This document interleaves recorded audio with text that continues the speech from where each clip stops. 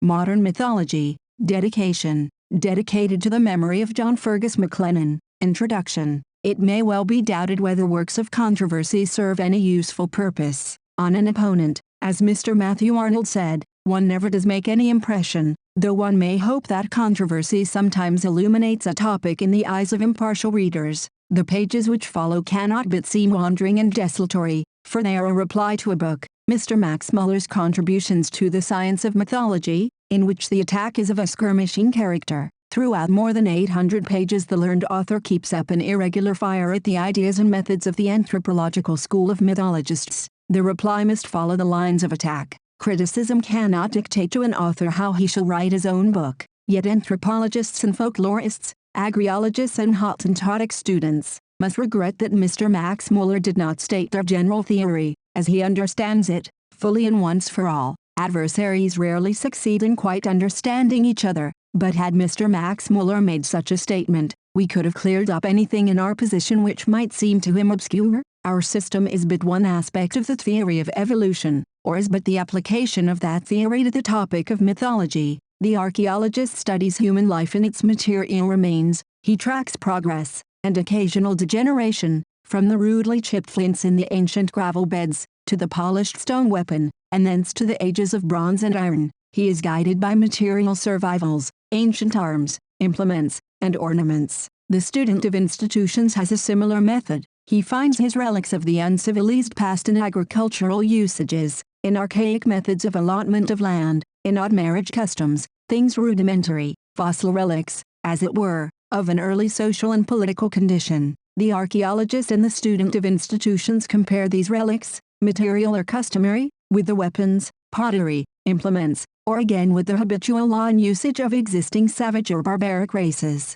and demonstrate that our weapons and tools, and our laws and manners, have been slowly evolved out of lower conditions, even out of savage conditions. The anthropological method in mythology is the same. In civilized religion and myth we find rudimentary survivals, fossils of rite and creed, ideas absolutely incongruous with the environing morality, philosophy, and science of Greece and India. Parallels to these things, so out of keeping with civilization, we recognize in the creeds and rites of the lower races, even of cannibals, but there the creeds and rites are not incongruous with their environment of knowledge and culture. There they are as natural and inevitable as the flint-headed spear or marriage by capture. We argue, therefore, that religions and mythical faiths and rituals which, among Greeks and Indians, are inexplicably incongruous have lived on from an age in which they were natural and inevitable, an age of savagery. That is our general position, and it would have been a benefit to us if Mr. Max Muller had stated it in his own luminous way, if he wished to oppose us, and had shown us where and how it fails to meet the requirements of scientific method. In place of doing this once for all, he often assails our evidence, yet never notices the defenses of our evidence, which our school has been offering for over 100 years. He attacks the excesses of which some sweet anthropological enthusiasts have been guilty or may be guilty, such as seeing totems wherever they find beasts in ancient religion, myth, or art. He asks for definitions, as of totemism, but never, I think, alludes to the authoritative definitions by Mr. MacLennan and Mr. Fraser. He assails the theory of fetishism as if it stood now where de Brosses left it in a purely pioneer work, or, rather, where he understands de Brosses to have left it. One might as well attack the atomic theory where Lucretius left it, or the theory of evolution where it was left by the elder Darwin. Thus Mr. Max Muller really never comes to grips with his opponents, and his large volumes shine rather in erudition and style than in method and system. Anyone who attempts a reply must necessarily follow Mr. Max Muller up and down, collecting his scattered remarks on this or that point at issue. Hence my reply, much against my will, must seem desultory and rambling, but I have endeavored to answer with some kind of method and system, and I even hope that this little book may be useful as a kind of supplement to Mr. Max Muller's, for it contains exact references to certain works of which he takes the reader's knowledge for granted. The general problem at issue is apt to be lost sight of in this guerrilla kind of warfare. It is perhaps more distinctly stated in the preface to Mr. Max Muller's Chips from a German Workshop, Volume 4 Longmans, 1895, than in his two recent volumes. The general problem is this: has language, especially language in a state of disease, been the great source of the mythology of the world, or does mythology, on the whole, represent the survival of an old stage of thought, not caused by language, from which civilized men have slowly emancipated themselves. Mr. Max Muller is of the former, anthropologists are of the latter, opinion. Both, of course, agree that myths are a product of thought, of a kind of thought almost extinct in civilized races, but Mr. Max Muller holds that language caused that kind of thought. We, on the other hand, think that language only gave it one means of expressing itself. The essence of myth, as of fairy tale, we agree, is the conception of the things in the world as all alike animated, personal, capable of endless interchanges of form. Men may become beasts, beasts may change into men, gods may appear as human or bestial, stones, plants, winds, water, may speak and act like human beings, and change shapes with them. Anthropologists demonstrate that the belief in this universal kinship, universal personality of things, which we find surviving only in the myths of civilized races, is even now to some degree part of the living creed of savages. Civilized myths, then, they are survivals from a parallel state of belief once prevalent among the ancestors of even the Aryan race. But how did this mental condition, this early sort of false metaphysics, come into existence? We have no direct historical information on the subject. If I were obliged to offer an hypothesis, it would be that early men, conscious of personality, will, and life, conscious that force, when exerted by themselves, followed on a determination of will within them, extended that explanation to all the exhibitions of force which they beheld without them. Rivers run, early man thought, winds blow, fire burns, trees wave, as a result of their own will, the will of personal conscious entities. Such vitality, and even power of motion, early man attributed even to inorganic matter, as rocks and stones. All these things were beings, like man himself. This does not appear to me in a natural kind of nascent, half-conscious metaphysics. Man never knows how much he anthropomorphizes. He extended the only explanation of his own action which consciousness yielded to him. He extended it to explain every other sort of action in the sensible world. Early Greek philosophy recognized the stars as living bodies. All things had once seemed living and personal. From the beginning, man was eager causis cognoscere rerum. The only cause about which self-consciousness gave him any knowledge was his own personal will. He therefore supposed all things to be animated with a like will and personality. His mythology is a philosophy of things, stated in stories based on the belief in universal personality. My theory of the origin of that belief is, of course, a mere guess. We have never seen any race in the process of passing from a total lack of a hypothesis of causes into that hypothesis of universally distributed personality which is the basis of mythology. But Mr. Max Muller conceives that this belief in universally distributed personality, the word animism is not very clear, was the result of an historical necessity, not of speculation, but of language. Roots were all, or nearly all, expressive of action. Hence a river could only be called or conceived as a runner, or a roarer, or a defender, and in all these capacities always as something active and animated, nay, as something masculine or feminine. But why conceived as masculine or feminine? This necessity for endowing inanimate though active things, such as rivers, with sex, is obviously a necessity of a stage of thought wholly unlike our own. We know that active inanimate things are sexless, are neuter. We feel no necessity to speak of them as male or female. How did the first speakers of the human race come to be obliged to call lifeless things by names connoting sex, and therefore connoting, not only activity, but also life and personality? We explain it by the theory that man called lifeless things male or female, by using gender terminations, as a result of his habit of regarding lifeless things as personal beings, that habit, again, being the result of his consciousness of himself as a living will. Mr. Max Muller takes the opposite view. Man did not call lifeless things by names denoting sex because he regarded them as persons. He came to regard them as persons because he had already given them names connoting sex.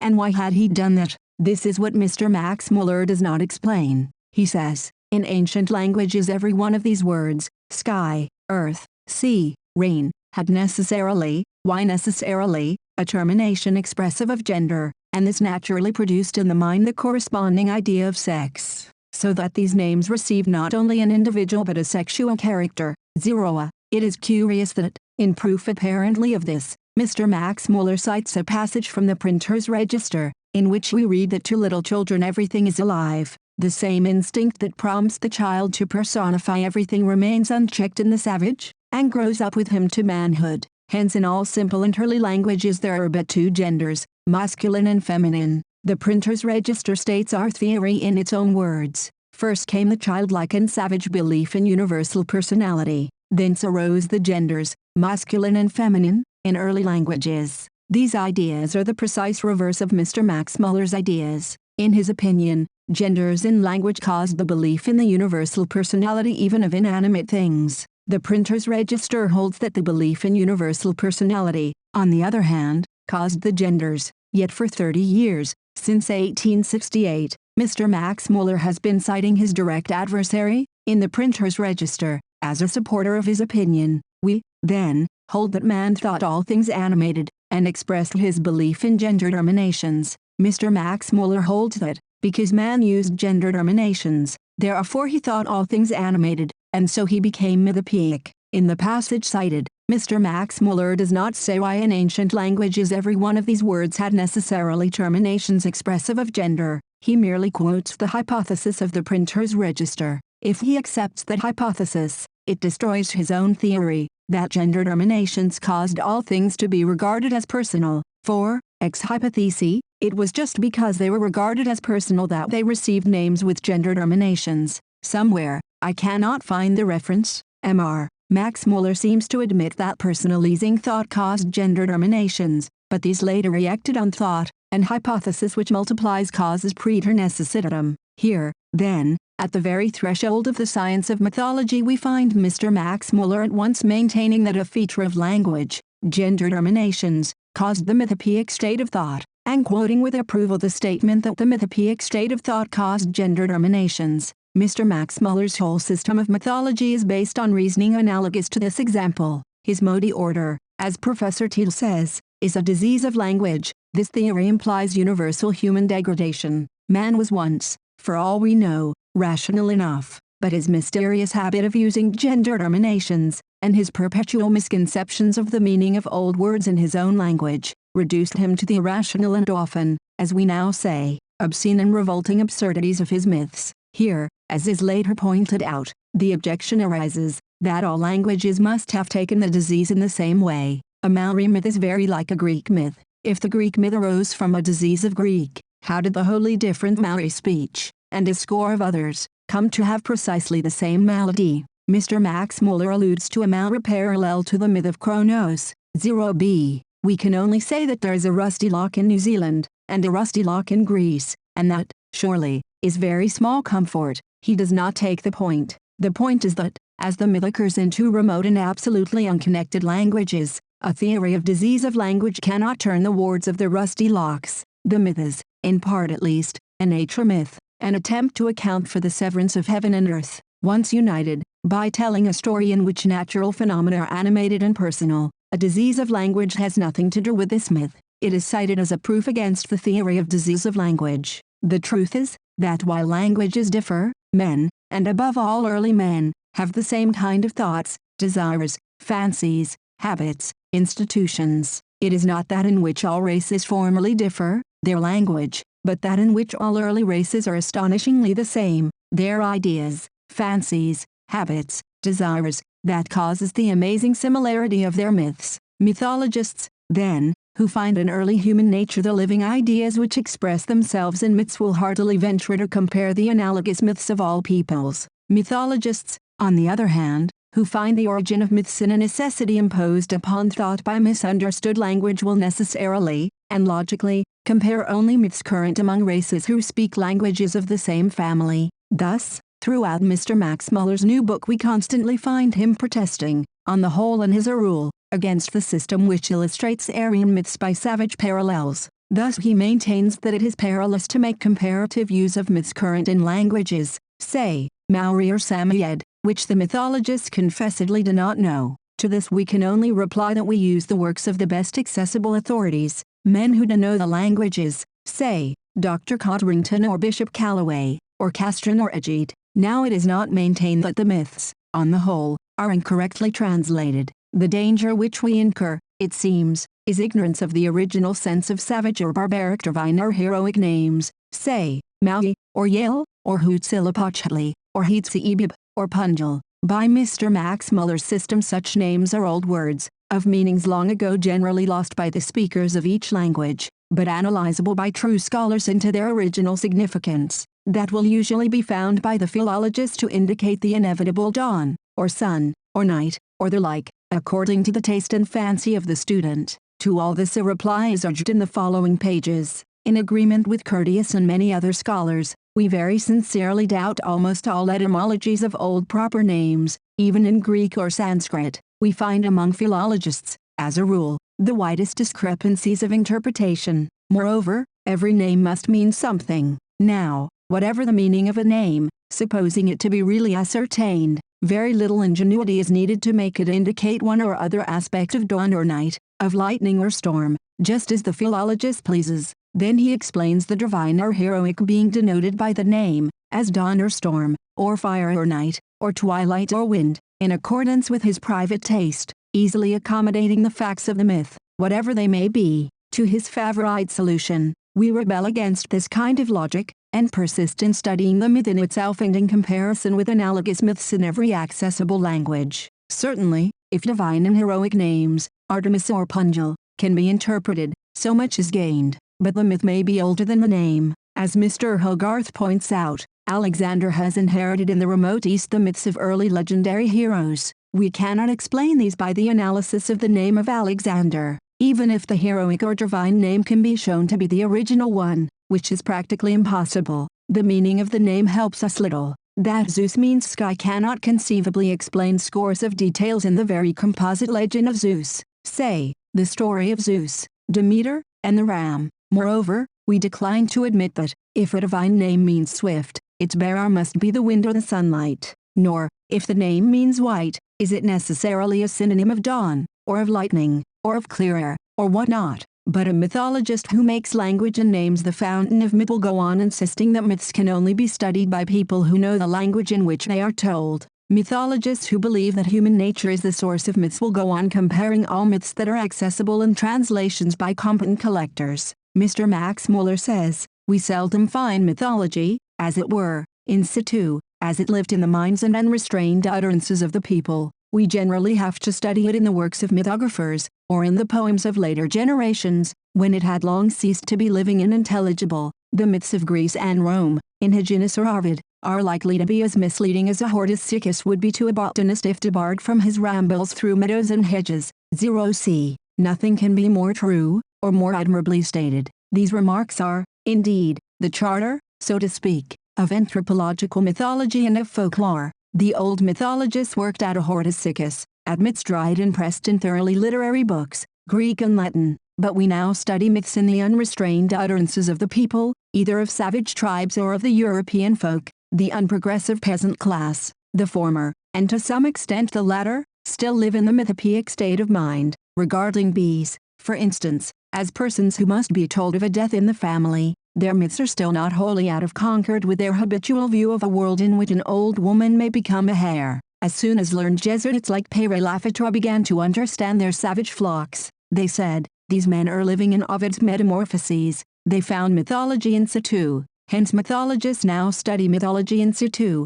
in savages and in peasants, who till very recently were still in the mythopoeic stage of thought. Manhurt made this idea his basis. Mr. Max Muller says, 0d, very naturally, that I have been popularizing the often difficult and complicated labors of Manhurt and others. In fact, as is said later, I published all my general conclusions before I had read Manhurt. Quite independently I could not help seeing that among savages and peasants we had mythology, not in a literary Hortus Siccus, but in situ. Manhurt, though he appreciated Dr. Tyler, had made, I think, but few original researches among savage myths and customs. His province was European folklore. What he missed will be indicated in the chapter on the Fire Walk, one example among many. But this kind of mythology in situ, in the unrestrained utterances of the people, Mr. Max Muller tells us, is no province of his. I saw it was hopeless for me to gain a knowledge at first hand of innumerable local legends and customs, and it is to be supposed that he distrusted knowledge acquired by collectors,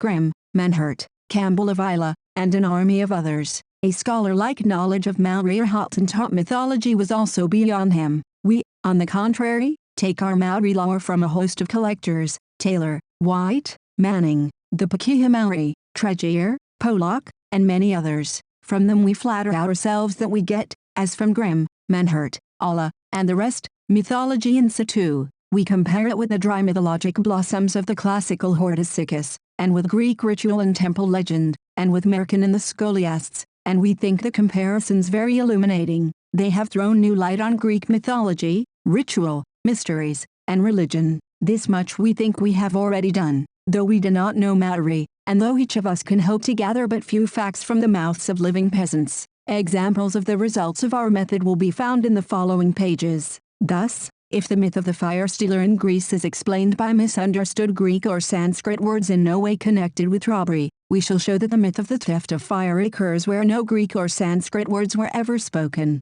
There, we shall show, the myth arose from simple inevitable human ideas. We shall therefore doubt whether in Greece a common human myth had a singular cause, in a disease of language. It is with no enthusiasm that I take the opportunity of Mr. Max Muller's reply to me by name, since myth, ritual, and religion, now that of print, but accessible in the French of Murielier, was published 10 years ago. I have left mythology alone. The general method there adopted has been applied in a much more erudite work by Mr. Fraser, The Golden Bough, by Mr. Farnell in Cults of the Greek States, by Mr. Jevons in his Introduction to the History of Religion, by Miss Harrison in Explanations of Greek Ritual, by Mr. Hartland in The Legend of Perseus, and doubtless by many other writers. How much they excel me in erudition may be seen by comparing Mr. Farnell's passage on the bear Artemis, 0e, with the section on her in this volume. Mr. Max Muller observes that Manhart's mythological researches have never been fashionable.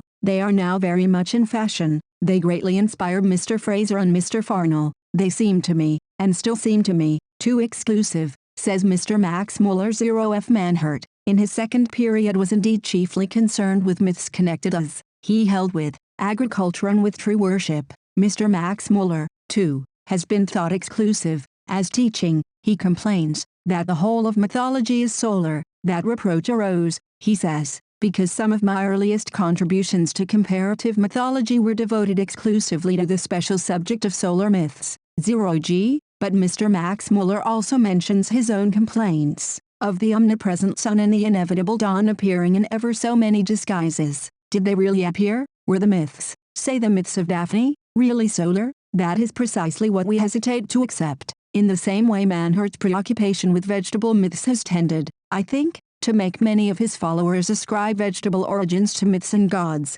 where the real origin is perhaps forever lost. The corn spirit starts up in most unexpected places. Mr. Fraser, Manhart's disciple, is very severe on solar theories of Osiris, and connects that god with the corn spirit, but Manhart did not go so far. Manhart thought that the myth of Osiris was solar. To my thinking, these resolutions of myths into this or that original source, solar, nocturnal, vegetable, or what not, are often very perilous. A myth so extremely composite as that of Osiris must be a stream flowing from many springs, and, as in the case of certain rivers, it is difficult or impossible to say which is the real fountainhead. One would respectfully recommend to young mythologists great reserve in their hypotheses of origins. All this, of course, is the familiar thought of writers like Mr. Fraser and Mr. Farnell, but a tendency to seek for exclusively vegetable origins of gods is to be observed in some of the most recent speculations. I well know that I myself am apt to press a theory of totems too far,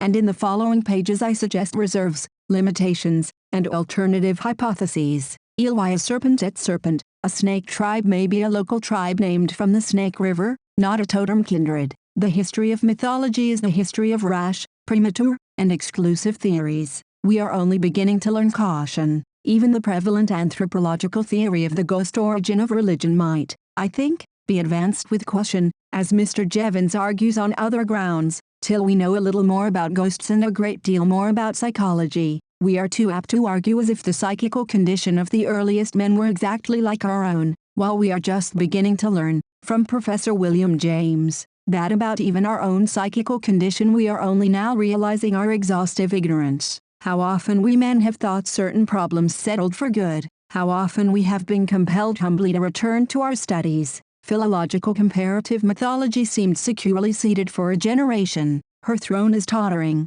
Our little systems have their day. They have their day and cease to be. They are but broken lights from the, and now, we trust, art more than they. but we need not hate each other for the sake of our little systems, like the grammarian who damned his rival's soul for his theory of the irregular verbs. Nothing, I hope, is said here inconsistent with the highest esteem for Mr. Max Muller's vast erudition, his enviable style, his unequal contributions to scholarship, and his awakening of that interest in mythological science without which his adversaries would probably never have existed. Most of Chapters I appeared in the Contemporary Review, and most of Chapters IE, in the Princeton Review. Regent Mythology, Mythology in 1860 1880, between 1860 and 1880, roughly speaking. English people interested in early myths and religions found the mythological theories of Professor Max Muller in possession of the field. These brilliant and attractive theories, taking them in the widest sense, were not,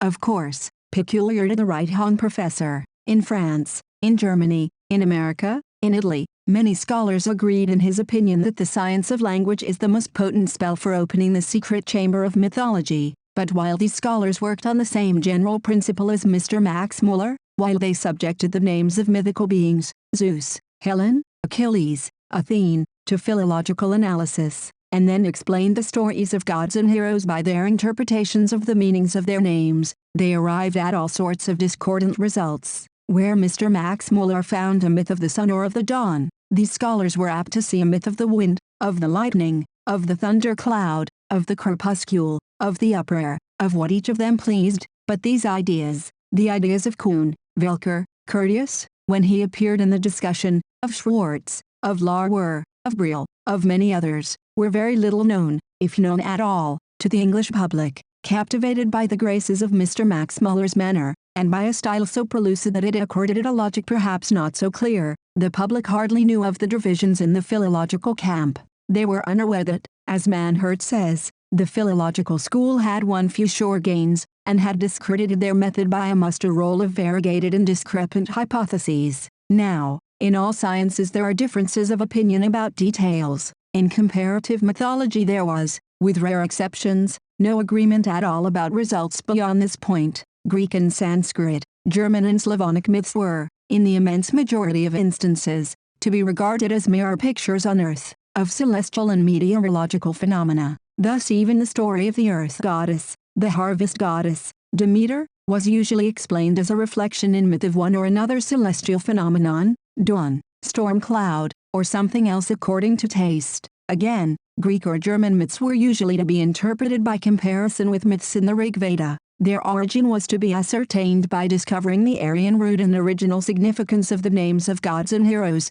such as Cyrano, Erinis, Daphne, Dahana, Athene, Ahana. The etymology and meaning of such names being ascertained, the origin and sense of the myths in which the names occur should be clear. Clear it was not. There were, in most cases, as many opinions as to the etymology and meaning of each name and myth, as there were philologists engaged in the study. Manhurt, who began, in 1858, as a member of the philological school, in his last public utterance, 1877, described the method and results, including his own work of 1858, as mainly failures, but, long ere that, the English cultivated public had, most naturally, accepted Mr. Max Muller as the representative of the school which then held the field in comparative mythology. His German and other foreign brethren, with their discrepant results, were only known to the general. In England, I am not speaking of English scholars, by the references to them in the Oxford professor's own works, his theories were made part of the education of children, and found their way into a kind of popular primers. For these reasons, anyone in England who was daring enough to doubt, or to deny, the validity of the philological system of mythology in general was obliged to choose Mr. Max Muller as his adversary. He must strike, as it were, the shield of no Hospitaller of unsteady seat, but that of the Templar himself, and this is the cause of what seems to puzzle Mr. Max Muller, namely the attacks on his system and his results in particular. An English critic, writing for English readers, had to do with a scholar who chiefly represented the philological school of mythology in the eyes of England. Autobiographical. Like other inquiring undergraduates in the 60s, I read such works on mythology as Mr. Max Muller had then given to the world. I read them with interest, but without conviction. The argument, the logic, seemed to evade one. It was purely, with me, a question of logic, for I was of course prepared to accept all of Mr. Max Muller's dicta on questions of etymologies. Even now I never venture to impugn them, only, as I observe that other scholars very frequently differ, toto kilo, from him and from each other in essential questions, I preserve a just balance of doubt. I wait till these gentlemen shall be at one among themselves. After taking my degree in 1868, I had leisure to read a good deal of mythology and the legends of all races, and found my distrust of Mr. Max Muller's reasoning increase upon me. The main cause was that whereas Mr. Max Muller explained Greek myths by etymologies of words in the Aryan languages, chiefly Greek, Latin, Slavonic, and Sanskrit, I kept finding myths very closely resembling those of Greece among Red Indians, Kafirs, Eskimo, Samoyeds, Kamilaroi, Maoris, Angarics. Now if Aryan myths arose from a disease of Aryan languages, it certainly did seem an odd thing that myths so similar to these abounded where non-Aryan languages alone prevailed. Did a kind of linguistic measles affect all tongues alike, from Sanskrit to Choctaw, and everywhere produce the same ugly scars in religion and myth? The ugly scars were the problem. A civilized fancy is not puzzled for a moment by a beautiful beneficent sun god, or even by his beholding the daughters of men that they are fair. But a civilized fancy is puzzled when the beautiful sun god makes love in the shape of a dog. 5. To me, and indeed to Mr. Max Muller, the ugly scars were the problem. He has written, "What makes mythology mythological, in the true sense of the word, is what is utterly unintelligible, absurd, strange, or miraculous." But he explained these blots on the mythology of Greece, for example, as the result practically of old words and popular sayings surviving in languages after the original, harmless, symbolical meanings of the words and sayings were lost. What had been a poetical remark about an aspect of nature became an obscene, or brutal, or vulgar myth, a stumbling block to Greek piety and to Greek philosophy. To myself, on the other hand, it seemed that the ugly scars were remains of the kind of taste, fancy, customary law, and incoherent speculation which everywhere, as far as we know, prevails to various degrees in savagery and barbarism, attached to the hideous idols, as Mr. Max Muller calls them, of early Greece, and implicated in a ritual which religious conservatism dared not abandon. The fables of perhaps Neolithic ancestors of the Hellenes remained in the religion and the legends known to Plato and Socrates. That this process of survival is a vera causa, illustrated in every phase of evolution, perhaps nobody denies. Thus the phenomena which the philological school of mythology explains by a disease of language we would explain by survival from a savage state of society and from the mental peculiarities observed among savages in all ages and countries. Of course there is nothing new in this. I was delighted to discover the idea in Eusebius's in Fontenelle, while, for general application to singular institutions, it was a commonplace of the last century. 6. Moreover, the idea had been widely used by D.R.E.B. Tyler in Primitive Culture, and by Mr. McLennan in his Primitive Marriage and Essays on Totemism. My criticism of Mr. Max Muller, this idea I set about applying to the repulsive myths of civilized races, and to Meccan, or popular tales, at the same time combating the theories which held the field, the theories of the philological mythologists as applied to the same matter. In journalism I criticized Mr. Max Muller, and I admit that, when comparing the mutually destructive competition of varying etymologies, I did not abstain from the weapons of irony and badinage. The opportunity was too tempting, but, in the most sober seriousness, I examined Mr. Max Muller's general statement of his system, his hypothesis of certain successive stages of language, leading up to the mythopoeic confusion of thought. It was not a question of denying Mr. Max Muller's etymologies, but of asking whether he established his historical theory by evidence, and whether his inferences from it were logically deduced. The results of my examination will be found in the article Mythology in the Encyclopaedia Britannica, and in La Mythologie, 6b. It did not appear to me that Mr. Max Muller's general theory was valid, logical, historically demonstrated, or self-consistent. My other writings on the topic are chiefly custom and myth, ritual, and religion, with French and Dutch translations, both much improved and corrected by the translators, and an introduction to Mrs. Hunt's translation of Grimm's Märchen. Successive anthropological method. During 15 years the ideas which I advocated seem to have had some measure of success. This is, doubtless, due not to myself, but to the works of Mr. J.G. Fraser and of Professor Robertson Smith. Both of these scholars descend intellectually from a man less scholarly than they, but, perhaps, more original and acute than any of us. my friend the late Mr. J.F. McLennan. To Manhurt also much is owed, and, of course, above all, to Dr. Tyler.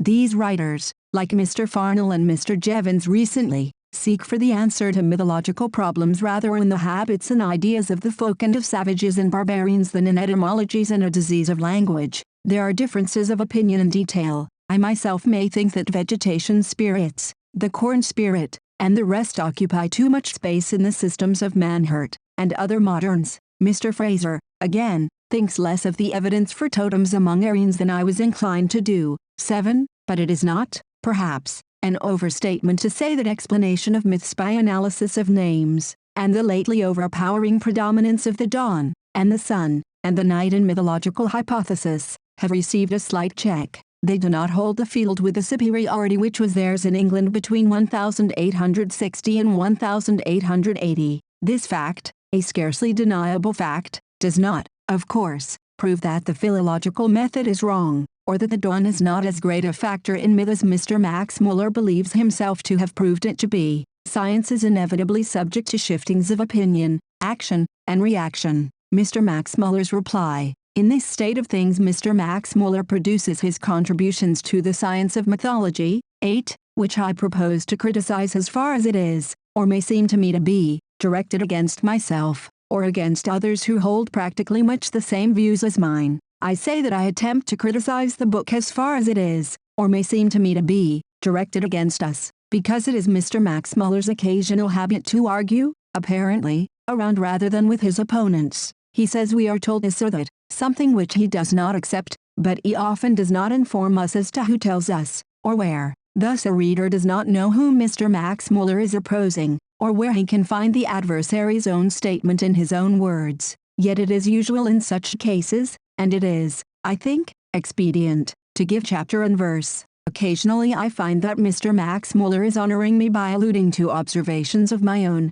but often no reference is given to an opponent's name or books, and we discover the passages in question by accident or research. This method will be found to cause certain inconveniences. The story of Daphne. Mr. Max Muller's method in controversy, as an illustration of the author's controversial methods, take his observations on my alleged attempt to account for the metamorphosis of Daphne into a laurel tree. When I read these remarks, page 4, I said, Mr. Max Muller vanquishes me there, for he gave no reference to my statement. I had forgotten all about the matter. I was not easily able to find the passage to which he alluded, and I supposed that I had said just what Mr. Max Muller seemed to me to make me say, no more, and no less. Thus, Mr. Lang, as usual, has recourse to savages, most useful when they are really wanted. He quotes an illustration from the South Pacific that Tuna, the chief of the eels, fell in love with Ina and asked her to cut off his head. When his head had been cut off and buried,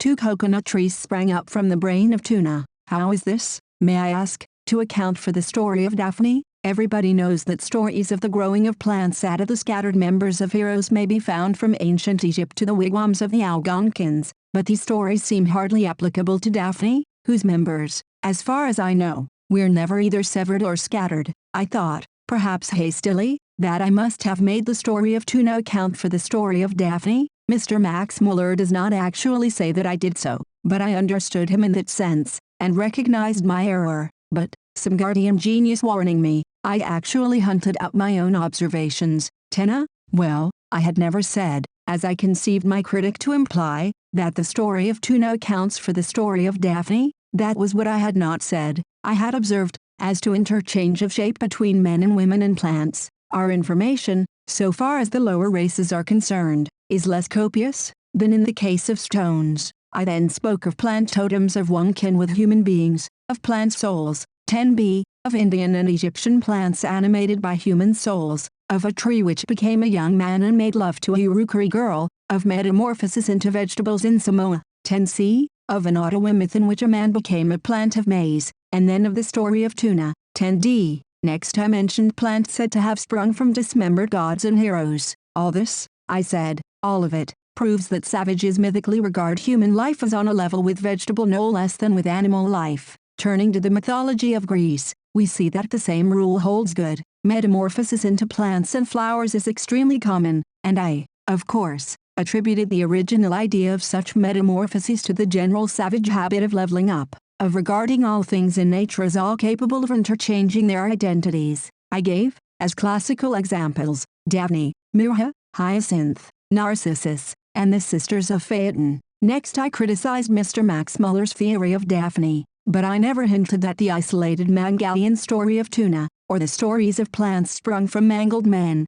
accounted, by themselves, for the story of Daphne. Mr. Max Muller is not content with giving a very elaborate and interesting account of how the story of tuna arose. I5-7. He keeps tuna in hand, and, at the peroration of his vast work, II 831, warns us that, before we compare myths in unrelated languages, we need a very accurate knowledge of their dialects to prevent accidents like that of tuna mentioned in the beginning. What accident? That I explain the myth of Daphne by the myth of tuna? But that is precisely what I did not do. I explain the Greek myth of Daphne, 1, as a survival from the savage mental habit of regarding men as on a level with stones, beasts, and plants, or 2, as a tale molded by poets on this same model. 11. The latter is the more probable case, for we find Daphne late, in artificial or mythographic literature, in Ovid and Hyginus. In Ovid the river god, Pentheus, changes Daphne into a laurel. In Hyginus she is not changed at all.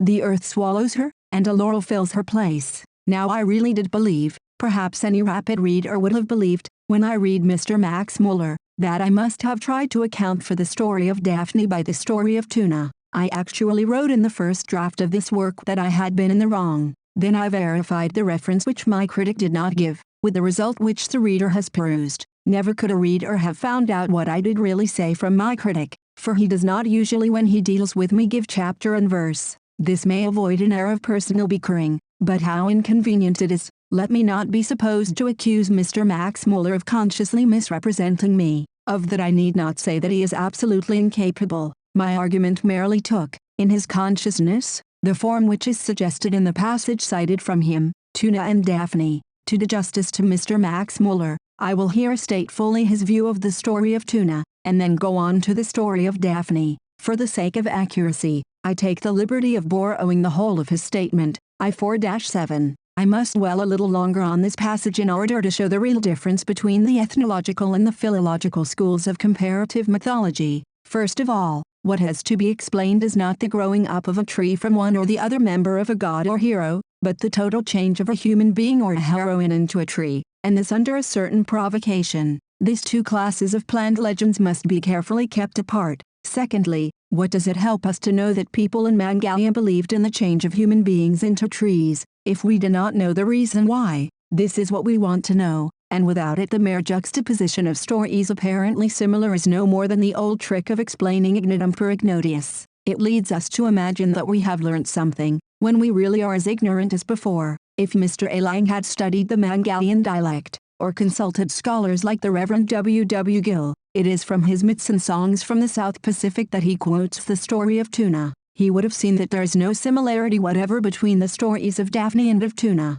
The Tuna story belongs to a very well-known class of etiological plant stories, which are meant to explain a no longer intelligible name of a plant, such as Snackus head, Stief mud urchin, and C. It is in fact a clear case of what I call disease of language, cured by the ordinary nostrum of folk etymology. I have often been in communication with the Reverend W. W. Gill about the South Pacific myths and their true meaning. The preface to his collection of myths and songs from the South Pacific was written by me in 1876, and if Mr. A. Lang had only read the whole chapter which treats of these tree myths, page 77 the following, he would easily have perceived the real character of the Tuna story, and would not have placed it in the same class as the Daphne story. He would have found that the white kernel of the coconut was, in Mangalia, called the brains of Tuna, a name like many more such names which after a time require an explanation. Considering that coconut was used in Mangalia in the sense of head, testa, the kernel or flesh of it might well be called the brain.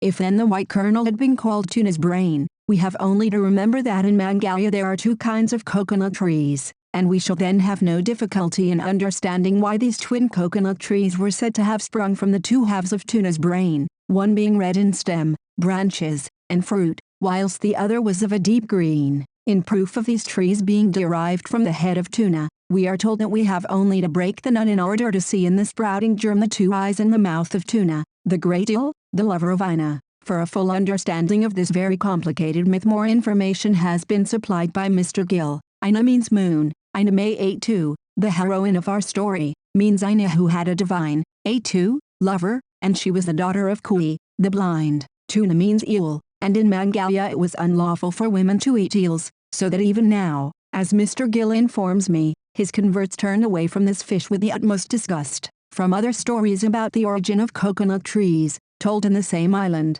it would appear that the sprouts of the coconut were actually called eels' heads, while the skulls of warriors were called coconuts. Taking all these facts together, it is not difficult to imagine how the story of Tuna's brain grew up, and I am afraid we shall have to confess that the legend of Tuna throws but little light on the legend of Daphne or on the etymology of her name. No one would have a word to say against the general principle that much that is irrational, absurd, or barbarous in the Veda is a survival of a more primitive mythology anterior to the Veda. How could it be otherwise? Criticism of Tuna and Daphne. Now, 1. As to Daphne, we are not invariably told that hers was a case of the total change of a heroine into a tree. In Arvid, 14, she is thus changed. In Hyginus, on the other hand, the earth swallows her, and a tree takes her place. All the authorities are late. Here I cannot but reflect on the scholarly method of Manhurt, who would have examined and criticized all the sources for the tale before trying to explain it. However, Daphne was not mangled, a tree did not spring from her severed head or scattered limbs, she was metamorphosed,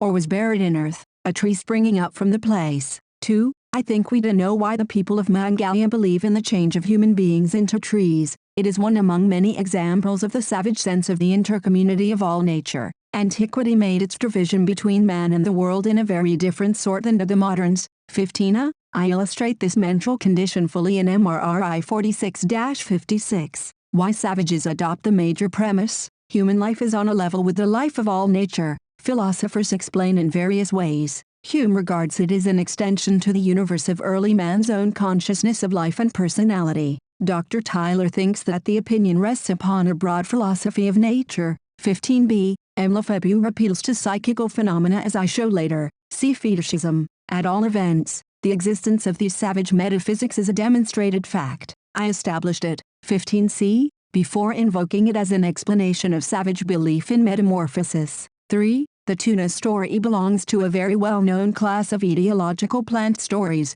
Etiological, assigning a cause for the plant, its peculiarities, its name, and c, which are meant to explain a no longer intelligible name of a plant. And c, I also say, these myths are nature myths, so far as they attempt to account for a fact in nature, namely, for the existence of certain plants, and for their place in ritual. 16. The reader has before him Mr. Max Muller's view. The white kernel of the coconut was locally styled the brains of Tuna. That name required explanation, hence the story about the fate of Tuna. Coconut was used in Mangalia in the sense of head, testa, so it is now in England. See Bell's Life, Passim, as the chicken got home on the coconut. The explanation: on the whole, either coconut kernels were called brains of Tuna because coconut equals head, and a head has brains, and, well, somehow I fail to see why brains of Tuna in particular, or, there being a story to the effect that the first coconut grew out of the head of the metamorphosed Tuna,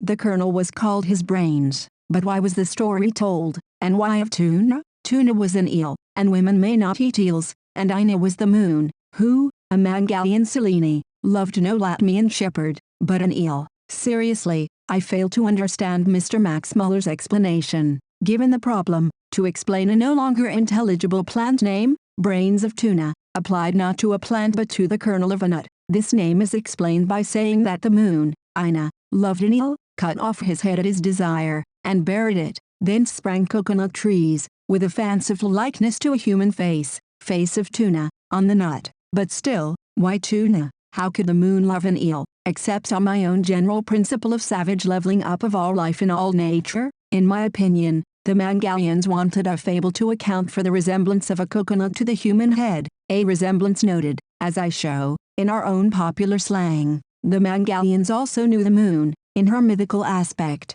as Ina, and Tuna, whatever his name may mean Mr. Max Muller does not tell us, was an eel. 17. Having the necessary savage major premise in their minds, all life is on a level and interchangeable, the Mangalians thought well to say that the head like coconut sprang from the head of her lover, an eel, cut off by Ina, The myth accounts, I think, for the peculiarities of the coconut, rather than for the name brains of tuna, for we still ask, why of tuna in particular, why tuna more than Rango, or anyone else? We shall have to confess that the legend of tuna throws but little light on the legend of Daphne, or on the etymology of her name. I never hinted that the legend of tuna threw light on the etymology of the name of Daphne. Mongolian and Greek are not allied languages, nor did I give the tuna story as an explanation of the Daphne story. I gave it as one in a mass of illustrations of the savage mental propensity so copiously established by Dr. Tyler in Primitive Culture. The two alternative explanations which I gave of the Daphne story I have cited. No mention of tuna occurs in either. Disease of language and folk etymology. The tuna story is described as a clear case of disease of language cured by the ordinary nostrum of folk etymology. The disease showed itself, I suppose, in the presence of the Mongolian words for brain of tuna, but the story of tuna gives no folk etymology of the name tuna. Now, to give an etymology of a name of forgotten meaning is the sole object of folk etymology. The plant name, snake's head, given as an example by Mr. Max Muller, needs no etymological explanation. A story may be told to explain why the plant is called snake's head, but a story to give an etymology of snake's head is superfluous. The tuna story explains why the coconut kernel is called brains of tuna, but it offers no etymology of tuna's name. On the other hand, the story that marmalade, really marmalade, is so called because Queen Mary found comfort in marmalade when she was seasick, hence marmalade, hence marmalade, gives an etymological explanation of the origin of the word marmalade. Here is a real folk etymology. We must never confuse such myths of folk etymology with myths arising, on the philological hypothesis, from disease of language. Thus, Daphne is a girl pursued by Apollo, and changed into a Daphne plant or a laurel springs from the earth where she was buried. On Mr. Max Muller's philological theory Daphne equals Dahana, and meant the burning one. Apollo may be derived from a Sanskrit form, Apavaryan, or Apavalyan, though how Greeks ever heard a Sanskrit word, if such a word as Apavalyan ever existed, we are not told, and may mean one who opens the gate of the sky. II 692-696, 18. At some unknown date the ancestors of the Greeks would say the opener of the gates of the sky, Apavalyan, that is the sun, pursues the burning one, Dahana, that is the dawn. The Greek language would retain this poetic saying in daily use till, in the changes of speech, Apavalyan ceased to be understood, and became Apollo, while Dahana ceased to be understood, and became Daphne. But the verb being still understood, the phrase ran, Apollo pursues Daphne. Now the Greeks had a plant, laurel, called Daphne. They therefore blended plant, Daphne, and heroine's name, Daphne, and decided that the phrase Apollo pursues Daphne meant that Apollo chased a nymph, Daphne, who, to escape his love, turned into a laurel. I cannot give Mr. Max Muller's theory of the Daphne story more clearly. If I misunderstand it, that does not come from want of pains. In opposition to it we urge that, 1. The etymological equations, Daphne equals Dahana, Apollo equals Apavalyan, are not generally accepted by other scholars. Schroeder, in fact, derives Apollo from the Vedic Saparjanya, worshipful, an epithet of Agni, who is fire, II 688, and so on. Daphne equals Dahana is no less doubted. Of course a Greek simply cannot be derived from a Sanskrit word, as is stated, though both may have a common origin, just as French is not derived from Italian. 2. If the etymologies were accepted, no proof is offered to us of the actual existence, as a vera causa, of the process by which a saying, Apollo pursues Daphne, remains in language, while the meaning of the words is forgotten. This process is essential, but undemonstrated. See the chapter here on the riddle theory. 3. These processes, if demonstrated, which they are not, must be carefully discriminated from the actual demonstrable process of folk etymology. The marmalade legend gives the etymology of a word, marmalade. The Daphne legend does not give an etymology. 4. The theory of Daphne is of the kind protested against by Manhurt, where he warns us against looking in most myths for a mirror picture on earth of celestial phenomena. 20. For these reasons, among others, I am disinclined to accept Mr. Max Muller's attempt to explain the story of Daphne, Manhurt on Daphne, since we shall presently find Mr. Max Muller claiming the celebrated Manhurt as a sometime deserter of philological comparative mythology, who returned to his old colors. I observe with pleasure that Manhurt is on my side and against the Oxford professor. Manhart shows that the laurel, Daphne, was regarded as a plant which, like our rowan tree, averts evil influences. Moreover, the laurel, like the mayboom, was looked on as a being with a spirit. This is the safest result which myth analysis can extract from the story of Daphne, a nymph pursued by Apollo and changed into a laurel. It is a result of the use of the laurel in his ritual, 20b, in 1877, a year after Manhart is said by Mr. Max Muller to have returned to his old colors. He repeats this explanation, 21a, in the same work, page 20. He says that there is no reason for accepting Max Muller's explanation about the sun god in the dawn, Wojeter Thatlashan Halt Dafferfelt. For this opinion we might also cite the Sanskrit scholars Whitney and Burgain, 21b. The question of allies, Athanasius. Mr. Max Muller protests, most justly, against the statement that he, like Saint Athanasius, stands alone,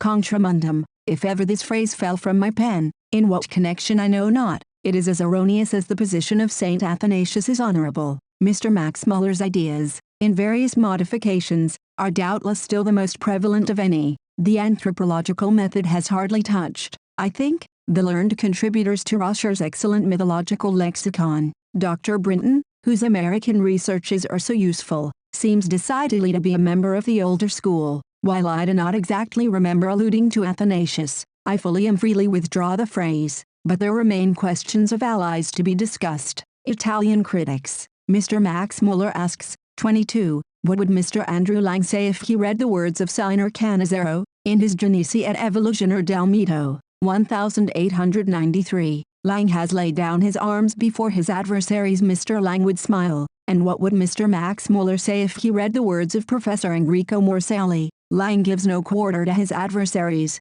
who, for the rest, have long been reduced to silence. 23. The right-hand professor also smiles, no doubt. We both smile. Solvuntur resu tabulae, a Dutch defender. The question of the precise attitude of Professor Thiel, the accomplished Gifford lecturer in the University of Edinburgh 1897, is more important and more difficult. His remarks were made in 1885, in an essay on the myth of Cronos, and were separately reprinted, in 1886, from the Revue de l'Histoire des Religions, which I shall cite. Where they refer to myself they deal with custom and myth, not with myth, ritual, and religion. 1887. It seems best to quote, ipsissimis verbis, Mr. Max Muller's comments on Professor Thiel's remarks. He writes, i.e., let us proceed next to Holland. Professor Thiel, who had actually been claimed as an ally of the victorious army, declares, Jedoisem Eliver, au nom de la science mythologique et de l'exactitude centre en méthode qui ne fait glisser sur des problèmes de première importance.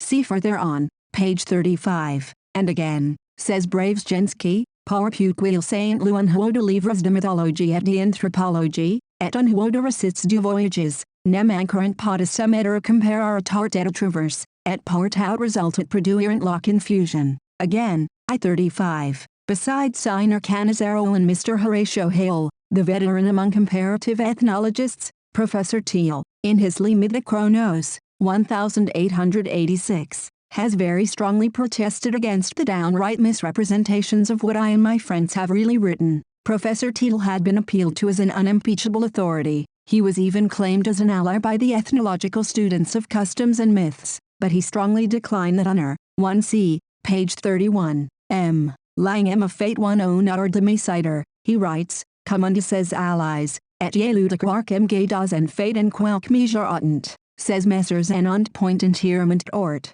Sependent Jedoisem Eliver, au nom de la science mythologique et one exactitude dont elle ne peut pas se passer les autres sciences, contre un méthode qui ne fait glisser sur des problèmes de première importance. And c. Speaking of the whole method followed by those who actually claimed to have founded a new school of mythology, he says, page 21, Jecrains tautofois xekiasoy trouvé du vrenesoid canu depus long temps, et cla nouvelle école nepêche par exclusionisme tautot cléanes quel combat avec tant de conviction. That is exactly what I have always said. What is there new in comparing the customs and myths of the Greeks with those of the barbarians? Has not even Plato done this? Did anybody doubt that the Greeks, nay even the Hindus, were uncivilized or savages, before they became civilized or tamed? Was not this common sense view, so strongly insisted on by Fontenelle and Vico in the 18th century, carried even to excess by such men as de Brosses, 1709,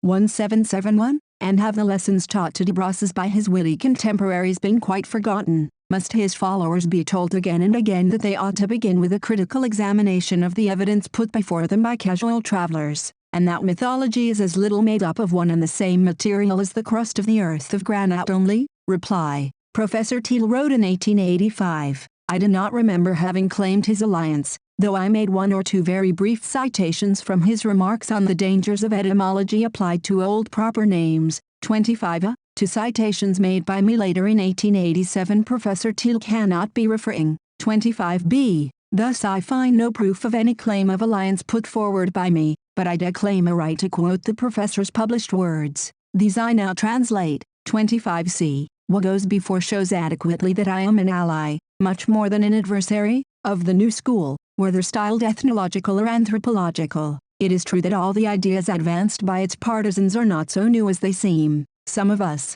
I mean among those who, without being vassals of the old school, were formed by it, had not only remarked already the defects of the reigning method, but had perceived the direction in which researches should be made. They had even begun to say so. This does not prevent the young school from enjoying the great merit of having first formulated with precision, and with the energy of conviction, that which had hitherto been but imperfectly pointed out. If henceforth mythological science marches with a firmer foot, and loses much of its hypothetical character, it will in part owe this to the stimulus of the new school. Braves gens. Professor Teal then bids us leave our cries of triumph to the servum imitatorem pecus, braves gens, and so forth, as in the passage which Mr. Max Muller, unless I misunderstand him, regards as referring to the new school, and, notably, to M. Gaydos and myself, though such language ought not to apply to M. Gaydos, because he is a scholar. I am left to uncovenanted mercies. Professor Teal on our merits. The merits of the new school Professor Teal had already stated.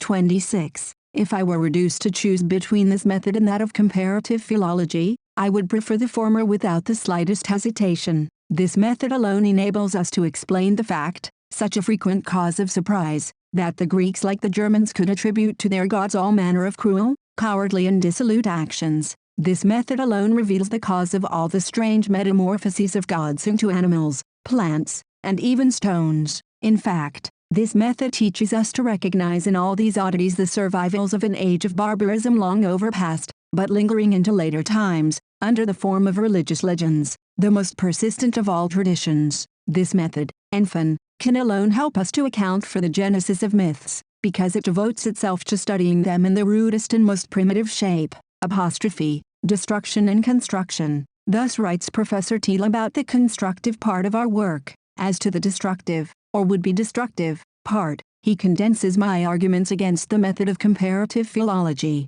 To resume, the whole house of comparative philological mythology is builded on the sand, and her method does not deserve confidence, since it ends in such divergent results. That is Professor Teal's statement of my destructive conclusions, and he adds, so far, I have not a single objection to make. I can still range myself on Mr. Lang's side when he takes certain distinctions into which it is needless to go here. 27. Allies or not? These are several of the passages on which, in 1887, I relied as evidence of the professor's approval, which, I should have added, is only partial. It is he who, unsolicited, professes himself much more our ally than our adversary. It is he who proclaims that Mr. Max Midler's central hypothesis is erroneous, and who makes no objection to my idea that it is builded on the sand. It is he who assigns essential merit to our method, and I fail to find that he strongly declines the honor of our alliance. The passage about braves gens explicitly does not refer to us. Our errors. In 1887,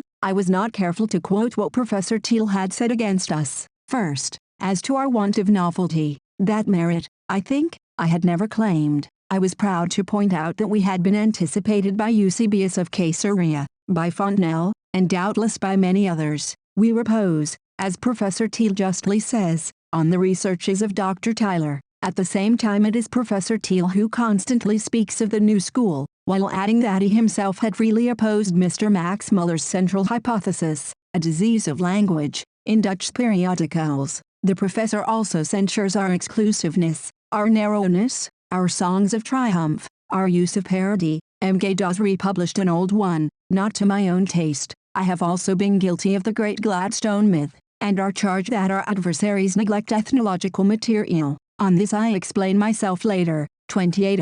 Uses of philology. Our method, says Professor Teal, cannot answer all the questions which the science of mythology must solve, or, at least, must study. Certainly it makes no such pretense. Professor Teal then criticizes Sir George Cox and Mr. Robert Brown, Jr., for their etymologies of Poseidon. Indiscreet followers are not confined to our army alone. Now, the use of philology, we learn, is to discourage such etymological vagaries as those of Sir G. Cox. 28b. We also discourage them, severely, but we are warned that philology really has discovered some undeniably certain etymologies of divine names. Well, I also say, philology alone can tell whether Zeus Asterius, or Adonis, or Zeus Labrandius is originally a Semitic or a Greek divine name. He or she is the Pythoness we must all consult. 29. And is it my fault that, even in this matter, the Pythonesses utter such strangely discrepant oracles? Is Athene from a Zend root,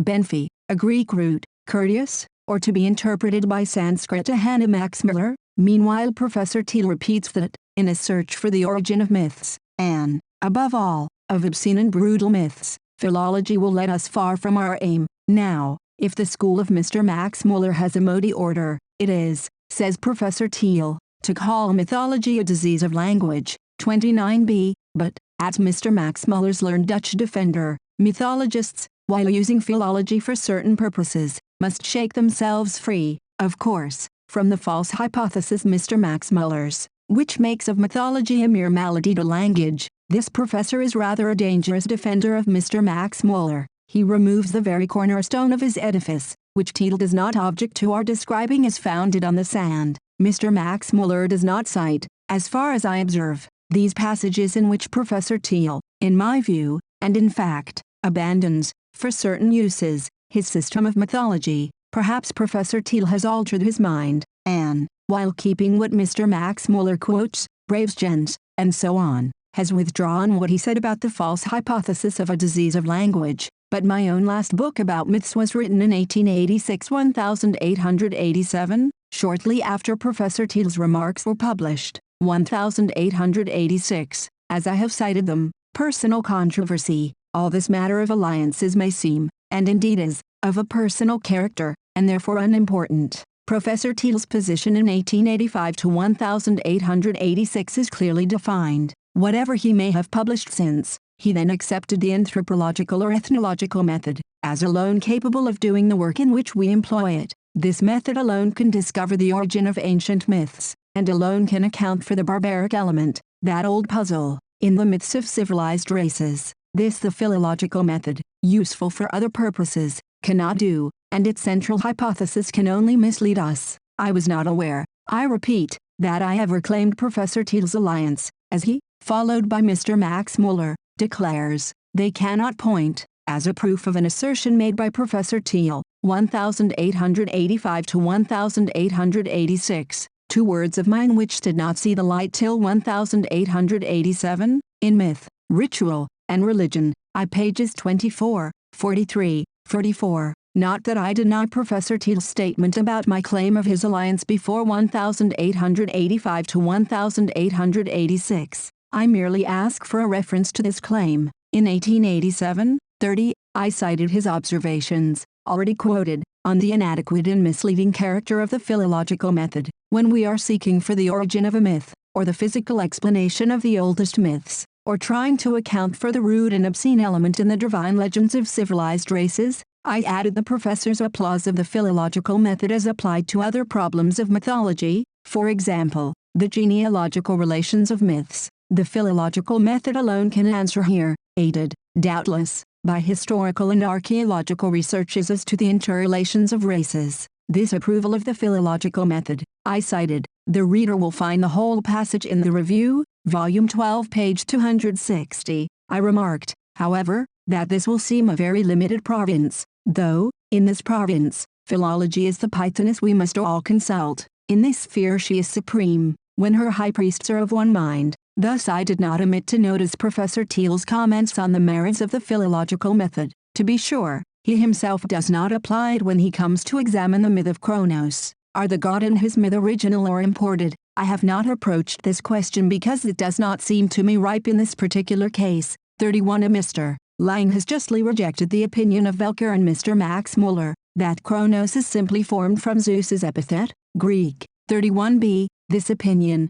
however, Mr. Max Muller still thinks the most likely. II 507. My other citation of Professor Thiel in 1887 says that our pretensions are not unacknowledged by him, and, after a long quotation of approving passages, I add the method is thus applauded by a most competent authority, and it has been warmly accepted. Pray note the distinction, by M. Gay does. 31c. I trust that what I have said is not unfair. Professor Thiel's objections, not so much to our method as to our manners, and to my own use of the method in a special case, have been stated, or will be stated later. Probably I should have put them forward in 1887. I now repair my error. My sole wish is to be fair. If Mr. Max Muller has not wholly succeeded in giving the full drift of Professor Thiel's remarks, I am certain that it is from no lack of candor. The story of Kronos. Professor Thiel now devotes 15 pages to the story of Kronos, and to my essay on the theme. He admits that I was right in regarding the myth as extraordinarily old,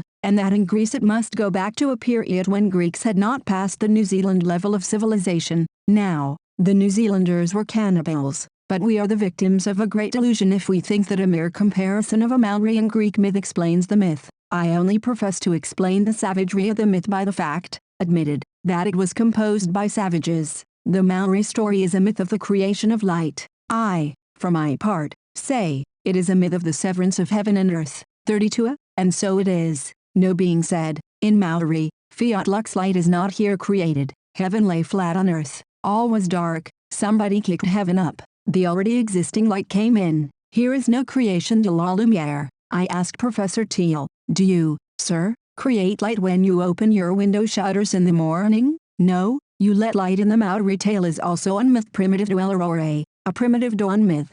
Dawn, again, here I lose Professor Thiel. Has the myth of Kronos the same sense? Probably not, as the Maori story, to my mind, has not got it either. But Professor Thiel says, the myth of Kronos has precisely the opposite sense. 32b. What is the myth of Kronos? Arnis, heaven, Marigia, earth. Arnis hid his children from the light in the hollows of earth. Hesiod. So, too, the New Zealand gods were hidden from light while heaven, Rangi, lay flat on Papa, earth. The children were concealed between the hollows of their parents' breasts. They did not like it, for they dwelt in darkness. So Kronos took an iron sickle and mutilated Arnis in such a way, Enfan, as to divorce him with Thoro. Thus, I say, were heaven and earth practically divorced. The Greek gods now came out of the hollows where they had been, like the New Zealand gods, hidden from the light. Professor Thiel on sunset myths. No, says Professor Thiel, the story of Kronos has precisely the opposite meaning.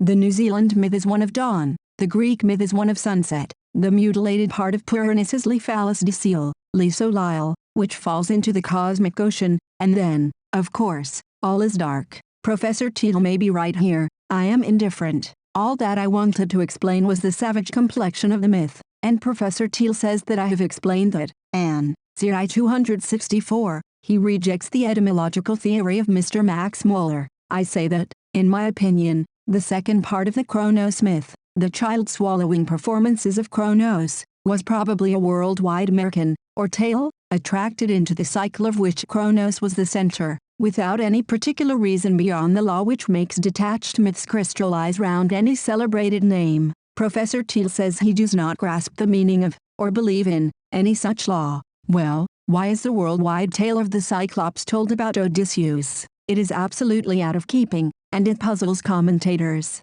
In fact, here was a hero and there was a tale, and the tale was attracted into the cycle of the hero, the very last man to have behaved as Odysseus is made to do. 34. But Kronos was an odious ruffian. The worldwide tale of swallowing and disgorging the children was attracted to his too notorious name by grace of congruity. Does Professor Thiel now grasp my meaning? Say, sir, our lack of scientific exactness. I do not here give at full length Professor Thiel's explanation of the meaning of a myth which I do not profess to explain myself. Thus, drops of the blood of Arnis falling on earth begot the Meles, usually rendered nymphs of the ash trees, but Professor Thiel says they were really bees. Hesychius, Greek, equals, Greek, that is to say, stars, Everybody has observed that the stars rise up off the earth, like the beast sprung from the blood of Uranus. In myth, ritual, and religion, I 299-315, I give the competing explanations of Mr. Max Muller, of Schwartz.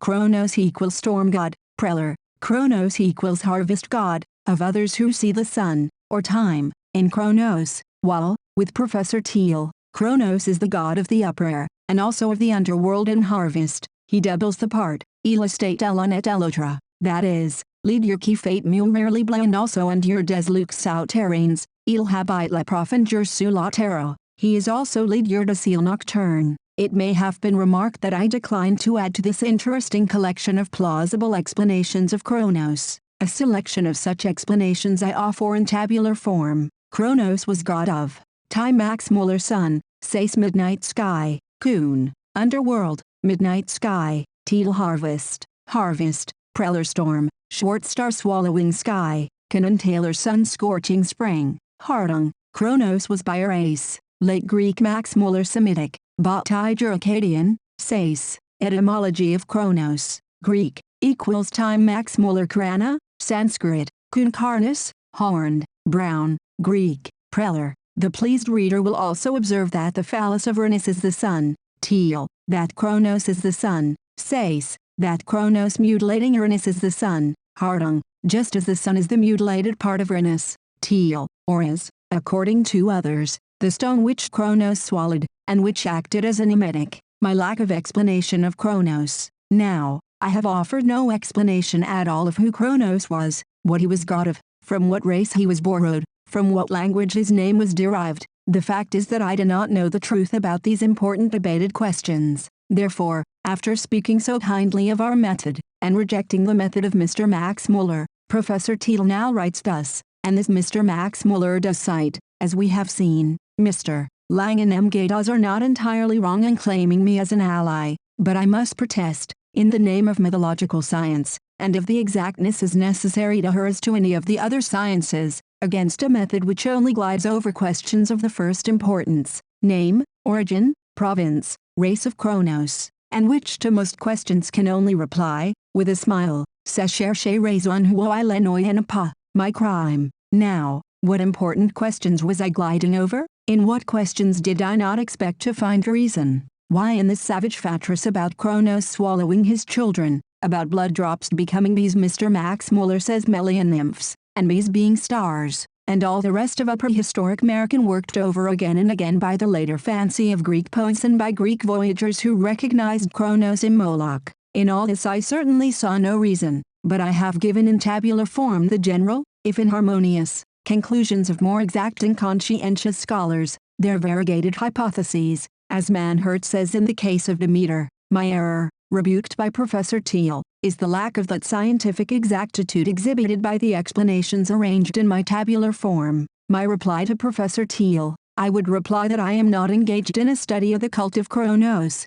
but of the revolting element in his myth, his swallowing of his children, taking a stone emetic by mistake, and disgorging the swallowed children alive, the stone being on view at Delphi long after the Christian era. Now, such stories of divine feats of swallowing and disgorging are very common. I show, in savage myth and popular American, the Bushman of Quaham, who swallows the sacred mantis insect. He is killed, and all the creatures whom he has swallowed return to light. Such stories occur among Australians, Kaffirs, red men, in Guinea, in Greenland, and so on. In some cases, among savages, night, conceived as a person, or one star which obscures another star, is said to swallow it. Therefore, I say, natural phenomena, explained on savage principles, might give the data of the swallowing myth, of Kronos. 37, that is, the myth of Kronos may be, probably is, originally a nature myth. On this principle Kronos would be, ad hoc, the night. Professor Thiel does not allude to this effort at interpretation, but I come round to something like the view of Kuhn. Kronos, ad hoc, is the midnight sky, which Professor Thiel also regards as one of his several aspects. It is not impossible, I think, that if the swallowing myth was originally a nature myth, it was suggested by night. But the question I tried to answer was, why did the Greeks, of all people, tell such a disgusting story? And I replied, with Professor Thiel's approval, that they inherited it from an age to which such follies were natural, an age when the ancestors of the Greeks were on or under the Maori stage of culture. Now, the Maoris, a noble race, with poems of great beauty and speculative power, were cannibals, like Kronos. To my mind, scientific exactitude is rather shown in confessing ignorance than in adding to the list of guesses. Conclusion as to Professor Thiel. The learned professor's remarks on being much more my ally than my opponent were published before my Myth, Ritual, and Religion, in which, I cited his agreement with me in the opinion that the philological method Mr. Max Muller's is inadequate and misleading, when it is a question of discovering the origin of a myth. I also quoted his unhesitating preference of ours to Mr. Max Muller's method, I-44. I did not cite a tithe of what he actually did say to our credit, but I omitted to quote what it was inexcusable not to add, that Professor Thiel thinks us too exclusive, that he himself had already before us combated Mr. Max Muller's method in Dutch periodicals, that he blamed our songs of triumph and our levities, that he thought we might have ignorant camp followers, that I glided over important questions, bees, blood drops, stars, Melian nymphs, the phallus of Uranus, and sea, and showed scientific inexactitude in declining chercher raison huoi lenoi and pas. Nonetheless, in Professor Thiel's opinion, our method is new or is not new, illuminating, successful, and alone successful, for the ends to which we apply it, and, finally, we have shown Mr. Max Muller's method to be a house builded on the sand. That is the gist of what Professor Thiel said. Mr. Max Muller, like myself, quotes part and omits part. He quotes twice Professor Thiel's observations on my deplorable habit of gliding over important questions. He twice says that we have actually claimed the professor as an ally of the victorious army, the ethnological students of custom and myth, and once adds, but he strongly declined that honor. He twice quotes the famous Braves Gens passage, accepting only M. Gay Das, as a scholar, from a censure explicitly directed at our possible camp followers as distinguished from ourselves. But if Mr. Max Muller quotes Professor Thiel's remarks proving that, in his opinion, the army is really victorious, if he cites the acquiescence in my opinion that his mythological house is builded on the sands, or Professor Thiel's preference for our method over his own, or Professor Thiel's volunteered remark that he is much more our ally than our adversary, I have not detected the passages in contributions to the science of mythology. The reader may decide as to the relative importance of what I left out, and of what Mr. Max Muller omitted. He says, Professor Thiel and I differ on several points, but we perfectly understand each other, and when we have made a mistake we readily confess and correct it. I-37. The two scholars, I thought, differed greatly. Mr. Max Muller's war cry, slogan, Modi order, is to Professor Thiel a false hypothesis. Our method, which Mr. Max Muller combats so bravely, is all that Professor Thiel has said of it. But, if all this is not conspicuously apparent in our adversary's book, it does not become me to throw the first stone. We are all, in fact, inclined unconsciously to overlook what makes against our argument. I have done it, and, to the best of my belief, Mr. Max Muller has not avoided the same error. Manhurt's attitude. Professor Thiel, it may appear, really fights for his own hand, and is not a thorough partisan of either side. The celebrated Manhurt, too, doubtless the most original student of folklore since Grimm, might, at different periods of his career, have been reckoned an ally, now by philologists, now by the new school. He may be said, in fact, to have combined what is best in the methods of both parties. Both are anxious to secure such support as his works can lend. Moral character impeached. Mr. Max Muller avers that his moral character seems to be aimed at by critics who say that he has no right to quote Manhurt or Oldenburg as his supporters. 1v. Now, without making absurd imputations, I do not reckon Manhurt a thorough partisan of Mr. Max Muller. I could not put our theory so well as Manhurt puts it. The study of the lower races is an invaluable instrument for the interpretation of the survivals from earlier stages, which we meet in the full civilization of cultivated peoples, but which arose in the remotest fetishism and savagery. Like Mr. Max Muller, I do not care for the vague word fetishism, otherwise Manhurt's remark exactly represents my own position, the anthropological position. 42. Now, Mr. Max Muller does not like that position. That position he assails. It was Manhurt's,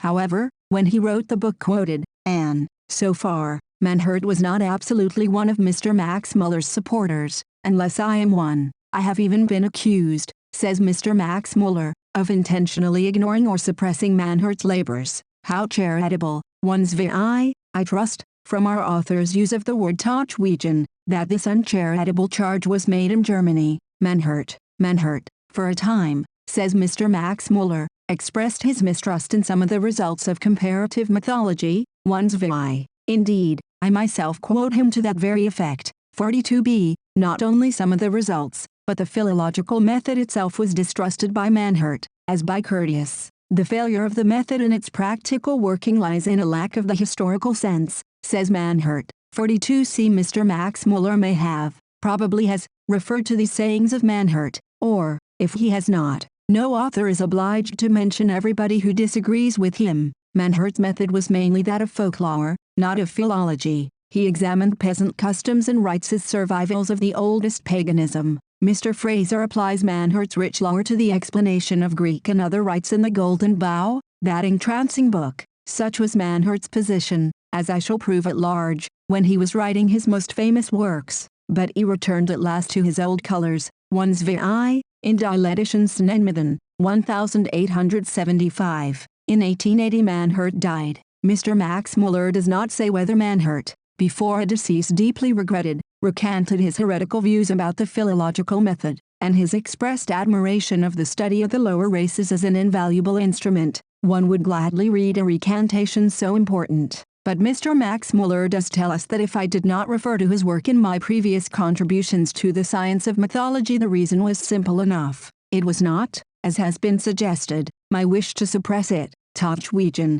but simply my want of knowledge of the materials with which he dealt, German popular customs and traditions, and therefore the consciousness of my incompetence to sit in judgment on his labors. Again, we are told that there was no need of criticism or praise of Manhurt. He had Mr. Fraser as his prophet, but not till 10 years after his death. Manhurt's letters. Manhurt's state of mind with regard to the general principles of comparative philology has been so exactly my own, says Mr. Max Muller, that he cites Manhurt's letters to prove the fact. But as to the application to myth of the principles of comparative philology, Manhurt speaks of the lack of the historical sense displayed in the practical employment of the method. This, at least, is not exactly Mr. Max Muller's own view. Probably he refers to the later period when Manhurt returned to his old colors. The letters of Manhurt, cited in proof of his exact agreement with Mr. Max Muller about comparative philology, did not, as far as quoted, mention the subject of comparative philology at all.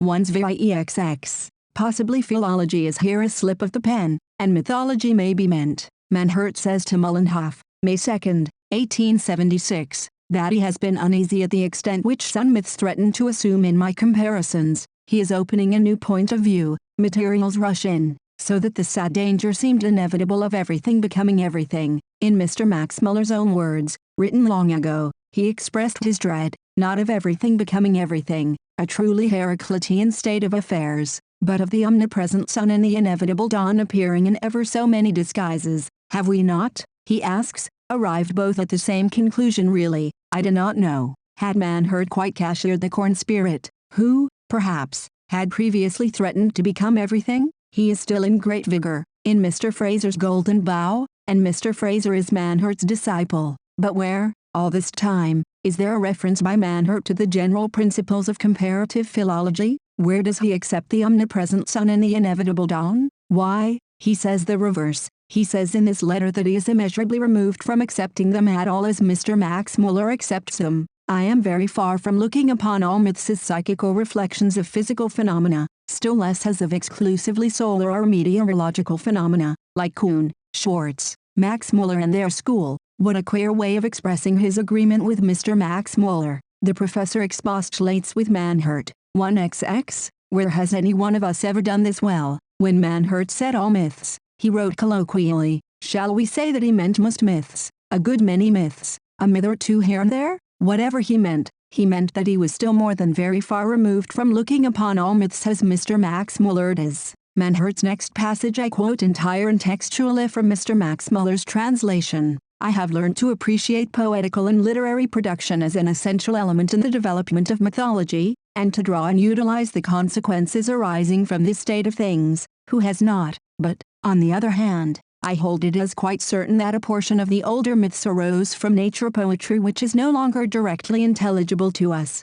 but has to be interpreted by means of analogies. Nor does it follow that these myths betray any historical identity, they only testify to the same kind of conception and tendency prevailing on similar stages of development. Of these nature myths, some have reference to the life and the circumstances of the sun, and our first steps towards an understanding of them are helped on by such nature poetry as the Lettish, which has not yet been obscured by artistic and poetical reflection. In that poetry, mythical personalities confessedly belonging to a solar sphere are transferred to a large number of poetical representatives, of which the explanation must consequently be found in the same solar sphere of nature. My method here is just the same as that applied by me to the tree cult. Mr. Max Muller asks, where is there any difference between this, the latest and final system adopted by Manhart, and my own system which I put forward in 1856? Once see how Manhart differs from Mr. Max Muller. I propose to show wherein the difference lies. Manhart says, my method is just the same as that applied by me to the tree cult. What was that method? Manhart, in the letter quoted by Mr. Max Muller, goes on to describe it, but Mr. Max Muller omits the description, probably not realizing its importance, for Manhart's method is the reverse of that practiced under the old colors to which he is said to have returned. Manhart's method. My method is here the same as in the tree cult. I start from a given collection of facts, of which the central idea is distinct and generally admitted, and consequently offers a firm basis for explanation. I illustrate from this and from well-founded analogies. Continuing from these, I seek to elucidate darker things. I search out the simplest radical ideas and perceptions, the germ cells from whose combined growth mythical tales form themselves in very different ways. Mr. Fraser gives us a similar description of Manhart's method, whether dealing with sun myths or tree myths. 46. Manhart set himself systematically to collect, compare, and explain the living superstitions of the peasantry. Now Mr. Max Muller has just confessed, as a reason for incompetence to criticize Manhart's labors, my want of knowledge of the materials with which he dealt, the popular customs and traditions of Germany, and yet he asks whether there is any difference between his system and Manhart's. Manhart is the study of rural survival, the system of folklore. Mr. Max Muller's is the system of comparative philology, about which in this place Manhart does not say one single word. Manhart interprets some myths arising from nature poetry, no longer intelligible to us, by analogies. Mr. Max Muller interprets them by etymologies. The difference is incalculable, not that Manhart always abstains from etymologizing. Another claim on Manhart, while maintaining that all comparative mythology must rest on comparison of names as its most certain basis, a system which Manhart declares explicitly to be so far a failure, Mr. Max Muller says, it is well known that in his last, nay posthumous essay, Manhart, no mean authority, returned to the same conviction. I do not know which is Manhart's very last essay, but I shall prove that in the posthumous essays Manhart threw cold water on the whole method of philological comparative mythology. However, as proof of Manhart's return to Mr. Max Muller's convictions, our author cites Mythologische Forschungen, pages 86-113. What Manhart said, in the passages here produced as proof of Manhart's conversion, he is not investigating a myth at all, or a name which occurs in mythology. He is trying to discover the meaning of the practices of the Lupercalia at Rome. In February, says Dionysius of Halicarnassus, the Romans held a popular festival, and lads ran round naked, save for skins of victims, whipping the spectators. Manhart, in his usual way, collects all the facts first, and then analyses the name Luperci. This does not make him a philological mythologist. To take a case in point, at Selkirk and Queensferry the bounds are ridden, or walked, by Burlymen or Burymen. 48. After examining the facts we examine the words, and ask, why Burley or Burymen at Queensferry? By a folk etymology, one of the lads wears a coat stuck over with burrs, but Burroman seems the probable etymology. As we examine the names Burley, or Burymen, so Manhart examines the name Luperci, and if a true etymology can be discovered, it will illustrate the original intention of the Lupercalia. Page 86. He would like to explain the Lupercalia as a popular play, representing the spirits of vegetation opposing the spirits of infertility. But we do not forget that our whole theory of the development of the right rests on a hypothesis which the lack of materials prevents us from demonstrating. He would explain Luperci as Luperci, wolf goats. Over this we need not linger. But how does all this prove Manhurt to have returned to the method of comparing Greek with Vedic divine names, and arriving thence at some celestial phenomenon as the basis of a terrestrial myth? Yet he sometimes does this. My relations to Manhurt, if anything could touch and move an unawakened anthropologist, it would be the conversion of Manhurt. My own relations with his ideas have the interest of illustrating mental coincidences. His name does not occur, I think, in the essay, The Method of Folklore, in the first edition of My Custom and Myth. In that essay I take, as an example of the method, the Scottish and Northumbrian Kernabibi, the puppet made out of the last gleanings of harvest. This I compared to the Greek Demeter of the harvest home, with sheaves and poppies in her hands, in the immortal seventh idol of Theocritus. Our Kernabibi, I said, is a stunted survival of our older maiden, a regular image of the harvest goddess, and I compared, Greek. Next I gave the parallel case from ancient Peru, and the odd accidental coincidence that there the maize was styled Mama Kore, Greek. In entire ignorance of Manhurt's corn spirit, or corn mother, I was following Manhurt's track. Indeed, Mr. Max Muller has somewhere remarked that I popularize Manhurt's ideas. Naturally he could not guess that the coincidence was accidental and also inevitable. Two men, unknown to each other, were using the same method on the same facts. Manhurt's returned to his old colors. If, then, Manhurt was reconverted, it would be a potent argument for my conversion. But one is reminded of the reconversion of Prince Charles. In 1750 he deserted the heirs of the Church of Rome for those of the Church of England. Later he returned, or affected to return, to the ancient faith. A certain cardinal seemed contented therewith, and, as the historian remarks, was clearly a man not difficult to please. Mr. Max Muller reminds me of the good cardinal. I do not feel so satisfied as he does of Manhurt's reconversion. Manhurt's attitude to philology. We have heard Manhurt, in a letter partly cited by Mr. Max Muller, describe his own method. He begins with what is certain and intelligible, a mass of popular customs. These he explains by analogies. He passes from the known to the obscure. Philological mythologists begin with the unknown, the name of a god. This they analyze, extract a meaning, and, proceeding to the known, fit the facts of the god's legend into the sense of his name. The methods are each other's opposites, yet the letter in which Manhurt illustrates this fact is cited as a proof of his return to his old colors. Irritating conductive Manhurt. Nothing irritates philological mythologists so much, nothing has injured them so much in the esteem of the public which goes into these things a little, as the statement that their competing etymologies and discrepant interpretations of mythical names are mutually destructive. I have been told that this is a mean argument, but if one chemical analyst found bismuth where another found iridium, and a third found argon, the public would begin to look on chemistry without enthusiasm. Still more so if one chemist rarely found anything but inevitable bismuth or omnipresent iridium. Now Manhurt uses this mean argument. Manhurt on Demeter Erinyes, in a posthumous work, Mythologische Forschungen, 1884, the work from which Mr. Max Muller cites the letter to Mullenhoff. Manhurt discusses Demeter Erinyes. She is the Arcadian goddess, who, in the form of a mare, became mother of Despoina and the horse Arion, by Poseidon. 51a, her anger at the unhandsome behavior of Poseidon caused Demeter to be called Erinyes, to be angry being, Greek, in Arcadian, a folk etymology. Clearly, Manhurt first dives deep into the sources for this fable. 51b, Arion, he decides, is no mythological personification, but a poetical ideal, Bezeichnung, of the warhorse. Legend is ransacked for proof of this. Poseidon is the lord of wind and wave. Now, there are waves of corn, under the wind, as well as waves of the sea. When the Swabian rustic sees the wave running over the corn, he says, De loft das Ferd, and Greeks before Homer would say, in face of the billowing corn, Greek, there run horses, and Homer himself,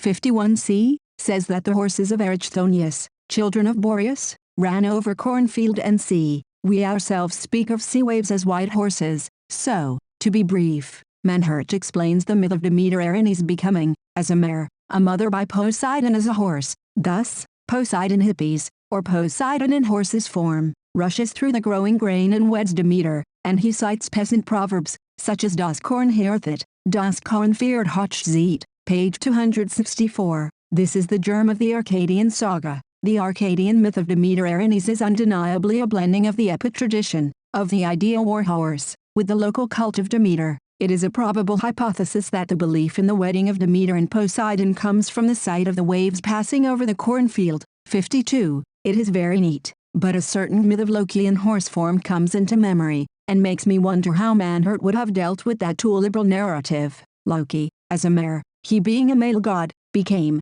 by the horse of a giant, the father of Sleipnir, Odin's eight-footed steed. Mr. W. A. Craigie supplies this note on Loki's analogy with Poseidon, as a horse, in the waves of corn, in North Jutland, when the vapors are seen going with a wavy motion along the earth in the heat of summer, they say, Loki is sowing oats today, or Loki is driving his goats. N.B. Oats in Danish are havre, which suggests sow and hafer, goats. Modern Icelandic has hafer equals oats, but the word is not found in the old language. Is Loki a corn spirit? Manhurt's mean argument. Manhurt now examines the explanations of Demeter Erinyes, and her legend, given by Preller, E. Curtius, O. Mueller, A. Kuhn, W. Sohn, Max Mueller, E. Bernauff, de Gubernitis, Schwartz, and H. D. Mueller. Here, he cries, is a variegated list of hypotheses. Demeter is storm cloud sun goddess, earth and moon goddess, dawn night. Poseidon is sea storm god, cloud hidden sun rain god. Despoina is rain thunder moon. Arion, the horse, is lightning sun thunder horse. Erinyes is storm cloud red dawn. Manhurt decides, after this exhibition of guesses, that the Demeter legends cannot be explained as refractions of any natural phenomena in the heavens. Page 275. He concludes that the myth of Demeter Erinyes, and the parallel Vedic story of Siranayu, who also had an amour as a mare, are incongruous, and that neither sheds any light on the other. He protests against the whole tendency to find prototypes of all Aryan myths in the Veda, and to think that, with a few exceptions, all mythology is a terrestrial reflection of celestial phenomena. Page 280. He then goes into the contending etymologies of Demeter, and decides, for the man was mortal and had been a philologer, in favor of his own guess, Greek, plus, Greek, equals corn mother. Page 294. This essay on Demeter was written by Manhurt in the summer of 1877,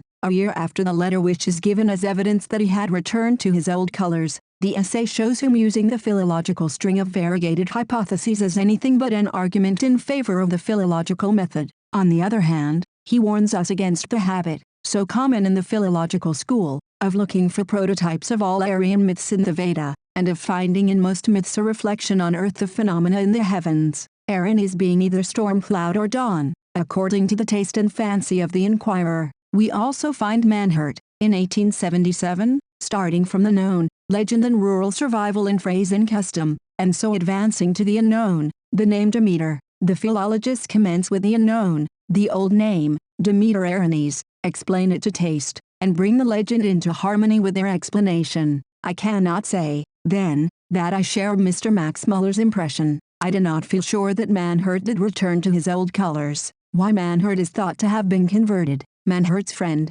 Mullenhoff, had an aversion to solar myths. He said, 54, I deeply mistrust all these combinations of the new so-called comparative mythology. Manhurt was preparing to study Lithuanian solar myths, based on Lithuanian and Lettish marriage songs. Mullenhoff and Schurer seem to have thought this work too solar for their taste. Manhurt therefore replied to their objections in the letter quoted in part by Mr. Max Mueller. Manhurt was not the man to neglect or suppress solar myths when he found them, merely because he did not believe that a great many other myths which had been claimed as celestial were solar. Like every sensible person, he knew that there are numerous real, obvious, confessed solar myths not derived from a disease of language. These arise from 1. The impulse to account for the doings of the sun by telling a story about him as if he were a person. 2. From the natural poetry of the human mind. 55. What we think they are not shown to arise from is forgetfulness of meanings of old words, which, ex hypothesi, have become proper names.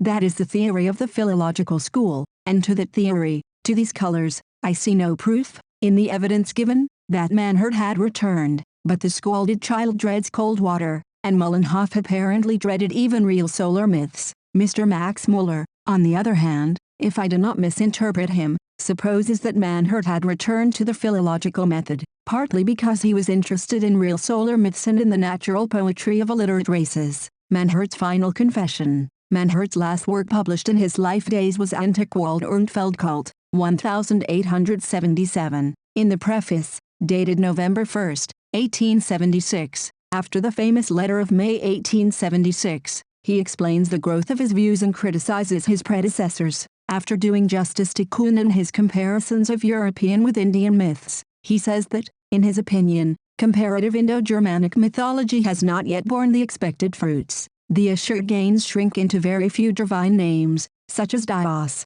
Zeus, Teus, Pardini, Percunus, Baga, Bug, Varuna, Uranus, and C. I wish he had completed the list included in and C. Other equations, as Cerami equals Hermes, Cyrani equals Demeter Aranes, he fears will not stand close criticism. He dreads that your d'esprit, Geist will spiel des Witzes, may once more encroach on science. Then, after a lucid statement of Mr. Max Muller's position, he says, Ich vermag dem von M. Muller aufgestellten Prinzipe, wenn überhaupt eine, so doch eine sehr beschränkte Geltung zuzugestellt. To the principle of Max Muller I can only assign a very limited value, if any value at all. 56. Taken all in all, I consider the greater part of the results hitherto obtained in the field of Indo-Germanic comparative mythology to be, as yet, a failure, premature or incomplete. My own efforts in German myths, 1858, included, that I do not, however,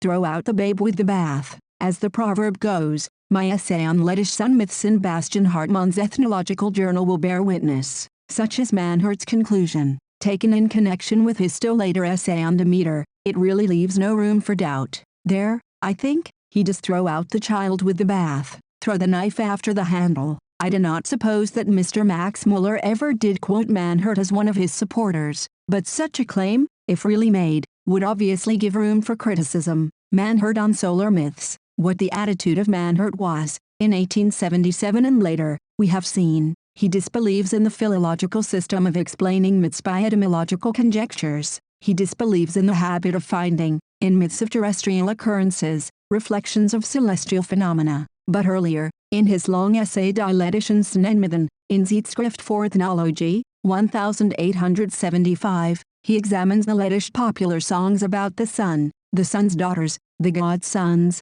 and so forth. Here, of course, he is dealing with popular songs explicitly devoted to solar phenomena, in their poetical aspect. In the Lettish sun songs and sun myths of the peasants we see, he says, a myth-world in process of becoming, in an early state of development, as in the Veda, page 325. But, we may reply, in the Veda, myths are already full-grown, or even decadent. Already there are unbelievers in the myths. Thus we would say, in the Veda we have, 1. Myths of nature, formed in the remote past, and 2. Poetical phrases about heavenly phenomena, which resemble the nature poetry of the Letts, but which do not become full-grown myths. The Lett songs, also, have not developed into myths, of which, as in the Apollo and Daphne story, by Mr. Max Muller's hypothesis, the original meaning is lost. In the Lett songs we have a mass of nature pictures, the boat and the apples of the sun, the red cloak hung on the oak tree, and so on, pictures by which it is sought to make elemental phenomena intelligible, by comparison with familiar things. Behind the phenomena are, in popular belief, personages, mythical personages. The sun is a magnified non-natural man, or woman, the sun's mother, daughters, and other heavenly people. Their conduct is motived in a human way. Stories are told about them. The sun kills the moon, who revives. All this is perfectly familiar everywhere. Savages, in their fables, account for solar, lunar, and similar elemental processes, on the theory that the heavenly bodies are, and act like, human beings. The Eskimo myth of the spots on the moon, marks of ashes thrown by the sun in a love quarrel, is an excellent example. But in all this there is no disease of language. These are frank nature myths, etiological, giving a fabulous reason for facts of nature. Manhert on American, but Manhert goes farther. He not only recognizes, as everyone must do, the sun, as explicitly named, when he plays his part in myth,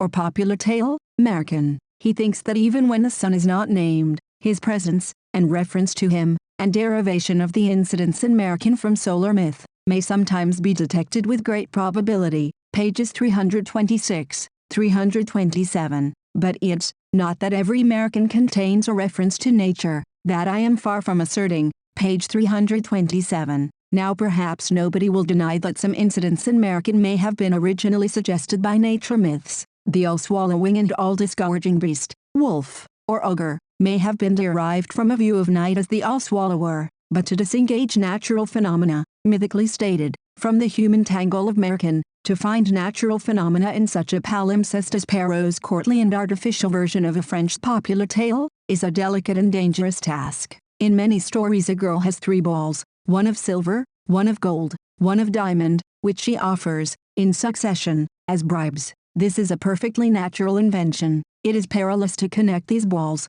gifts of ascending value, with the solar apple of iron, silver, and gold. Page 103 and note 5. It is perilous, and it is quite unnecessary. Someone, Gubernatus, I think, has explained the naked sword of Aladdin, laid between him and the Sultan's daughter in bed, as the silver sickle of the moon. Really the sword has an obvious purpose and meaning, and is used as a symbol in proxy marriages. The blood shed by Achilles in his latest victories is elsewhere explained as red clouds round the setting sun, which is conspicuously childish. Manhurt leans, at least, in this direction. The Two Brothers. Manhurt takes the old Egyptian tale of the two brothers, Bishiu and Anapau. This fable, as old, in actual written literature, as Moses, is a complex of half the American plots and incidents in the world. It opens with the formula of Potiphar's wife. The falsely accused brother flies, and secretes his life, or separable soul, in a flower of the mystic veil of acacias. This affair of the separable soul may be studied in Mr. Hartland's Perseus, and it animates, as we shall see, Mr. Fraser's theory of the origin of totemism. A golden lock of the wicked wife's hair is then borne by the Nile to the king's palace in Egypt. He will insist on marrying the lady of the lock. Here we are in the Cinderella formula, and Pleen, which may be studied, in African and Santhal shapes, in Miss Cox's valuable Cinderella. 60. Pharaoh's wise men decide that the owner of the lock of hair is, like Egyptian royalty at large, a daughter of the sun god. Page 239. Here is the sun, in all his glory, but here we are dealing with a literary version of the American, accommodated to royal tastes and Egyptian ideas of royalty by a royal scribe, the courtly Pharaoh of the Egyptian Rawasoil, who can say what he introduced, while we can say that the sun god is absent in South African and Santhal and other variants. The sun may have slipped out here, may have been slipped in there. The faintest glimmer of the historical sense prevents us from dogmatizing. Wedded to Pharaoh, the wicked wife,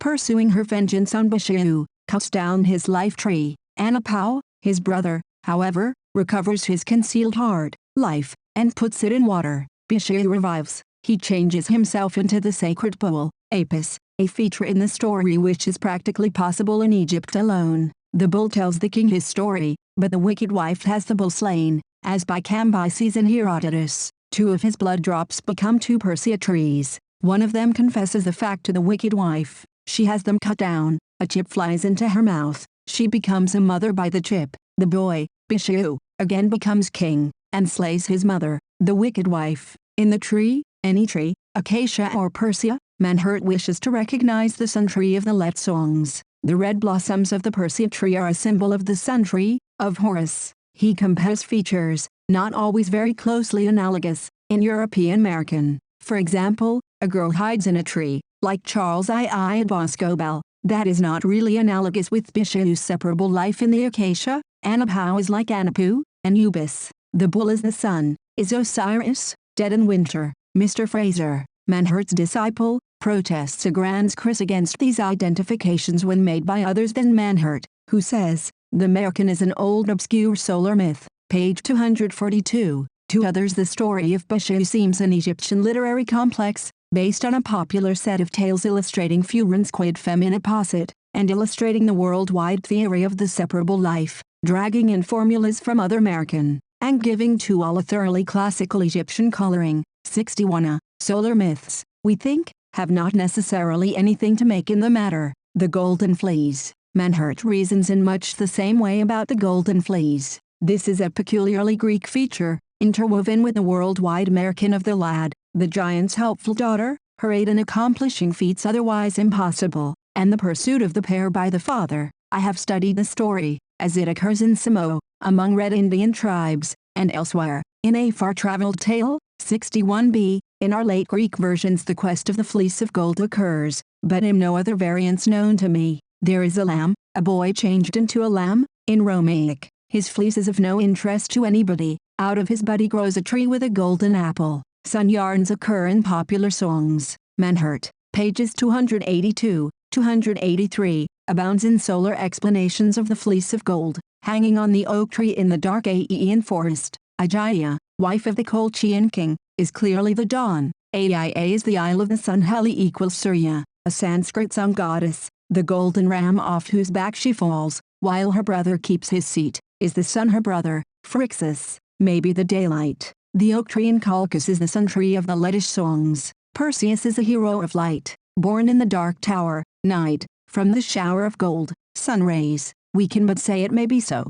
but who could explain all the complex Perseus saga as a statement about elemental phenomena? Or how can the far-traveled tale of the lad and the giant's daughter be interpreted to the same effect? Above all, in the countless examples where no fleece of gold occurs, the Greek tale of Jason is made up of several American, as is the Odyssey, by epic poets. These American have no necessary connection with each other. They are tagged onto each other, and localized in Greece and on the Euxine. 62. A poetic popular view of the sun may have lent the peculiar, and elsewhere absent, incident of the quest of the fleece of gold on the shores of the Black Sea. The old epic poets may have borrowed from popular songs like the Lettish chants, page 328. A similar dubious adhesion may be given by us in the case of Castor and Polydeuces, morning and evening stars, and Helen, dawn, 62b, and the Hesperides, page 234. The germs of the myths may be popular poetical views of elemental phenomena, but to insist on elemental allegories through all the legends of the Dioscoroi, and of the Trojan War, would be to strain a hypothesis beyond the breaking point.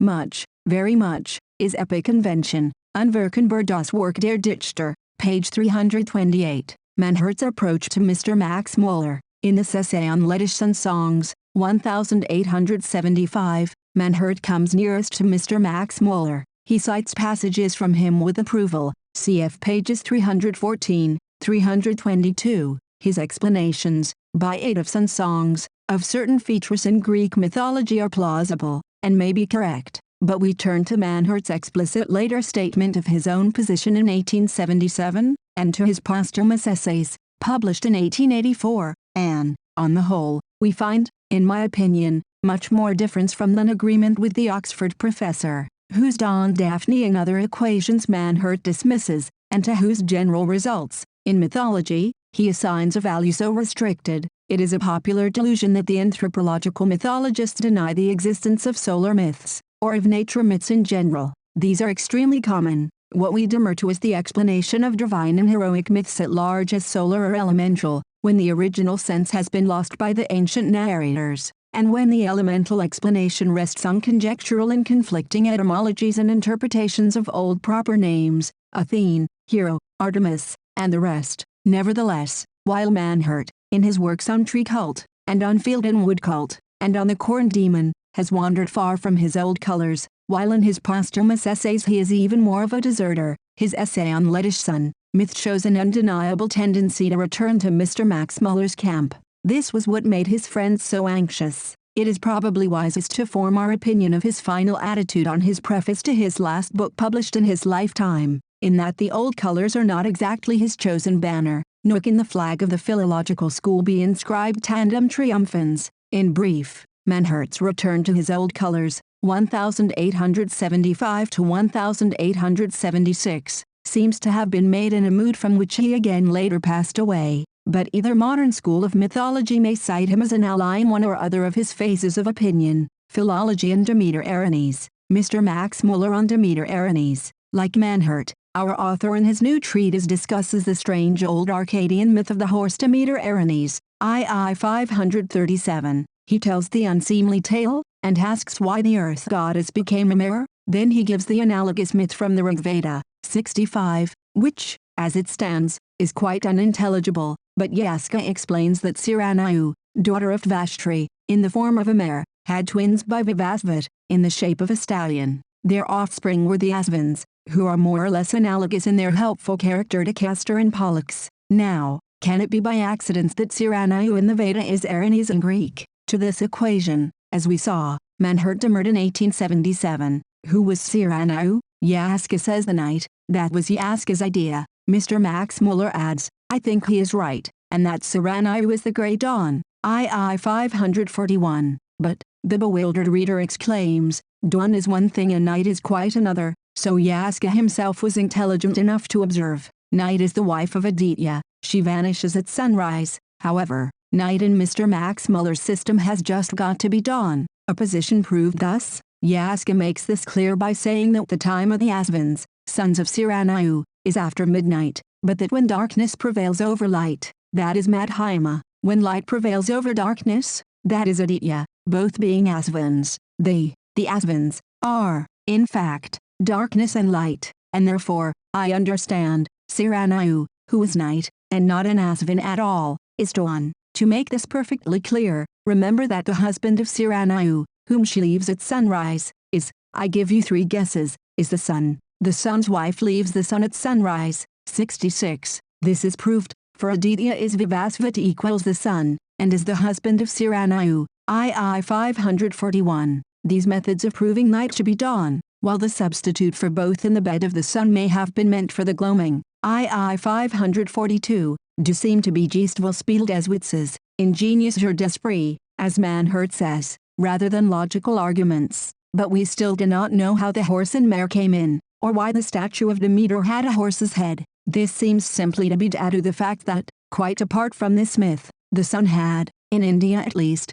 often been conceived as a horse and the dawn had been likened to a mare. But how does this explain the problem? The Vedic poets cited, II 542, either refer to the myth which we have to explain, or they used a poetical expression, knowing perfectly well what they meant. As long as they knew what they meant, they could not make an unseemly fable out of a poetical phrase. Not till after the meaning was forgotten could the myth arise. But the myth existed already in the Veda, and the unseemliness is precisely what we have to account for. That is our enigma. Once more, Demeter is a goddess of earth, not of dawn. How, then, does the explanation of a hypothetical dawn myth apply to the earth? Well, perhaps the story, the unseemly story, was first told of Erinyes, who also is the inevitable dawner of Deo, and this name of Deo, or Daiva, was mixed up with a hypocoristic form of Demeter, Deo, and thus led to the transference of her story to Demeter. I know this will sound very unlikely to Greek scholars, yet I see no other way out of our difficulties.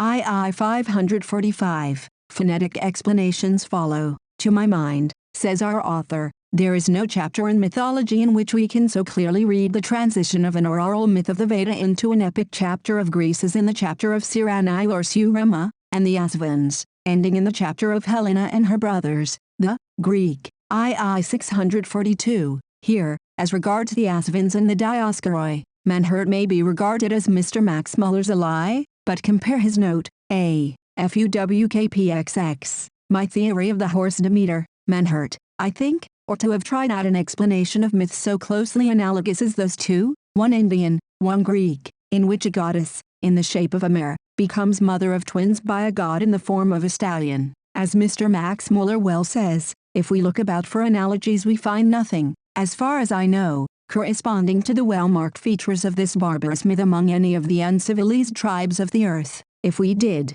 how we should rejoice. Why, then, should we not rejoice when we find the allusion in Rig Veda, X 17, 1, I do rejoice. The Song of Triumph, as Professor Teal says, will be found in MRRII 266, note, where I give the Vedic and other references. I even asked why Mr. Max Muller did not produce this proof of the identity of Siranayu and Demeter Erinyes in his selected essays, pages 401, 492. I cannot explain why this tale was told both of Erinyes and of Siranayu, granting the certainty of the etymological equation, Siranayu equals Erinyes, which Manhurt doubted. The chances against fortuitous coincidence may be reckoned by algebra, and Mr. Edgeworth's trillions of trillions feebly express it. Two goddesses, Indian and Greek, have, ex hypothesi, the same name, and both, as mares, are mothers of twins, though the twins, in India the Asvins, in Greek an ideal war horse and a girl, differ in character, still the coincidence is evidential. Explain it I cannot, and, clearly as the confession may prove my lack of scientific exactness, I make it candidly. If I must offer a guess, it is that Greeks, and Indians of India, inherited a very ordinary savage idea. The gods in savage myths are usually beasts. As beasts they beget anthropomorphic offspring. This is the regular rule in totemism. In savage myths we are not told a god, Apollo, or Zeus, or Poseidon, put on beast shape and begot human sons and daughters, Helen, the Dilmyces, and so on. The god in savage myths was a beast already, though he could, of course, shift shapes like any medicine man, or modern witch who becomes a hare. This is not the exception but the rule in savage mythology. Anyone can consult my myth, ritual, and religion, or Mr. Fraser's work Totemism, for abundance of evidence. To Loki, a male god, prosecuting his amours as a female horse, I have already alluded, and in MRR give cases from the Satapatha Brahmana, the Sirani wherein his myth dates, I presume, from this savage state of fancy, but why the story occurred both in Greece and India, I protest that I cannot pretend to explain, except on the hypothesis that the ancestors of Greek and Vedic peoples once dwelt together, had a common stock of savage fables, and a common or kindred language. After their dispersion, the fables admitted discrepancies, as stories in oral circulation occasionally do. This is the only conjecture which I feel justified in suggesting to account for the resemblances and incongruities between the myths of the Mare Demeter Erinis and the Mare Siranu. Totemism. To the strange and widely diffused institution of totemism our author often returns. I shall deal here with his collected remarks on the theme, the more gladly as the treatment shows how very far Mr. Max Muller is from acting with a shadow of unfairness when he does not refer to special passages in his opponent's books. He treats himself and his own earlier works in the same fashion, thereby, perhaps, weakening his argument, but also demonstrating his candor, were any such demonstration required. On totems he opens, I7. When we come to special cases we must not imagine that much can be gained by using such general terms as animism, totemism, fetishism, and C, as solvents of mythological problems. To my mind, all such general terms, not excluding even Darwinism or Puseyism, seem most objectionable, because they encourage vague thought, vague praise, or vague blame. It is, for instance, quite possible to place all worship of animal gods, all avoidance of certain kinds of animal food, all adoption of animal names as the names of men and families, under the wide and capacious cover of totemism. All theory-olatry would thus be traced back to totemism. I am not aware, however, that any Egyptologists have adopted such a view to account for the animal forms of the Egyptian gods. Sanskrit scholars would certainly hesitate before seeing in Indra a totem because he is called Vrishabha, or bull, or before attempting to explain on this ground the abstaining from beef on the part of Orthodox Hindus. I7. Totemism defined. I think I have defined totemism, 71, and the reader may consult Mr. Fraser's work on the subject, or Mr. MacLennan's essays, or totemism in the Encyclopaedia Britannica. However, I shall define totemism once more. It is a state of society and cult, found most fully developed in Australia and North America, in which sets of persons, believing themselves to be akin by blood, call each such set by the name of some plant, beast, or other class of objects in nature. One kin may be wolves, another bears, another cranes, and so on. Each kin derives its kin name from its beast, plant, or what not, pays to it more or less respect, usually abstains from killing, eating, or using it, except in occasional sacrifices, is apt to claim descent from or relationship with it, and sometimes uses its effigy on memorial pillars, carved pillars outside huts, tattooed on the skin, and perhaps in other ways not known to me. In Australia and North America, where rules are strict, a man may not marry a woman of his own totem, and kinship is counted through mothers in many, but not in all, cases. Where all these notes are combined we have totemism. It is plain that 2 or 3 notes of it may survive where the others have perished, may survive in ritual and sacrifice, 72, and in bestial or semi-bestial gods of certain nomes, or districts, in ancient Egypt, 72b, in Pictish names, 72c, in claims of descent from beasts, or gods in the shape of beasts, in the animals sacred to gods, as Apollo or Artemis, and so on. Such survivals are possible enough in evolution, but the evidence needs careful examination. Animal attributes and symbols and names in religion are not necessarily totemistic. Mr. Max Muller asks if any Egyptologists have adopted the totem theory. He is apparently oblivious of Professor Sayce's reference to a prehistoric age, when the religious creed of Egypt was still totemism. Dr. Codrington is next cited for the apparent absence of totemism in the Solomon Islands and Polynesia, and Professor Oldenburg is denying that animal names of persons and clans, necessarily, imply totemism. Who says that they do? Clan Chattan, with its cat crest, may be based, not on a totem, but on a popular etymology. Animal names of individuals have nothing to do with totems. A man has no business to write on totemism if he does not know these facts. What a totem is, though our adversary now abandons totems, he returns to them elsewhere. I 198-202. Totem is the corruption of a term used by North American Indians in the sense of clan mark or signboard. Auditum, the totem was originally a rude emblem of an animal or other object placed by North American Indians in front of their settlements. The evidence for signboards. Our author's evidence for signboards is from an Ottawa Indian, and is published from his MS by Mr. Hoskins Abraham, 73, the testimonies of the greatest merit, for it appears to have first seen the light in a Canadian paper of 1858. Now in 1858 totems were only spoken of in Lafitau, Long, and such old writers, and in Cooper's novels. They had not become subjects of scientific dispute, so the evidence is uncontaminated by theory. The Indians were, we learn, divided into local tribes, and these into sections or families according to their auditums, devices, signs, in modern usage coats of arms, perhaps crests would be a better word. All people of one auditum, apparently under male kinship, lived together in a special section of each village. At the entrance to the enclosure was the figure of an animal, or some other sign, set up on the top of one of the posts. Thus everybody knew what family dwelt in what section of the village. Some of the families were called after their auditum, but the family with the bare auditum were called Big Feet, not bears. Sometimes parts of different animals were quartered, my suggestion, and one auditum was a small hawk in the fins of a sturgeon. We cannot tell, of course, on the evidence here, whether Big Feet suggested bear, or vice versa, or neither, but Mr. Fraser has remarked that periphrases for sacred beasts, like Big Feet for bear, are not uncommon, nor can we tell what couple of ancestors a small hawk and a sturgeon's fins represent, unless, perhaps, a hawk and a sturgeon, 74. For all this, Mr. Max Muller suggests the explanation that people who marked their abode with crow or wolf might come to be called wolves or crows, 74b. Again, people might borrow beast names from the prevalent beast of their district, as arcades, Greek, bears, and so evolve the myth of descent from Callisto as a she-bear. All this, however, is only guesswork. The Snake Indians worship no snake. The Snake Indians are not a totem group, but a local tribe named from the Snake River, as we say, an Ettrick man. Once more, the name-giving beast, say, great hare, is explained by Dr. Brinton as the inevitable dawn. 74c. Hasty writers, remarks Dr. Brinton, say that the Indians claim descent from different wild beasts. For evidence I refer to that hasty writer, Mr. Fraser, and his book,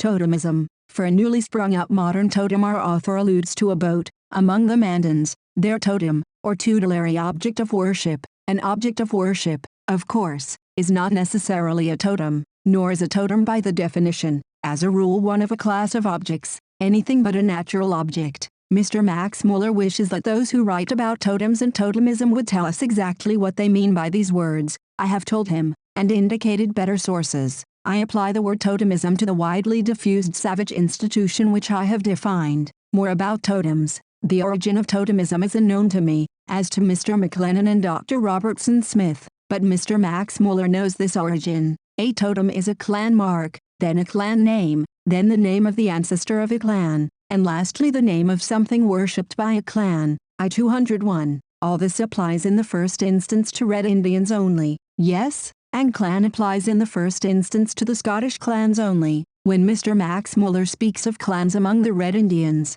he uses a word whose connotation differs from anything known to exist in America, but the analogy between a Scottish clan and an American totemkin is close enough to justify Mr. Max Muller in speaking of Red Indian clans. By parity of reasoning, the analogy between the Australian cobbing and the American totem is so complete that we may speak of totemism in Australia. It would be childish to talk of totemism in North America, cobbingism in Australia, Pacarisism in the realm of the Incas, totems, cobbins, and Pacaris all amounting to the same thing, except in one point. I am not aware that Australian blacks erect, or that the subjects of the Incas, or that African and Indian and Asiatic totemists, erected signboards anywhere, as the Ottawa writer assures us that the Ottawas do, or used to do, and, if they don't, how do we know that cobbins and Pacarises were developed out of signboards? Heraldry and totems. The Ottawas are armadry, are heraldic, So are the natives of Vancouver's Island, who have wooden pillars with elaborate quarterings.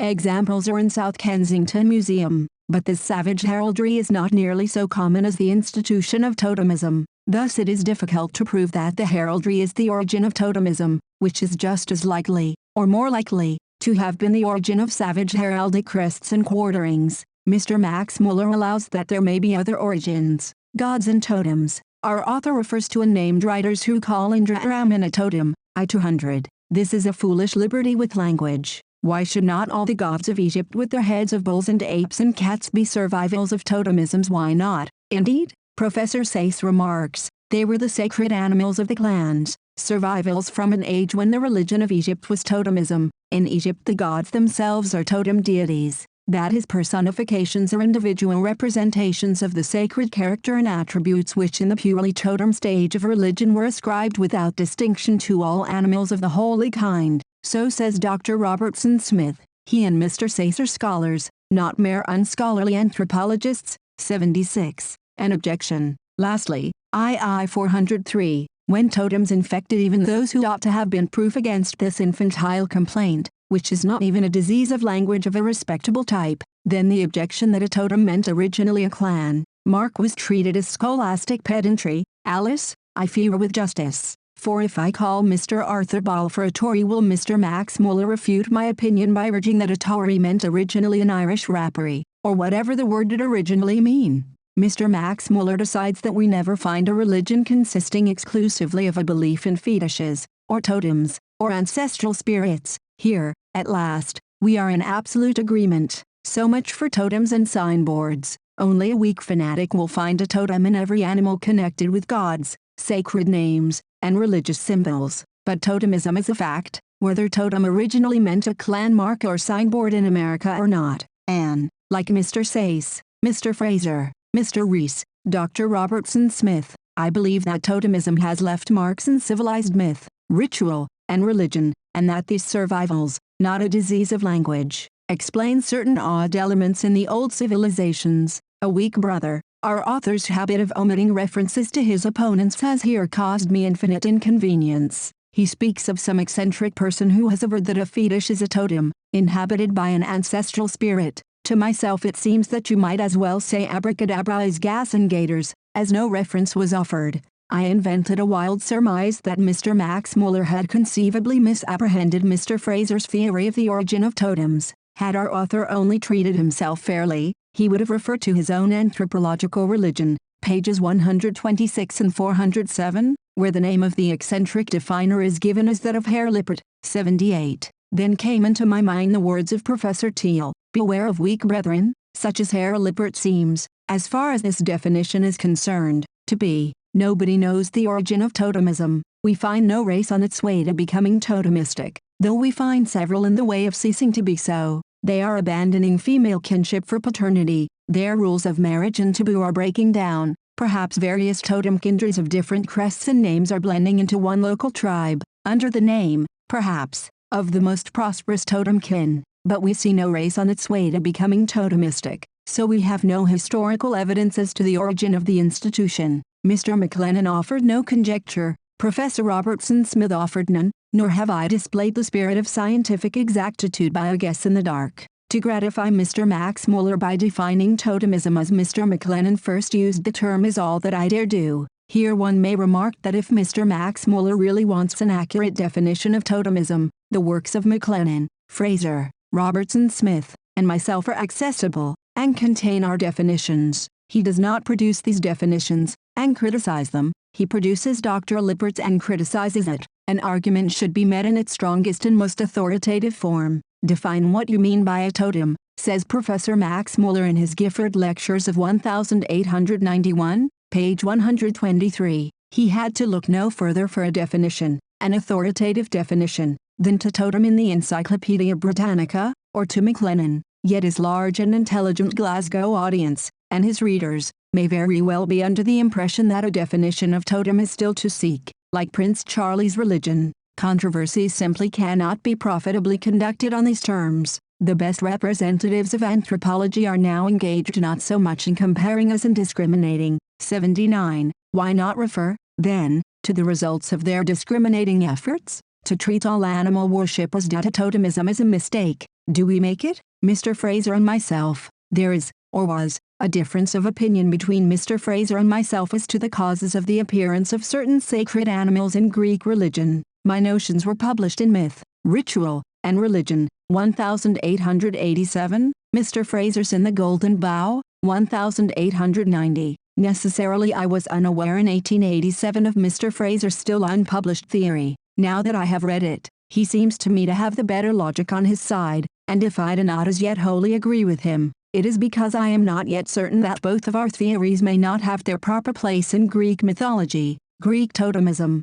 in C&M, page 106, I describe the social aspects of totemism. I ask if there are traces of it in Greece. Suppose, for argument's sake, that in prehistoric Greece the mouse had been a totem, as it is among the Oraons of Bengal. 80. In that case, 1. Places might be named from a mouse tribe. 2. Mice might be held sacred per se. 3. The mouse name might be given locally to a god who superseded the mouse in pride of place. 4. Images of the mouse might be associated with that of the god. 5. And used as a local badge or mark. 6. Myths might be invented to explain the forgotten cause of this prominence of the mouse. If all these notes occur, they would raise a presumption in favor of totemism in the past of Greece. I then give evidence in detail, proving that all these 6 facts do occur among Greeks of the Troads and sporadically elsewhere. I add that, granting for the sake of argument that these traces may point to totemism in the remote past, the mouse, though originally a totem, need not have been an Aryan totem.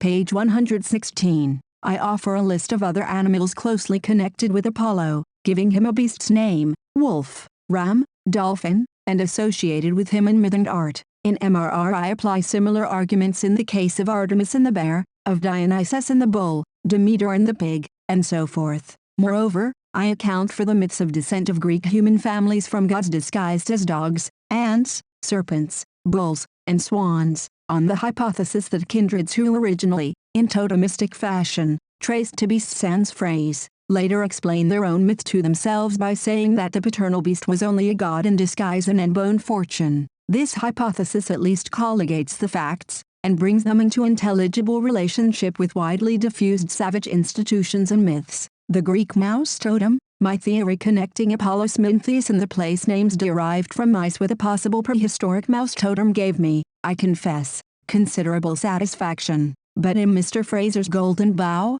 II 129-132, is published a group of cases in which mice and other vermin are worshipped for prudential reasons, to get them to go away. In the Classical Review, Volume 6 1892 Mr. Ward Fowler quotes Aristotle and A. Elion on plagues of mice. Like the recent invasion of voles on the border sheep farms, he adopts the theory that the sacred mice were adored by way of propitiating them. Thus Apollo may be connected with mice, not as a god who superseded a mouse totem, but as an expeller of mice, like the worm-killing Heracles, and the locust Heracles, and the locust Apollo. 81. The locust is still painted red, Silam 2, and set free in India, by way of propitiating his companions. 81b. Thus the mouse Apollo, Smintheus, would be merely a god noted for his usefulness in getting rid of mice, and any worship given to mice, feeding them, placing their images on altars, their stamp on coins, naming places after them, and so on,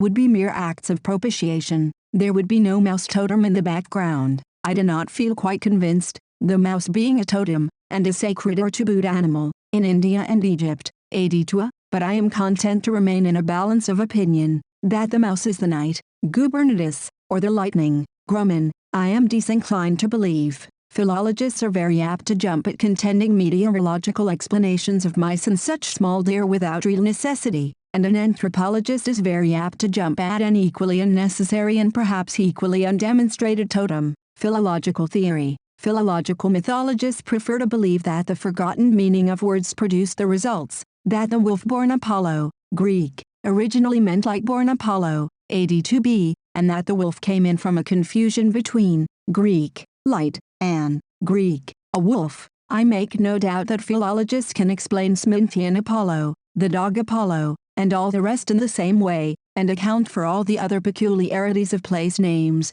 myths, works of art, local badges, and so forth. We must then, I suppose, in for that these 6 traits of the mouse, already enumerated, tally with the traces which actual totemism would or might leave surviving behind it, or which propitiation of mice might leave behind it, by a chance coincidence, determined by forgotten meanings of words. The Greek analogy to totemistic facts would be explained, 1. Either by asking for a definition of totemism, and not listening when it is given, or 2. By maintaining that savage totemism is also a result of a worldwide malady of language, which, in 100 tongues, produced the same confusions of thought, and consequently the same practices and institutions. Nor do I for one moment doubt that the ingenuity of philologists could prove the name of every beast and plant, in every language under heaven, to be a name for the inevitable Don Max Muller, or for the inevitable thunder, or storm, or lightning, Kuhn Schwartz, but his names appear to yield storm, lightning, night,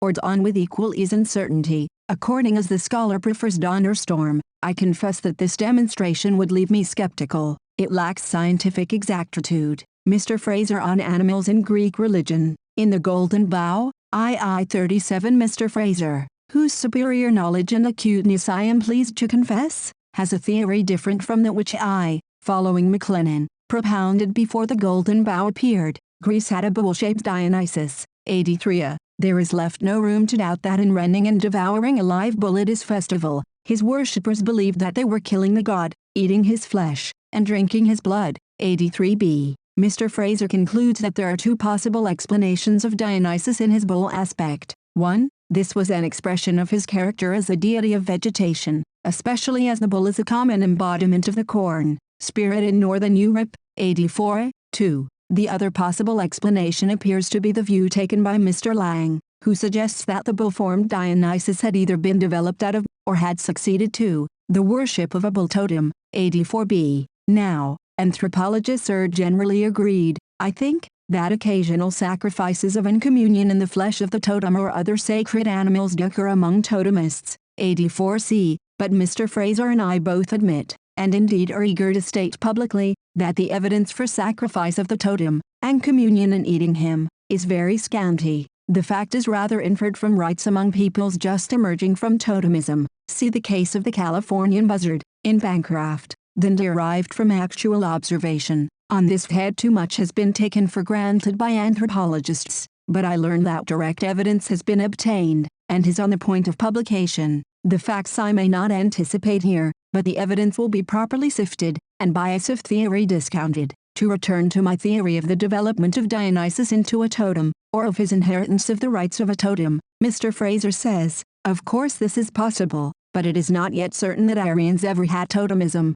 84d. Now, in writing of the mouse, I had taken care to observe that, in origin, the mouse as a totem need not have been Aryan, but adopted. People who think that the Aryans did not pass through a stage of totemism, female kin, and so forth, can always fall back, to account for apparent survivals of such things among Aryans, on pre-Aryan conquered peoples, such as the Picts. Aryans may be enticed by these bad races and become Pictotypes as Pictiers, Aryan totems, generally speaking. And how delightfully characteristic of us all is this? I see totems in Greek sacred beasts, where Mr. Fraser sees the corn spirit embodied in a beast, and where Mr. Max Muller sees, in the case of Indra, called the bull, words meaning simply male, manly, strong, an animal simile. 85. Here, of course, Mr. Max Muller is wholly in the right, when a Vedic poet calls Indra strong bull, or the like. Such poetic epithets do not afford the shadow of a presumption for Vedic totemism,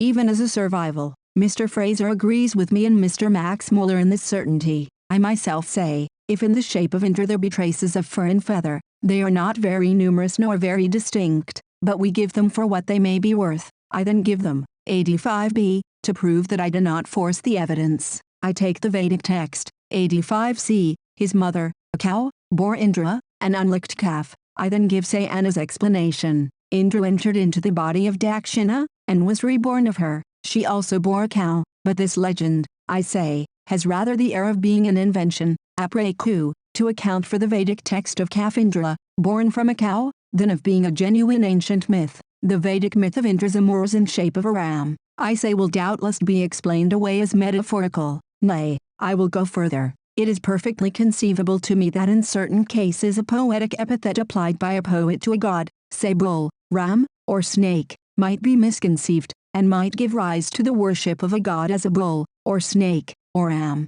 Further, if civilized ideas perished, and if a race retained a bull god, born of their degradation and confusion of mind, they might eat him in a ritual sacrifice. But that all totemistic races are totemistic, because they all first metaphorically applied animal names to gods, and then forgot what they had meant, and worshipped these animals, sans phrase, appears to me to be, if not incredible, still greatly in want of evidence. Mr. Fraser and I, it is plain that where people claim no connection by descent and blood from a sacred animal, are neither of his name nor kin, the essential feature of totemism is absent. I do not see that eaters of the bull Dionysus or cultivators of the pig Demeter, 86, made any claim to kindred with either god. Their towns were not allied in name with pig or bull. If traces of such a belief existed, they have been sloughed off. Thus Mr. Fraser's explanation of Greek pigs and bulls and all their odd rites, as connected with the beast in which the corn spirit is incarnate, holds its ground better than my totemistic suggestion. But I am not sure that the corn spirit accounts for the Sminthian mouse in all his aspects,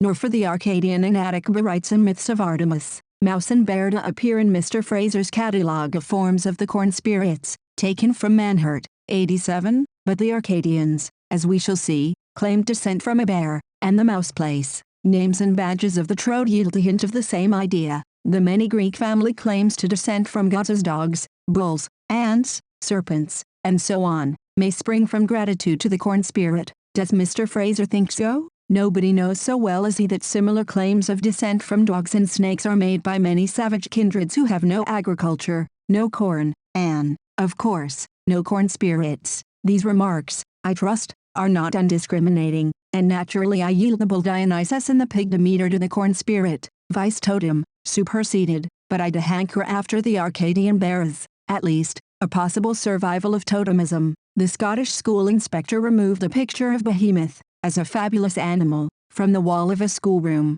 but, not being sure of the natural history of the unicorn, he just let him bide, and gave the poor beast the benefit of the doubt. Will Mr. Fraser give the Arcadian bear the benefit of the doubt? I am not at all bigoted in the opinion that the Greeks may have once been totemists. The strongest presumption in favor of the hypothesis is the many claims of descent from a god disguised as a beast. But the institution, if ever it did exist among the ancestors of the Greeks, had died out very long before Homer. We cannot expect to find traces of the prohibition to marry a woman of the same totem. In Rome we do find traces of exogamy, as among totemists. Formerly they did not marry women connected with them by blood, 88, but we do not find, and would not expect to find, that the blood was indicated by the common totem. Mr. Fraser on origin of totemism. Mr. Fraser has introduced the term sex totems, in application to Australia. This is connected with his theory of the origin of totemism. I cannot quite approve of the term sex totems. If in Australia each sex has a protecting animal, the men a bat, the women an owl, if the slaying of a bat by a woman menaces the death of a man, if the slaying of an owl by a woman may cause the decease of a man, all that is very unlike totemism in other countries. Therefore, I ask Mr. Fraser whether, in the interest of definite terminology, he had not better give some other name than totem to his Australian sex-protecting animals. He might take for a local fact, a local name, and say sex cobbing. Once more, for even we anthropologists have our bickerings, I would hesitate dislike of this passage in Mr. Fraser's work, 88b. When a savage names himself after an animal, calls it his brother, and refuses to kill it, the animal is said to be his totem. Distinguo. A savage does not name himself after his totem, any more than Mr. Fraser named himself by his clan name, originally Norman. It was not as when Miss Betty Amory named herself Blanche, by her own will and fantasy. A savage inherits his totem name,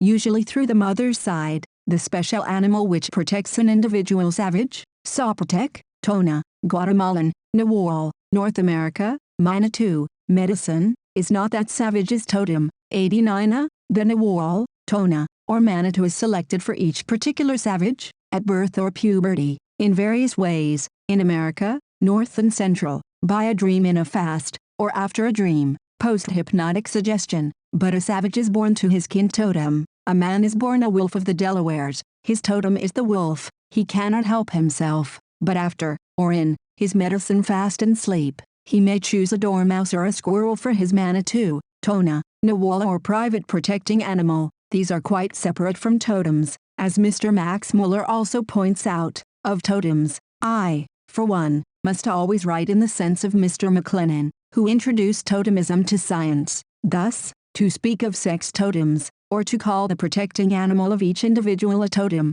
is, I fear, to bring in confusion, and to justify Mr. Max Muller's hard opinion that totemism is ill-defined. For myself, I use the term in the strict sense which I have given, and in no other. Mr. McLennan did not profess, as we saw, to know the origin of totems. He once made a guessing conversation with me, but he abandoned it. Professor Robertson Smith did not know the origin of totems. The origin of totems is as much a problem as the origin of local gods. 89b Mr. Max Muller knows the origin. Signboards are the origin, or one origin. But what was the origin of signboards? We carry the pictures of saints on our banners because we worship them. We don't worship them because we carry them as banners, says de Brosses, an acute man. Did the Indians worship totems because they carved them on signboards? If they all did so, or did they carve them on signboards because they worshipped them? Mr. Fraser's theory. The Australian respects his sex totem because the life of his sex is bound up in its life. He speaks of it as his brother,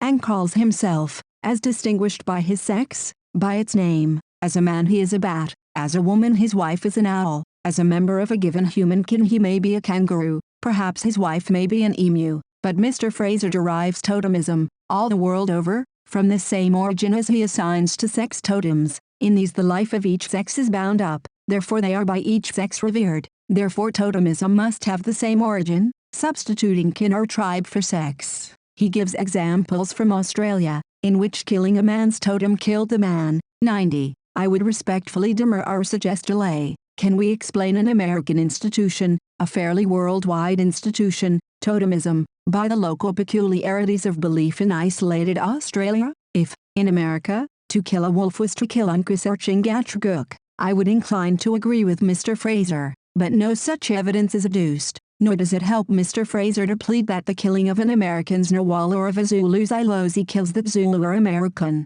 For a Nawal, as I have shown, is one thing and a totem is another, nor am I aware that Zulus are totemists. The argument of Mr. Fraser is based on analogy and on a special instance. That instance of the Australians is so archaic that it may show totemism in an early form. Mr. Fraser's may be a correct hypothesis, but it needs corroboration. However, Mr. Fraser concludes, the totem, if I am right, is simply the receptacle in which a man keeps his life, yet he never shows that a Choctaw does keep his life in his totem. Perhaps the Choctaw is afraid to let out so vital a secret. The less reticent Australian blurts it forth. Suppose the hypothesis correct. Men and women keep their lives in their naduals, private sacred beasts. But why, on this score, should a man be afraid to make love to a woman of the same nawal? Have Red Indian women any naduals? I never heard of them. Since writing this I have read Miss Kingsley's Travels in West Africa. They're the bush souls which she mentions, page 459, bear analogies to totems, being inherited sacred animals, connected with the life of members of families. The evidence, though vaguely stated, favors Mr. Fraser's hypothesis, to which Miss Kingsley makes no allusion. The validity of anthropological evidence. Anthropological evidence. In all that we say of totemism, as, later, of fetishism, we rely on an enormous mass of evidence from geographers, historians, travelers, settlers, missionaries, explorers, traders, civil servants, and European officers of native police in Australia and Burma. Our witnesses are of all ages, from Herodotus to our day, of many nations, of many creeds, of different theoretical opinions. This evidence, so worldwide, so diversified in source, so old, and so new, Mr. Max Muller impugns. But, before meeting his case, let us clear up a personal question. Positions one never held. It is not pleasant, writes our author, to have to defend positions which one never held, nor wishes to hold, and I am therefore all the more grateful to those who have pointed out the audacious misrepresentations of my real opinion in comparative mythology, and have rebuked the flippant tone of some of my eager critics. I-26-27. I must here confess to the belief that no gentleman or honest man ever consciously misrepresents the ideas of an opponent. If it is not too flippant an illustration, I would say that no bowler ever throws consciously and willfully. His action, however, may unconsciously develop into a throw. There would be no pleasure in argument, cricket, or any other sport if we knowingly cheated. Thus it is always unconsciously that adversaries pervert, garble, and misrepresent each other's opinions, unconsciously, not audaciously. If people would start from the major premise that misrepresentations, if such exist, are unconscious errors, much trouble would be spared, positions which I never held. Thus Mr. Max Muller never dreamed of audaciously misrepresenting me when, in 4 lines, he made 2 statements about my opinions and my materials which are the opposite pole from the accurate. I-12. When I speak of the Vedic rishis as primitive, I do not mean what Mr. A. Lang means when he calls his savages primitive, but I have stated again and again that I don't call my savages primitive. Thus contemporary savages may be degraded. They certainly are not primitive. 93. One thing about the past of contemporary savages we do know, it must have been a long past. 93b. We do not wish to call savages primitive. 93c. All this was written in reply to the very proper caution of Dr. Fairbairn that savages are not primitive. Of course they are not. That is of the essence of my theory. I regret the use of the word primitive even in primitive culture. Savages, as a rule, are earlier, more backward than civilized races, as, of course, Mr. Max Muller admits, where language is concerned. 94. Now, after devoting several pages to showing in detail how very far from primitive even the Australian tribes are, might I, if I were ill-natured, not say that Mr. Max Muller audaciously misrepresents me when he avers that I call my savages primitive? But he never dreamed of misrepresenting me, he only happened not to understand my position. However, as he complains in his own case, it is not pleasant to have to defend positions which one never held. I-26. And, indeed, I shall defend no such position. My adversary next says that my savages are of the 19th century. It is of the essence of my theory that my savages are of many different centuries, those described by Herodotus, Strabo, Dio Cassius, Cristobal de Meluna, Satagan, Cesar de Leon, Brebeuf, Garcilaso de la Vega, Lafitau, Nicholas de Maecenas, Leo Africanus, and 100 others, are not of the 19th century. This fact is essential, because the evidence of old writers, from Herodotus to Egede, corroborates the evidence of travelers, Indian civil servants, and missionaries of today, by what Dr. Tyler, when defending our materials, calls the test of recurrence. Professor Miller used the same argument in his Origin of Rank, in the last century. Thus Mr. Max Muller unconsciously misrepresents me, and my savages, when he says that my savages are of the 19th century. The fact is the reverse. They are of many centuries. These 2 unconscious misrepresentations occur in 4 consecutive lines. Anthropological evidence. In connection with this topic, the nature of anthropological evidence, Mr. Max Muller I-205-207, repeats what he has often said before. Thus he cites Dr. Codrington's remarks, most valuable remarks, on the difficulty of reporting correctly about the ideas and ways of savages. I had cited the same judicious writer to the same effect, 95, and had compiled a number of instances in which the errors of travelers were exposed, and their habitual fallacies were detected. 15 closely printed pages were devoted by me to a criterion of evidence, and a reply to Mr. Max Muller's oft-repeated objections. When, I said, we find Dr. Codrington taking the same precautions in Melanesia as Mr. Sproat took among the Ats, and when his account of Melanesian myths reads like a close copy of Mr. Sproat's account of AHT legends, and when both are corroborated, as to the existence of analogous savage myths, by the collections of Bleek, and Han, and Gill, and Castron, and Rank, in far different corners of the world, while the modern testimony of these scholarly men is in harmony with that of the old Jesuit missionaries, and of untaught adventurers who have lived for many years with savages, surely it will be admitted that the difficulty of ascertaining savage opinion has been, to a great extent, overcome. I also cited at length Dr. Tyler's masterly argument to the same effect, an argument offered by him to a great historian. Apparently, Mr. Max Muller's method of controversy, now no member of the reading public, perusing Mr. Max Muller on anthropological evidence, I-24-26, 205-207, could guess that his cautions about evidence are not absolutely new to us. He could not guess that Dr. Tyler replied to them before they were made by our present critic, I think, and that I did the same with great elaboration. Our defense of our evidence is not noticed by Mr. Max Muller. He merely repeats what he has often said before on the subject. exactly as if anthropologists were ignorant of it, and had not carefully studied, assimilated, profited by it, and answered it. Our critic and monitor might have said, "I have examined your test of recurrences, and what else you have to urge, and, for such and such reasons, I must reject it." Then we could reconsider our position in this new light. But Mr. Max Muller does not oblige us in this way. Mr. Max Muller on our evidence. In an earlier work, the Gifford Lectures for 1891-96, our author had devoted more space to a criticism of our evidence. To this, then, we turn,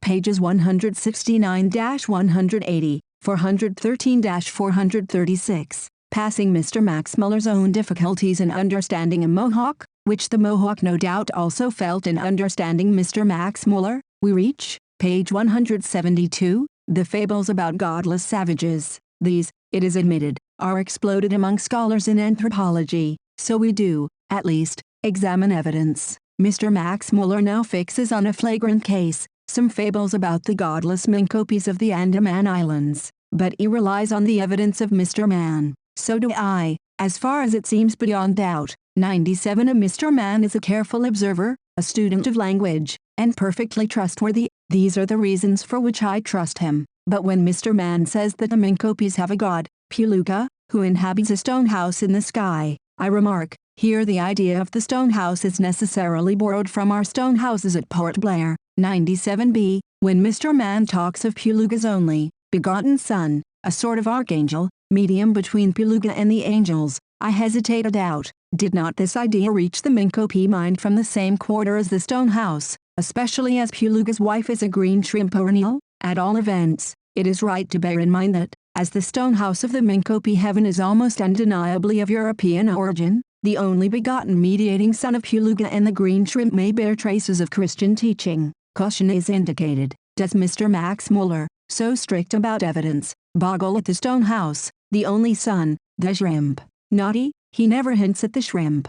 Does he point out that one anthropologist was asked for caution in weighing what the Minkopis told Mr. Mann? Very far from that. He complains that the old story is repeated again and again about the godless Andamans. 97c. The intelligent Glasgow audience could hardly guess that anthropologists were watchful, and knew pretty well what to believe about the Minkopis. Perhaps in Glasgow they do not read us anthropologists much. On page 413 our author returns to the charge. He observes, as I have also observed, the often contradictory nature of our evidence. Here I may offer an anecdote. The most celebrated of living English philosophers heard that I was at one time writing a book on the ghostly in history, anthropology, and society, old or new, savage or civilized. He kindly dictated a letter to me asking how I could give time and pains to any such marvels, for, he argued, the most unveracious fables were occasionally told about himself in newspapers and social gossip. If evidence cannot be trusted about a living and distinguished British subject, how can it be accepted about hallucinations? I replied, with respect, that on this principle nothing could be investigated at all. History, justice, trade, everything would be impossible. We must weigh and criticize evidence. As my friendly adviser had written much on savage customs and creeds, he best knew that conflicting testimony, even on his own chosen theme, is not peculiar to ghost stories. In a world of conflicting testimony we live by criticizing it. Thus, when Mr. Max Muller says that I call my savages primitive, and when I, on the other hand, quote passages in which I explicitly decline to do so, the evidence as to my views is contradictory, yet the truth can be discovered by careful research. The application is obvious. We must not despair of truth. As our monitor says, we ought to discard all evidence that does not come to us either from a man who was able himself to converse with native races, or who was at least an eyewitness of what he relates. Precisely, that is our method. I, for one, do not take even a ghost story at second hand, much less anything so startling as a savage rite, and we discount and allow for every bias and prejudice of our witnesses. I have made a list of these Adola in MRRII 334-344. Mr. Max Muller now gives a list of inconsistencies in descriptions of Australian blacks. They are not blacks, they have a dash of copper color. Well, I never said that they had the sooty tinge of the African Negro, did anybody? Mr. Ridley thinks that all natives are called Murray. Mr. Kerr says no. Important. We must reserve our judgment. Missionaries say the blacks are devoid of moral ideas. What missionaries? What anthropologist believes such nonsense? There are differences of opinion about landed property, communal or private. The difference rages among historians of civilized races. So, also, as to portable property, Mr. Kerr, Mr. Max Muller's witness, agrees here with those whose works I chiefly rely on. Mr. McLennan has built a whole social theory on the statement, a single statement, made by Sir George Grey, and contradicted by Mr. Kerr. Mr. McLennan would be, I think, rather surprised at this remark, but what would he do? Why, he would re-examine the whole question, decide by the balance of evidence, and reject, modify, or retain his theory accordingly. All sciences have to act in this way, therefore almost all scientific theories are fluctuating. Nothing here is peculiar to anthropology. A single word, or two or three, will prove or disprove a theory of phonetic laws. Even phonetics are disputable ground. In defense of my late friend Mr. McLennan, I must point out that if he built a whole social theory on a single statement of Sir George Grey's, and if Mr. Kerr denies the truth of the statement, Mr. Fraser has produced 6 or 7 witnesses to the truth of that very statement in other parts of the world than Australia. 100. To this circumstance we may return. Mr. Max Muller next produces Mr. Kerr's opinions about the belief in a God and morality among Australians.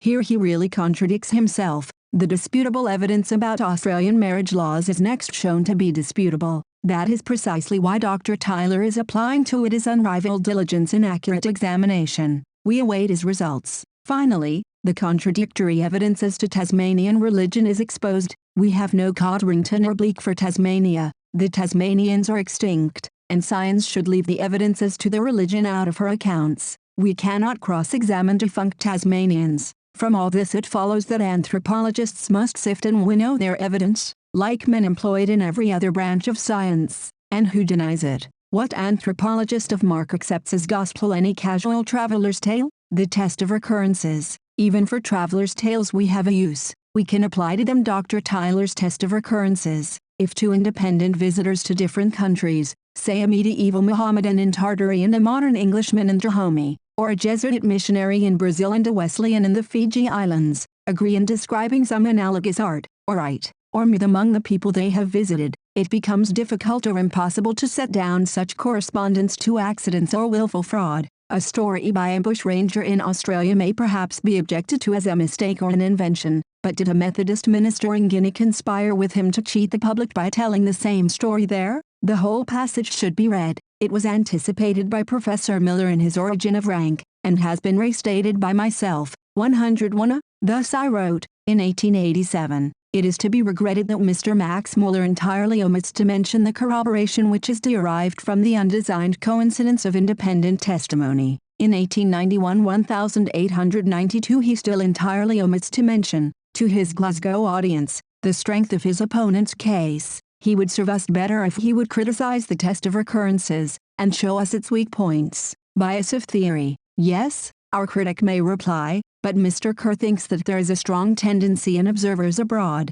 if they have become acquainted with a new and startling theory that has become popular at home, to see confirmations of it everywhere. So I had explicitly stated in commenting on Dr. Tyler's test of recurrences. 101b. Travelers and missionaries have begun to read anthropological books, and their evidence is, therefore, much more likely to be biased now by anthropological theories than it was of old. So Mr. McLennan, in the very earliest of all writings on totemism, said, as the totem has not till now got itself mixed up with speculations, the observers have been unbiased. Mr. McLennan finally declined to admit any evidence as to the savage marriage laws collected after his own theory, and other theories born from it, had begun to bias observers of barbaric tribes. It does not quite seem to me that Mr. Max Muller makes his audience acquainted with these precautions of anthropologists, with their sedulous sifting of evidence, and watchfulness against the theoretical bias of observers. Thus he assails the fallible, not the fort of our argument,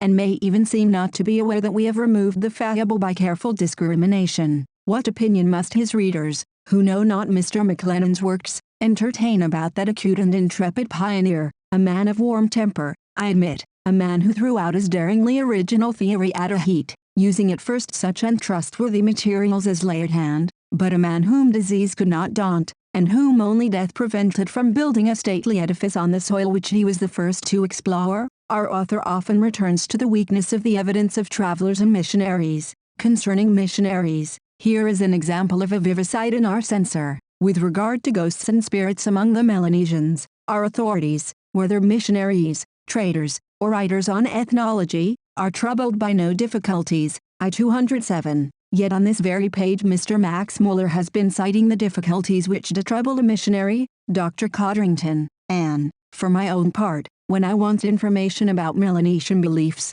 it is to Dr. Codrington's work that I go. 103. The doctor, himself a missionary, ex hypothesi untroubled by difficulties, has just been quoted by Mr. Max Muller, and by myself, as a witness to the difficulties which trouble himself and us. What can Mr. Max Muller possibly mean? Am I wrong? Was Dr. Codrington not a missionary? At all events, he is the authority on Melanesia, a high authority. I-206. The philological method in anthropology. Mr. Max Muller as ethnologist, our author is apt to remonstrate with his anthropological critics, and to assure them that he also has made studies in ethnology. I am not such a despairer of ethnology as some ethnologists would of me. He refers us to the assistance which he lent in bringing out Dr. Hans Sunigome, 1881, Mr. Gill's Myths and Songs from the South Pacific, 1876, and probably other examples could be added, but my objection is, not that we should be ungrateful to Mr. Max Muller for these and other valuable services to anthropology,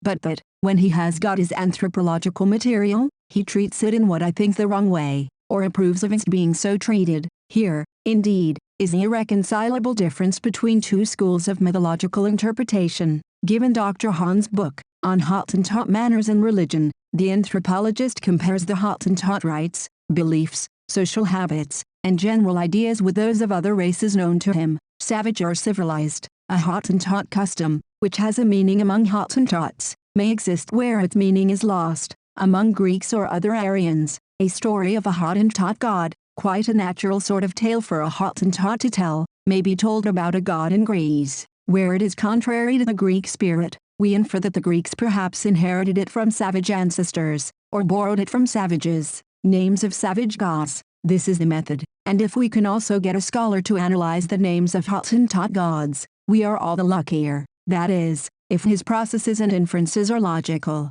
May we not decide on the logic of scholars, but, just as Mr. Max Muller points out to us the dangers attending our evidence, we point out to him the dangers attending his method. In Dr. Hahn's book, the doctor analyzes the meaning of the name Sunigome and other names, discovers their original sense, and from that sense explains the myths about Hottentot divine beings. Here we anthropologists first ask Mr. Max Muller, before accepting Dr. Hahn's etymologies, to listen to other scholars about the perils and difficulties of the philological analysis of divine names, even in Aryan languages. I have already quoted his defender, Dr. Thiel. The philological method is inadequate and misleading, when it is a question of 1. Discovering the origin of a myth, or 2. The physical explanation of the oldest myths, or 3. Of accounting for the rude and obscene element in the divine legends of civilized races. To the two former purposes Dr. Hahn applies the philological method in the case of Sunigome. Other scholars agree with Dr. Thiel.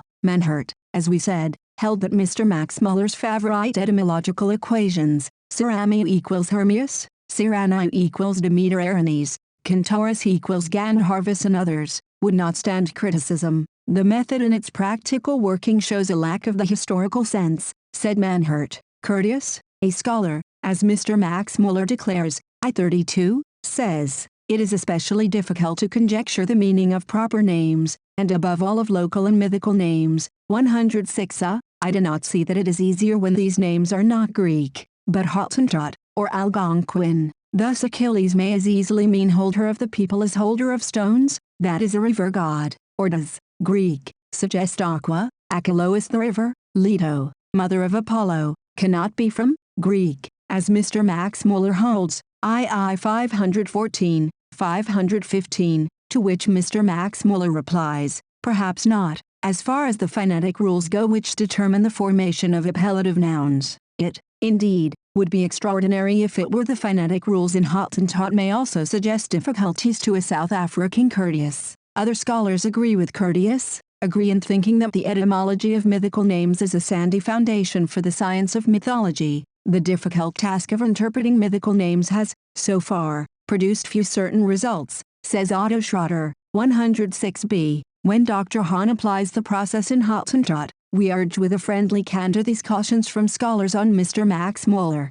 a Hottentot god. In Custom and Myth, page 207, I examine the logic by which Dr. Hahn proves Sunigone to be the Red Dawn. One of his steps is to say that Fu means sore, or wounded, and that a wound is red, so he gets his red and Red Dawn. But of Tsu in the sense of red he gives not one example, while he does give another word for red, or bloody. This may be scholarly but it is not evidence, and this is only one of many perilous steps on ground extremely scabrous, got over by a series of logical leaps. As to our quarrel with Mr. Max Muller about his friend's treatment of ethnological materials, it is this: we do not believe in the validity of the etymological method when applied to many old divine names in Greek, still less in Hottentot. Cause of our skepticism. Our skepticism is confirmed by the extraordinary diversity of opinion among scholars as to what the right analysis of old divine names is. Mr. Max Muller writes, I-18, I have never been able to extract from my critics the title of a single book in which my etymologies and my mythological equations had been seriously criticized by real scholars. We might answer, why tell you what you know very well for, I-50, you say that while Siner Canizero calls some of your equations irrefutably demonstrated, other scholars declare these equations are futile and impossible. Do these other scholars criticize your equations not seriously, or are you ignorant of the names of their works? Another case. Our author says that many objections were raised to his equation of Athena equals Ahana equals Dawn, II 378, 400, and c. Have the objections ceased? Here are a few scholars who did not, or did not, accept Athena equals Ahana: Welker, Benfey, Curtius, Preller, Furtwängler, Schwartz, and now Bechtel, I 378. Mr. Max Muller thinks that he is right, but, till scholars agree, what can we do but wait? Phonetic bickerings. The evidence turns on theories of phonetic laws as they worked in pre-Homeric Greece, but these laws, as they apply to common ordinary words, need not, we are told, be applied so strictly to proper names,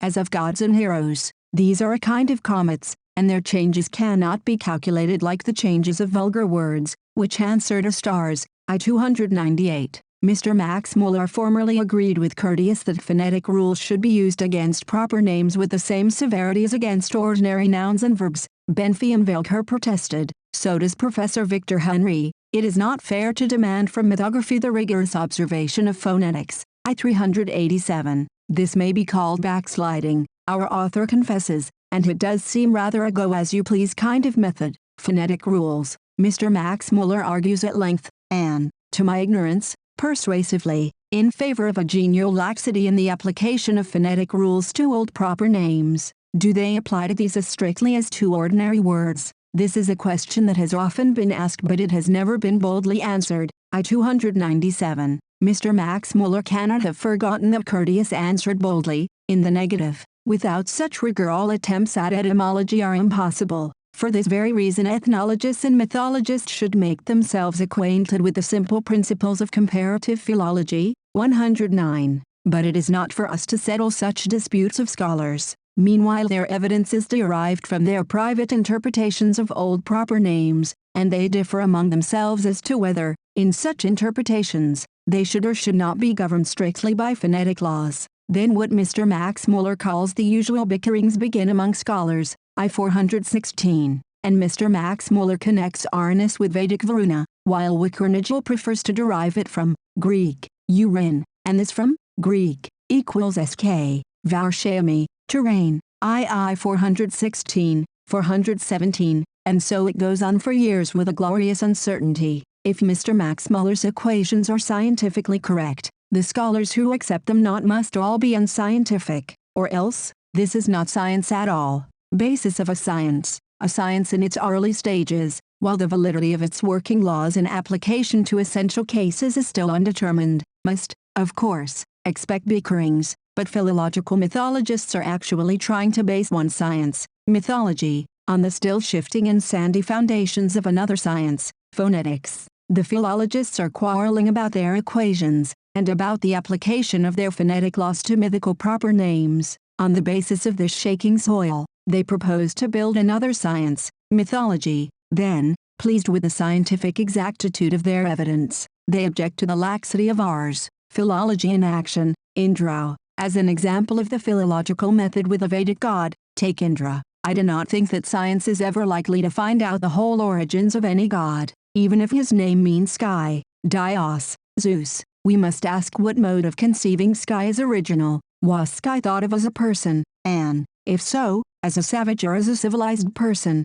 as a god, sans phrase, as the inanimate visible vault of heaven, as a totem, or how? Indra, like other gods, is apt to evade our observation. In his origins, Mr. Max Muller asks, what should we gain if we called Indra a totem? Who does? If we derive his name from the same root as Indu, raindrop, then his starting point was the rain. I-131. Roth preferred idh, ind, to kindle, and later, his taste and fancy led him to ire, or arf, to have power over. He is variously regarded as god of bright firmament, of air, of thunderstorm personified, and so forth. 110. His name is not detected among other Aryan gods, and his birth may be after the Aryan separation, II 752, but surely his name, even so, might have been carried to the Greeks. This, at least, should not astonish Mr. Max Muller. One had supposed that Dios and Zeus were separately developed, by peoples of India and Greece, from a common, pre-separation,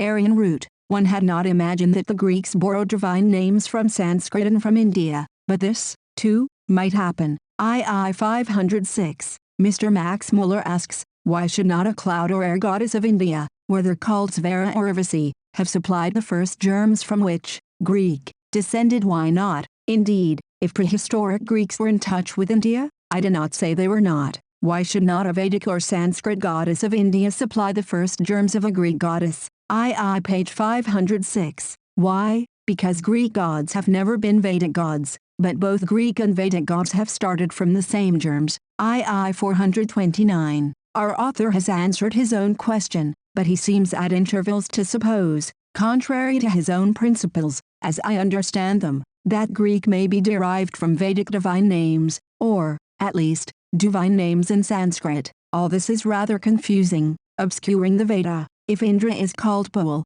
that at first only meant strong. II 209. Yet some very thoughtful scholars see traces of totemism in Indra. 111. And Mr. Max Muller thinks that this theory is obscuring the Veda by this kind of light from the dark continent, America. It seems, Indra is said to have been born from a cow, like the African Hetziebib. 111b. There are unholy stories about Indra and rams, but I for one, as I have said already, would never deny that these may be part of the pleasant unconscious poetry of the Vedic hymnists. Indra's legend is rich in savage obscenities. They may, or may not, be survivals from savagery. At all events, one sees no reason why we should not freely compare parallel savageries, and why this should obscure the Veda. Comparisons are illuminating. Criticism of fetishism, mischief of comparisons in comparative mythology. Not always are comparisons illuminating, it seems. Our author writes, it may be said, in fact, it has been said, that there can at all events be no harm in simply placing the myths and customs of savages side by side with the myths and customs of Hindus and Greeks.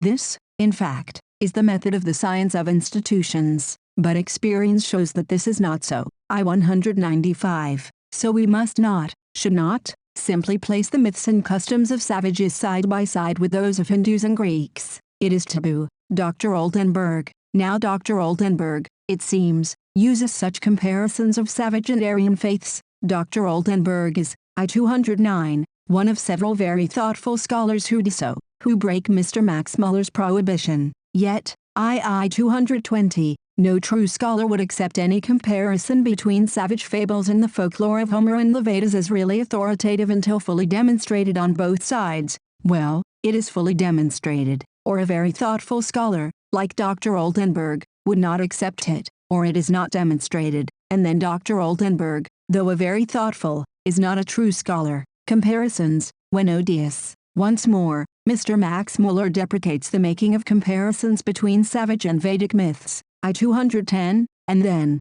I-220, he deprecates the acceptance of these very comparisons as really authoritative until fully demonstrated. Now, how is the validity of the comparisons to be fully demonstrated if we are forbidden to make them at all, because to do so is to obscure the Veda by light from the dark continent? a question of logic. I am not writing quips and cranks. I am dealing quite gravely with the author's processes of reasoning. No true scholar does what very thoughtful scholars do. No comparisons of savage and Vedic myths should be made, but yet, when fully demonstrated, true scholars would accept them. I 209, 220. How can comparisons be demonstrated before they are made, and made they must not be? Scholars. It would be useful if Mr. Max Muller were to define scholar, real scholar, true scholar, very thoughtful scholar. The latter may err, and Havard, like general counsels, and like Dr. Oldenburg, who finds in the Veda remnants of the wildest and rawest essence of religion, totemism, and the rest.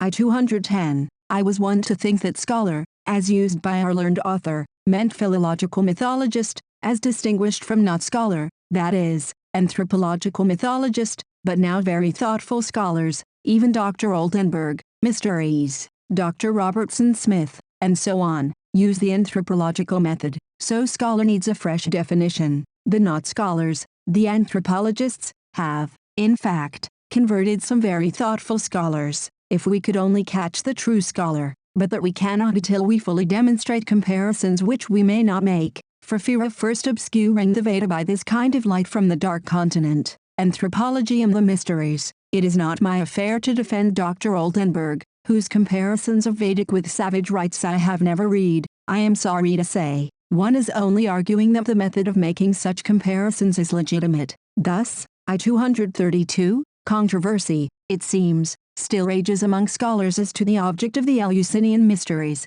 Does not the scholar's conscience warn us against accepting whatever in the myths and customs of the Zulus seems to suit our purpose, of explaining features in the Eleusinia? If Zulu customs, and they alone, contained Eleusinian parallels, even the anthropologist's conscience would whisper caution. But this is not the case. North American, Australian, African, and other tribes have mysteries very closely and minutely resembling parts of the rites of the Eleusinia, Dionysia, and Thesmophoria. Thus Lubbock, a scholar, describes the rhombus used in the Dionysiac mysteries, citing Clemens Alexandrinus, 114. Thanks to Dr. Tyler's researches I was able to show, what Lubbock knew not, that the rhombus, Australian Turnden, Bulwer, is also used in Australian, African, American, and other savage religious mysteries. Now should I have refrained from producing this well-attested matter of fact till I knew Australian, American, and African languages as well as I know Greek,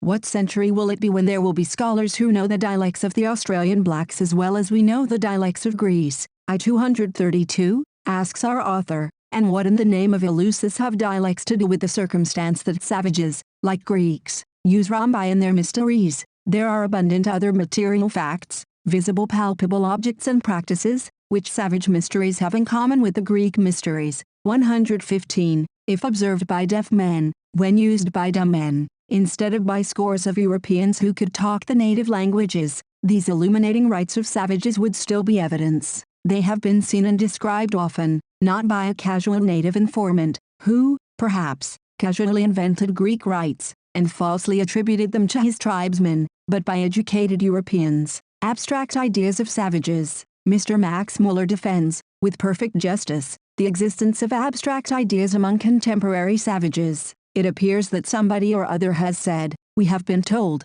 I 291, that all this, the Mangalian theory of the universe, must have come from missionaries. The ideas are as likely to have come from Hegel as from a missionary. Therefore, instead of looking for idols, or for totems and fetishes, we must learn and accept what the savages themselves are able to tell us. Yes, we must learn and accept it, so I have always urged. But if the savages tell us about totems, are they not then casual native informants? If a Maori tells you, as he does, of traditional hymns containing ideas worthy of Heraclitus, is that quite trustworthy? Whereas, if he tells you about his idols and taboos, that cannot possibly be worthy of attention. Perception of the infinite. From these extraordinary examples of abstract thought in savages, our author goes on to say that his theory of the perception of the infinite is the origin of religion was received with a storm of unfounded obloquy. I 292. I myself criticized the Hibbert lectures, in mind. 116. On reading the essay over,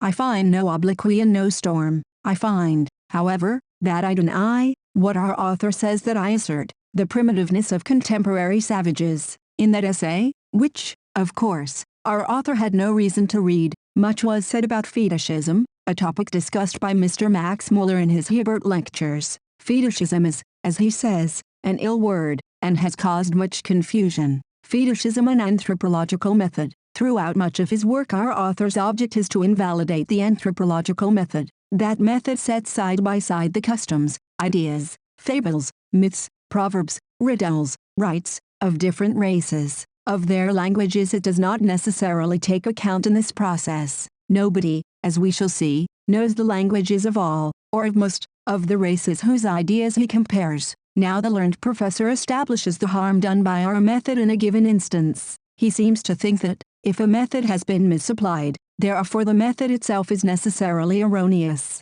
The case stands thus. De Brosses, 117a, first compared the so-called fetishes of the Gold Coast with Greek and Roman amulets and other material objects of old religions. But he did this, we learn, without trying to find out why a Negro made a fetish of a pebble, shell, or tiger's tail, and without endeavoring to discover whether the Negro's motives really were the motives of his postulated fetish worship in Greece, Rome, or Palestine. Origin of fetishes. If so, tant pis pour Monsieur le Président. But how does the unscientific conduct attributed to De Brosses implicate the modern anthropologist? Do we not try to find out, and really succeed sometimes in finding out, why a savage cherishes this or that scrap as a fetish? I give a string of explanations in Custom and Myth, pages 229-230. Sometimes the so-called fetish had an accidental, which was taken to be a causal, connection with a stroke of good luck. Sometimes the thing, an odd-shaped stone, say, had a superficial resemblance to a desirable object, and so was thought likely to aid in the acquisition of such objects by sympathetic magic.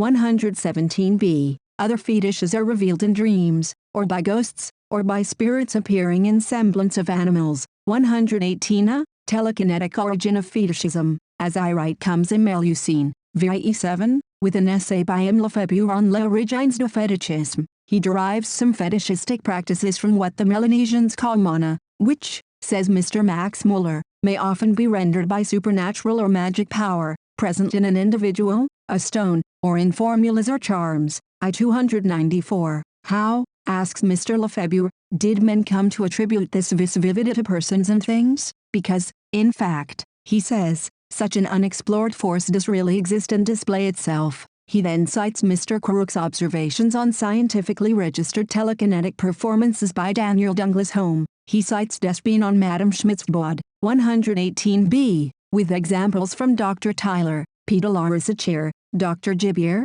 118c, and other authorities, good or bad. Grouping, then, his facts under the dubious title of Le Magnétisme. M. Lefebvre finds in savage observation of such facts the chief cause of fetishism. Some of M. Lefebvre's facts, of objects moving untouched, were certainly frauds, like the tricks of Eusapia, but, even if all the facts recorded were frauds, such impostures, performed by savage conjurers, who certainly profess, 118d, to produce the phenomena, might originate, or help to originate, the respect paid to fetishes and the belief in mana. But probably Major Ellis's researches into the religion of the Twi-speaking races throw much light on the real ideas of African fetishists. The subject is vast and complex. I am content to show that, whatever De Brosses did, we do not abandon a search for the motives of the savage fetishist. Indeed, De Brosses himself did seek and find at least one African motive. The conjurers, Jungler, persuade them that little instruments in their possession are endowed with a living spirit. So far, fetishism is spiritualism. Civilized fetishism. De Brosses did not look among civilized fetishists for the motives which he neglected among savages. I-196. Tant pis pour Monsieur le Président. But we and our method no more stand or fall with De Brosses and his, than Mr. Max Muller's etymologies stand or fall with those in the Cratylus of Plato. If, in a civilized people, ancient or modern, we find a practice vaguely styled fetishistic, we examine it in its details. While we have talismans, amulets, gamblers' fetishes, I do not think that, except among some children, we have anything nearly analogous to Gold Coast fetishism as a whole. Someone seems to have called the palladium a fetish. I don't exactly know what the palladium, called a fetish by somebody, was. The Ostofficialis has been styled a fetish, an apparent abuse of language. As to the Holy Cross fetish, why discuss such free-thinking credulities? Modern anthropologists, Tyler, Fraser, and the rest, are not under the censure appropriate to theological, more mischiefs of comparison. The nemesis, I-196, of Debras's errors did not stay in her ravaging progress. Fetishism was represented as the very beginning of religion, first among the Negroes, then among all races, as I, for one, persistently proclaim that the beginning of religion is an inscrutable mystery. The nemesis has somehow left me scatheless, propitiated by my piety. I said, long ago, the train of ideas which leads man to believe in and to treasure fetishes is one among the earliest springs of religious belief. 120. But from even this rather guarded statement I withdraw. No man can watch the idea of God in the making or in the beginning. 120b. Still more nemesis. The new nemesis is really that which I have just put far from me, namely, that modern savages represent everywhere the Eocene stratum of religion. They probably represent an early stage in religion, just as, test, Mr. Max Muller, they represent an early stage in language. In savage languages we see what we can no longer expect to see even in the most ancient Sanskrit or Hebrew. We watch the childhood of language, with all its childish pranks. 120c. Now, if the tongues spoken by modern savages represent the childhood and childish pranks of language, why should the beliefs of modern savages not represent the childhood and childish pranks of religion? I am not here averring that they do so, nor even that Mr. Max Muller is right in his remark on language. The Australian blacks have been men as long as the Prussian nobility. Their language has had time to outgrow childish pranks, but apparently it has not made use of its opportunities, according to our critic. Does he know why? One need not reply to the charge that anthropologists, if they are meant, regard modern savages as just evolved from the earth, or the sky, or from monkeys. I-197. Savages have a far-stretching and known history behind them. The past of savages,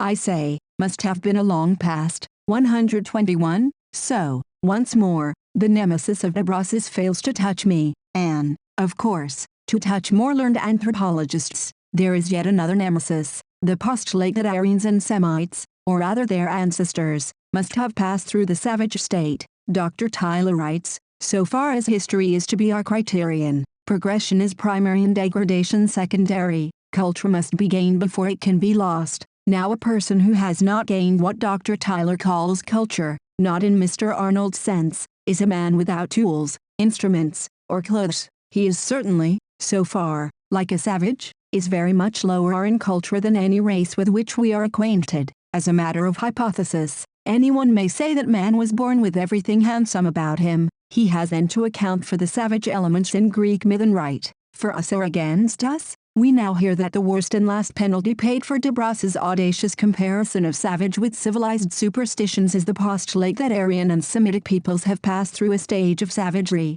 However different the languages, customs and myths, the color in the skulls of these modern savages might be from those of Aryan and Semitic people, the latter must once have passed through the same stage, must once have been what the Negroes of the west coast of Africa are today. This postulate has not been, and, according to its very nature, cannot be proved, but the mischief done by acting on such postulates is still going on, and in several cases it has come to this, that what in historical religions, such as our own, is known to be the most modern, the very last outcome, namely, the worship of relics or a belief in amulets, has been represented as the first necessary step in the evolution of all religions. I-197. I really do not know who says that the prehistoric ancestors of Aryans and Semites were once in the same stage as the Negroes of the west coast of Africa today. These honest fellows are well acquainted with coined money, with the use of firearms, and other sources of civilization, and have been in touch with missionaries, Miss Kingsley, traders, and tourists. The ancestors of the Aryans and Semites enjoyed no such advantages. Mr. Max Muller does not tell us who says that they did, but that the ancestors of all mankind passed through a stage in which they had to develop for themselves tools, languages, clothes, and institutions, is assuredly the belief of anthropologists. A race without tools, language, clothes, pottery, and social institutions, or with these in the shape of undeveloped speech, stone knives, and possum or other skins, is what we call a race of savages. Such we believe the ancestors of mankind to have been, at any rate after the fall. Now when Mr. Max Muller began to write his book, he accepted this postulate of anthropology. I-15. When he reached I-197 he abandoned and denounced this postulate. I quote his acceptance of the postulate, I-15. Even Mr. A. Lang has to admit that we have not got much beyond Fontenelle, when he wrote in the last century, why are the legends, myths, about men, beasts, and gods so wildly incredible and revolting? The answer is that the earliest men were in a state of almost inconceivable ignorance and savagery, and that the Greeks inherited their myths from people in the same savage stage, and unparalleled taught savagery. Look at the Kaffirs and Iroquois if you want to know what the earliest men were like, and remember that the very Iroquois and Kaffirs have a long past behind them, that is to say, are polite and cultivated compared to the earliest men of all. Here is an uncompromising statement by Fontenelle of the postulate that the Greeks, an Aryan people, must have passed through the same stage as modern savages, Kaffirs and Iroquois, now occupy. But, I-15 Mr. Max Muller eagerly accepts the postulate. There is not a word of Fontenelle's to which I should not gladly subscribe. There is no advice of his which I have not tried to follow in all my attempts to explain the myths of India and Greece by an occasional reference to Polynesian or African folklore. Well, if Mr. Max Muller gladly subscribes, in page 15, to the postulate of an original universal stage of savagery, when civilized races inherit their incredibly repulsive myths, why, in pages 197, 198, does he denounce that very postulate as not proven, not capable of being proved, very mischievous, and one of the evils resulting from our method of comparing savage and civilized rites and beliefs? I must be permitted to complain that I do not know which is Mr. Max Muller's real opinion, that given with such hearty conviction in page 15, or that stated with no less earnestness in pages 197, 198. I trust that I shall not be thought to magnify a mere slip of the pen. Both passages, though, as far as I can see, self-contradictory, appear to be written with the same absence of levity. Fontenelle, I own, speaks of Greeks, not Semites, as being originally savages, but I pointed out, 124, that he considered it safer to hedge by making an exception of the Israelites. There is really nothing in Genesis against the contention that the naked, toolless, mean, and frivolous Adam was a savage. The fallacy of admits, as the purpose of this essay is mainly logical, I may point out the existence of a fallacy not marked, I think, in handbooks of logic. This is the fallacy of saying that an opponent admits what, on the contrary, he has been the first to point out and proclaim. He is thus suggested into an attitude which is the reverse of his own. Someone, I am sorry to say that I forget who he was, showed me that Fontenelle, in Duel Origine des Fables, 125, briefly stated the anthropological theory of the origin of myths, or at least of that repulsive element in them which makes mythology mythological. As Mr. Max Muller says, I was glad to have a predecessor in a past less remote than that of Eusebius of Caesarea. A briefer and better system of mythology, I wrote, could not be devised, but the Mr. Casaubons of this world have neglected it, and even now it is beyond their comprehension. 125b. To say this in this manner is not to admit that we have not got much beyond Fontenelle. I do not want to get beyond Fontenelle, I want to go back to his forgotten common sense, and to apply his ideas with method and criticism to a range of materials which he did not possess or did not investigate. Now, on page 15, Mr. Max Muller had got as far as accepting Fontenelle. On pages 197, 198 he burns, as it were, that to which he had gladly subscribed. Conclusion as to our method. All this discussion of fetishes arose out of our author's selection of the subject as an example of the viciousness of our method. He would not permit us simply to place side by side savage and Greek myths and customs, because it did harm. I-195, and the harm done was proved by the nemesis of Abrases. Now, first, a method may be a good method, yet may be badly applied. Secondly, I have shown that the nemesis does not attach to all of us modern anthropologists. Thirdly, I have proved, unless I am under some misapprehension, which I vainly attempt to detect, and for which, if it exists, I apologize humbly, that Mr. Max Muller, on page 15, accepts the doctrine which he denounces on page 197, 126. Again, I am entirely at one with Mr. Max Muller when he says, page 210, we have as yet really no scientific treatment of shamanism. This is a pressing need, but probably a physician alone could do the work, a physician double with a psychologist. See, however, the excellent pages in Dr. Tyler's Primitive Culture, and in Mr. William James's Principles of Psychology. On mediumship, the riddle theory, what the philological theory needs. The great desideratum of the philological method is a proof that the disease of language, ex hypothesi the most fertile source of myths, is a vera causa. Do simple poetical phrases, descriptive of heavenly phenomena, remain current in the popular mouth after the meanings of appellatives, bright one, dark one, and sea, have been forgotten, so that these appellatives become proper names, Apollo, Daphne, and sea.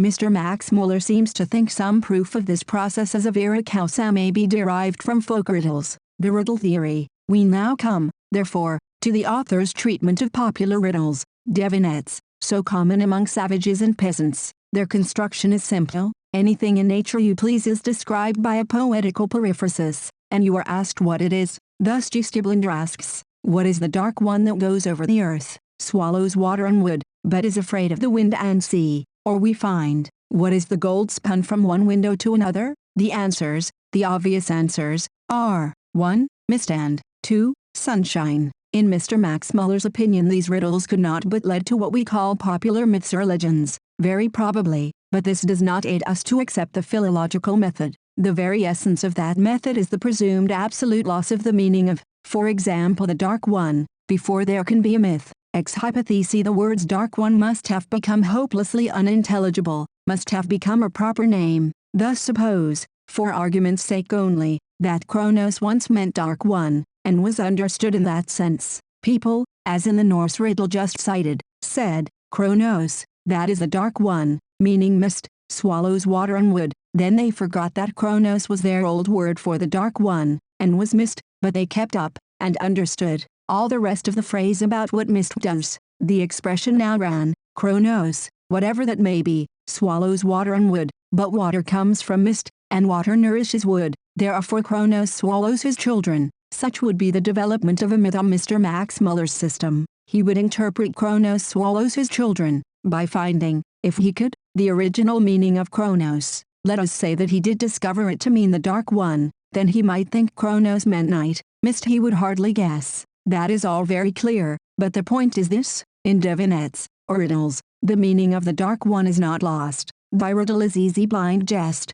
to read. Heydrich answers, what the philological method of mythology needs is to prove that such poetical statements about natural phenomena as the devinettes contain survived in the popular mouth, and were perfectly intelligible except just the one modi enigma, say, the dark one, that, call it Kronos equals dark one, and that alone, became unintelligible in the changes of language, and so had to be accepted as a proper name, Kronos, a god who swallows things at large. Where is the proof of such endurance of intelligible phrases with just the one central necessary word obsolete and changed into a mysterious proper name? The world is full of proper names which have lost their meaning, Athene, Achilles, Artemis, and so on, but we need proof that poetical sayings, or riddles, survive and are intelligible except one word, which, being unintelligible, becomes a proper name. Riddles, of course, prove nothing of this kind. The riddle is easy blind jest to read. Yet Mr. Max Muller offers the suggestion that the obscurity of many of these names of mythical gods and heroes may be due to the riddles to which they had given rise,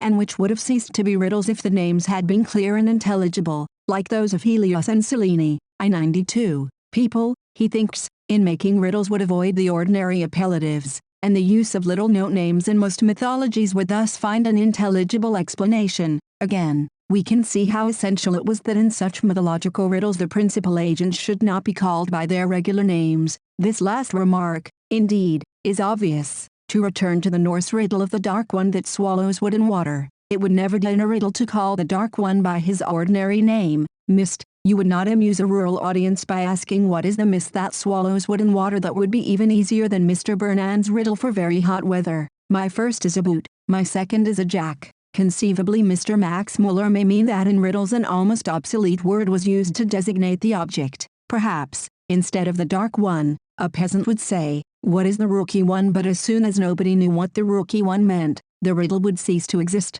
rookie one and all. You cannot imagine several generations asking each other, what is the rookie one that swallows? If nobody knew the answer, a man who kept boring people with a mere cell would be scouted, and with the death of the answerless riddle the difficult word rookie would die. But Mr. Max Muller says, riddles would cease to be riddles if the names had been clear and intelligible. The reverse is the fact. In the riddles he gives there are seldom any names, but the epithets and descriptions are as clear as words can be. Who are the mother and children in a house, all having bald heads, the moon and stars? Language cannot be clearer, yet the riddle has not ceased to be a riddle, as Mr. Max Muller thinks it must do, though the words are clear and intelligible. On the other hand, if the language is not clear and intelligible, the riddle would cease to exist. It would not amuse if nobody understood it. You might as well try to make yourself socially acceptable by putting conundrums in Etruscan as by asking riddles in words not clear and intelligible in themselves, though obscure in their reference.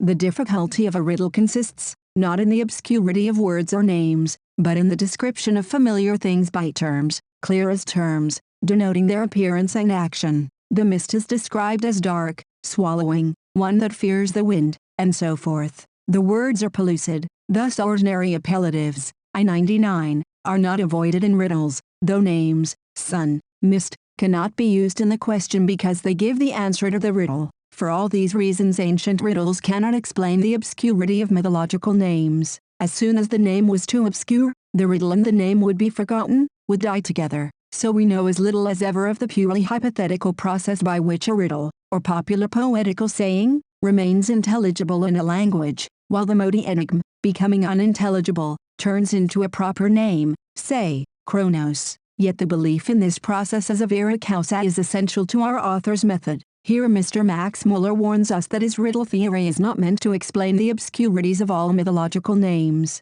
This is a stratagem that should be stopped from the very first. It were more graceful to have said a misapprehension. Another stratagem I myself must guard against. I do not say that no unintelligible strings of obsolete words may continue to live in the popular mouth. Old hymns, ritual speeches, and charms may and do survive. Though unintelligible, they are reckoned all the more potent, because all the more mysterious. But an unintelligible riddle or poetical saying does not survive, so we cannot thus account for mythology as a disease of language. Mordvinian mythology, still in the very natural and laudable pursuit of facts which will support the hypothesis of a disease of language, Mr. Max Muller turns to Mordvinian mythology. We have the accounts of real scholars about Mordvinian prayers, charms, and proverbs. I-235. The Mordvinians, Ugrian tribes, have the usual departmental nature gods, as Chke, god of the sun, Chi equals sun, he lives in the sun, or is the sun.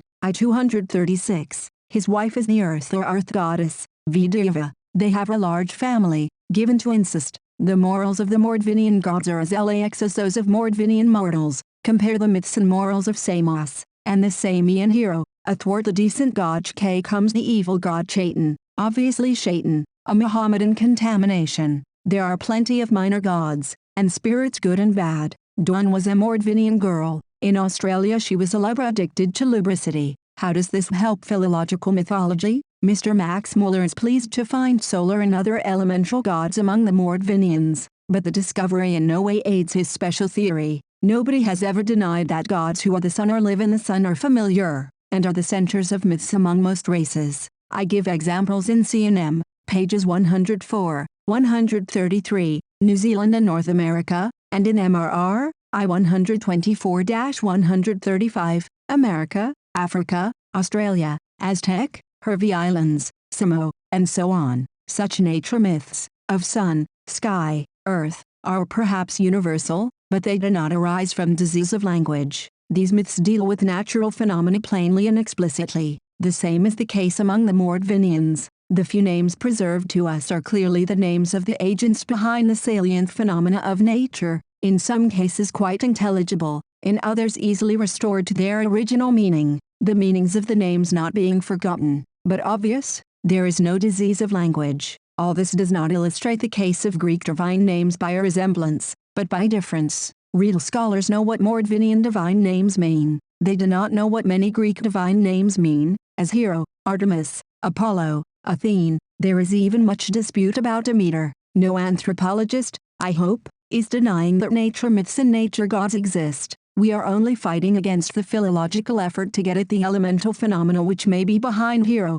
Artemis, Athene, Apollo, by means of contending etymological conjectures. We only oppose the philological attempt to account for all the features in a god's myth as manifestations of the elemental qualities denoted by a name which may mean at pleasure dawn, storm, clear air, thunder, wind, twilight, water, or what you will, granting K to be the sun. Does that explain why he punishes people who bake bread on Friday? 237. Our opponent does not seem to understand the portee of our objections. The same remarks apply to the statement of Finnish mythology here given, and familiar in the Kalula. Departmental divine beings of natural phenomena we find everywhere, or nearly everywhere, in company, of course, with other elements of belief, totemism, worship of spirits, perhaps with monotheism in the background. That is as much our opinion as Mr. Max Muller's. What we are opposing is the theory of disease of language, and the attempt to explain, by philological conjectures, gods and heroes whose obscure names are the only sources of information. Helios is the sun god. He is, or lives in, the sun. Apollo may have been the sun god too, but we still distrust the attempts to prove this by contending guesses at the origin of his name. Moreover, if all Greek gods could be certainly explained, by undisputed etymologies, as originally elemental, we still object to such logic as that which turns Cyrano into Grey Dawn. We still object to the competing interpretations by which almost every detail of very composite myths is explained as a poetical description of some elemental process or phenomenon. Apollo may once have been the sun, but why did he make love as a dog? Lettish mythology. These remarks apply equally well to our author's dissertation on Lettish mythology, II 430 at the following. The meaning of statements about the sun and sky is not to be mistaken in the mythology of the Letts, so here is no disease of language. The meaning is not to be mistaken. Sun and moon and so on are spoken of by their natural unmistakable names, or in equally unmistakable poetical periphrases, as in riddles. The daughter of the sun hung a red cloak on a great octree. This can hardly have been meant for anything but the red of the evening or the setting sun, sometimes called her red cloak, II 439. Exactly so, and the Australians of Encounter Bay also think that the sun is a woman. She has a lover among the dead, who has given her a red kangaroo skin, and in this she appears at her rising. 135. This tale was told to Mr. Meyer in 1846, before Mr. Max Muller's dawn had become inevitable. As he says, the Lettish and Australian myths are folk poetry. They have nothing to do with a disease of language or forgotten meanings of words which become proper names. All this is surely distinct. We proclaim the abundance of poetical nature myths. We disable the hypothesis that they arise from a disease of language. The chances of fancy. One remark has to be added. Manhurt regarded many or most of the philological solutions of gods into dawn or sun, or thunder or cloud, as empty chère d'esprit, and justly, for there is no name named among men which a philologist cannot easily prove to be a synonym or metaphorical term for wind or weather, dawn or sun. Whatever attribute any word connotes, it can be shown to connote some attribute of dawn or sun. Here parody comes in, and gives a not overstrained copy of the method, applying it to Mr. Gladstone, Dr. Nansen, or whom you please, and though a jest is not a refutation, a parody may plainly show the absolutely capricious character of the philological method. Artemis. I do not here examine our author's constructive work. I have often criticized its logical method before, and need not repeat myself. The etymologies, of course, I leave to be discussed by scholars. As we have seen, they are at odds on the subject of phonetic laws and their application to mythological names. On the mosses and bogs of this debatable land some of them propose to erect the science of comparative mythology. Meanwhile we look on, waiting till the mosses shall support a ponderous edifice. Our author's treatment of Artemis, however, has for me a peculiar interest. II 733-743. I really think that it is not mere vanity which makes me suppose that in this instance I am at least one of the authors whom Mr. Max Muller is writing about without name or reference. If so, he here sharply distinguishes between me on the one hand and classical scholars on the other, a point to which we shall return. He says, I cite textually, II 732, Artemis, the last of the great Greek goddesses whom we have to consider is Artemis. Her name, we shall see, has received many interpretations, but none that can be considered as well established, none that, even if it were so, would help us much in disentangling the many myths told about her. Easy to understand as her character seems when we confine our attention to Homer, it becomes extremely complicated when we take into account the numerous local forms of worship of which she was the object. We have here a good opportunity of comparing the interpretations put forward by those who think that a study of the myths and customs of uncivilized tribes can help us towards an understanding of Greek deities.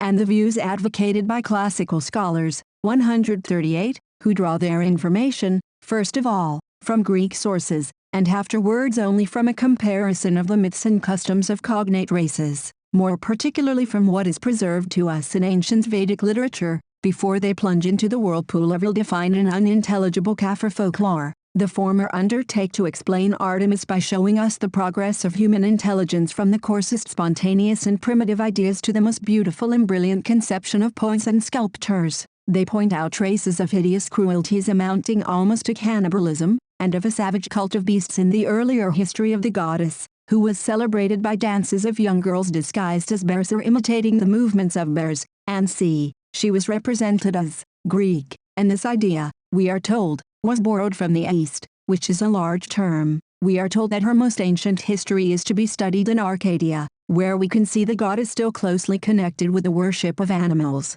a characteristic feature of the lowest stage of religious worship among the lowest races of mankind. We are then told the old story of Lycaon, the king of Arcadia, who had a beautiful daughter called Callisto. As Zeus fell in love with her, Hera from jealousy changed her into a bear, and Artemis killed her with one of her arrows. Her child, however, was saved by Hermes, at the command of Zeus, and while Callisto was changed to the constellation of the Ursa, her son Arcas became the ancestor of the Arcadians. Here, we are told, we have a clear instance of men being the descendants of animals, and of women being changed into wild beasts and stars, beliefs well known among the Carrics and the Kamilaroi. Here I recognize Mr. Max Muller's version of my remarks on Artemis, 139. Our author has just remarked in a footnote that Schwartz does not mention the title of the book where his evidence has been given. It is an inconvenient practice, but with Mr. Max Muller this reticence is by no means unusual. He does not mention the book where my evidence is given.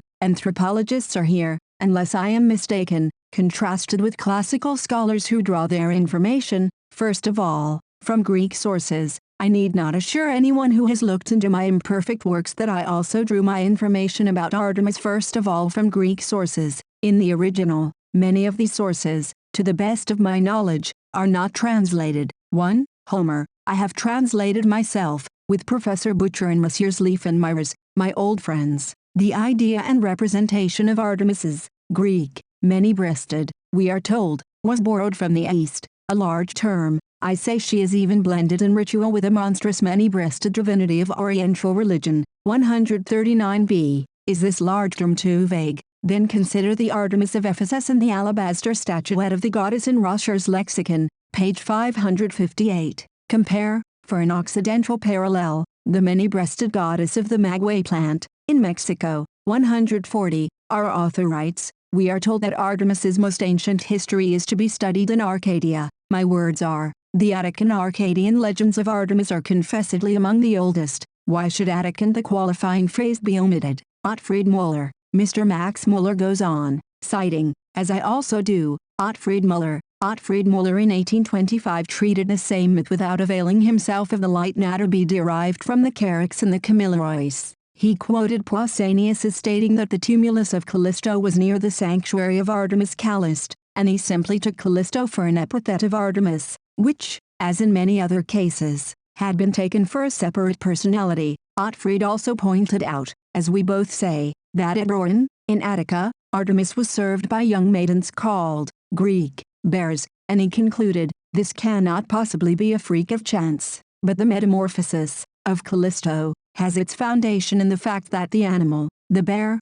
was sacred to the goddess. Thus it is acknowledged that Artemis, under her name of Callisto, was changed into a she-bear, and had issue, Arcas, whence the Arcadians. Mr. Max Muller proceeds, II 734, he, Ottfried, did not go so far as some modern mythologists who want us to believe that originally the animal, the she-bear, was the goddess, and that a later worship had replaced the ancient worship of the animal per et simple. Did I, then, tell anybody that originally the she-bear was the goddess? No, I gave my reader, not a dogma, but the choice between two alternative hypotheses. I said, it will become probable that the she-bear actually was the goddess at an extremely remote period, or at all events that the goddess succeeded to, and through her protection over, an ancient worship of the animal. II 212, 213. Mr. Max Muller's error, it will be observed, consists in writing and where I wrote, or to make such rather essential mistakes as human. To give references is convenient, and not unscholarly. In fact, this is Mr. Max Muller's own opinion, for he next reports his anonymous author, myself, as saying, "We are now told, though without any reference to Pausanias or any other Greek writers, that the young maidens, the Greek, when dancing around Artemis, were clad in bearskins, and that this is a pretty frequent custom in the dances of totemic races. In support of this, however, we are not referred to really totemic races but to the Herpae of Italy, and to the Greek, in Egypt. Of course I never said that the Greek danced around Artemis. I did say, after observing that they were described as playing the bear, they even in archaic ages wore bear skins, for which I cited clause 141a, and referred to such year, 141b, including the reference in brackets, to indicate that I borrowed it from a book which I was unable to procure, 142a. I then gave references for the classical use of a saffron vest by the Greek beast dances. For the use of beast skins in such dances among totemists I cite Bancroft 3 168, Ann, MRRII 107, Robinson, 142b, same authority. I may now also refer to Robertson Smith, 142c. The meaning of such a disguise, a fish skin, among the Assyrians, is well known from many savage rituals. It means that the worshipper presents himself as a fish, as a bear, or what not. 142d. Doubtless I might have referred more copiously to savage rituals, but really I thought that savage dances in beast skins were familiar from Catlin's engravings of Mandan and Nootka wolf or buffalo dances. I add that the Bruronian rites point to a time when the goddess was herself a bear, having suggested an alternative theory, and had it confirmation, 142e, but I here confess that while beast dances and wearing of skins of sacred beasts are common, to prove these sacred beasts to be totems is another matter. It is so far inferred rather than demonstrated. Next I said that the evolution of the bear into the classical Artemis almost escapes our inquiry. We find nothing more akin to it than the relation borne by the Samoan gods to the various totems in which they are supposed to be manifest. This Mr. Max Muller quotes, of course, without reference or marks of quotation, and adds, "Pace Dr. Codrington, have anchored Dr. Codrington's feud. He doubts or denies totems in Melanesia. Is Samoa in Melanesia? Par exemple, 143a, our author, I-206, says that Dr. Codrington will have no totems in his islands, but Samoa is not one of the doctor's fortunate isles. For Samoa I refer, not to Dr. Codrington, but to Mr. Turner, 143b. In Samoa the clans revere each its own sacred animals, but combine with it the belief that the spiritual deity reveals itself in each separate animal, 143c. I expressly contrast the Samoan creed with pure totemism, 143d. So much for our author's success in stating and criticizing my ideas. If he pleases, I will not speak of Samoan totems, but of Samoan sacred animals. It is better and more exact. The view of classical scholars, they, II 735, begin by pointing out Artemis's connection with Apollo and the moon. So do I. If Apollo soon disengages himself from the sun, Artemis retains as few traces of any connection with the moon. 143e. If Apollo was of solar origin, asks the author, II 735, what could his sister Artemis have been, from the very beginning, if not some goddess connected with the moon? Very likely. Quis negavit? Then our author, like myself, elucidate, dilates on Artemis's sister of Apollo. Her chapels, I say, are in the wild wood. She is the abbess of the forest nymphs, chaste and fair, the maiden of the precise life. How odd. The classical scholar and I both say the same things, and I add a sonnet to Artemis in this aspect, rendered by me from the Hippolytus of Euripides. Could a classical scholar do more? Our author then says that the Greek sportsmen surprised the beasts in their lairs by night. Not very sportsmanlike. I don't find it in Homer or in Xenophon. Oh, for exact references. The moon, the nocturnal sportswoman, is Artemis. Here we have also the authority of Theodore de Bonville. Diane called Dan's la noir for it, and the nocturnal hunt is Diane's, so she is protectress of the chase. Exactly what I said. 144. All this being granted by me beforehand, though possibly that might not be guessed from my critic, our author will explain Artemis's human sacrifice of a girl in a fawn skin, bloodshed, bare and all, with no aid from Kamilaroi, Carracks, and Samoans. Mr. Max Muller's explanation, Greek race is traced to Zeus, usually disguised, for amorous purposes, as a brute. The Arcadians had an eponymous heroic ancestor, Ares. They also worshipped Artemis. Artemis, as a virgin, could not become a mother of Ares by Zeus, or by anybody. Callisto was also Artemis. Callisto was the mother of Ares, but, to save the character of Artemis, Callisto was now represented as one of her nymphs. Then, Ares reminding the Arcadians of, Greek, a bear. While they knew the bear constellation, what was more natural than that Callisto should be changed into an Arctis, a she-bear placed by Zeus, her lover, in the sky as the bear? Nothing could be more natural to a savage. They all it. 144b. But that an Aryan, a Greek, should talk such nonsense as to say that he was the descendant of a bear who was changed into a star, and all merely because Ares reminded the Arcadians of Arctis, seems to me an extreme test of belief, and a very unlikely thing to occur. Wider application of the theory. Let us apply the explanation more widely. Say that 100 animal names are represented in the known totem kindreds of the world.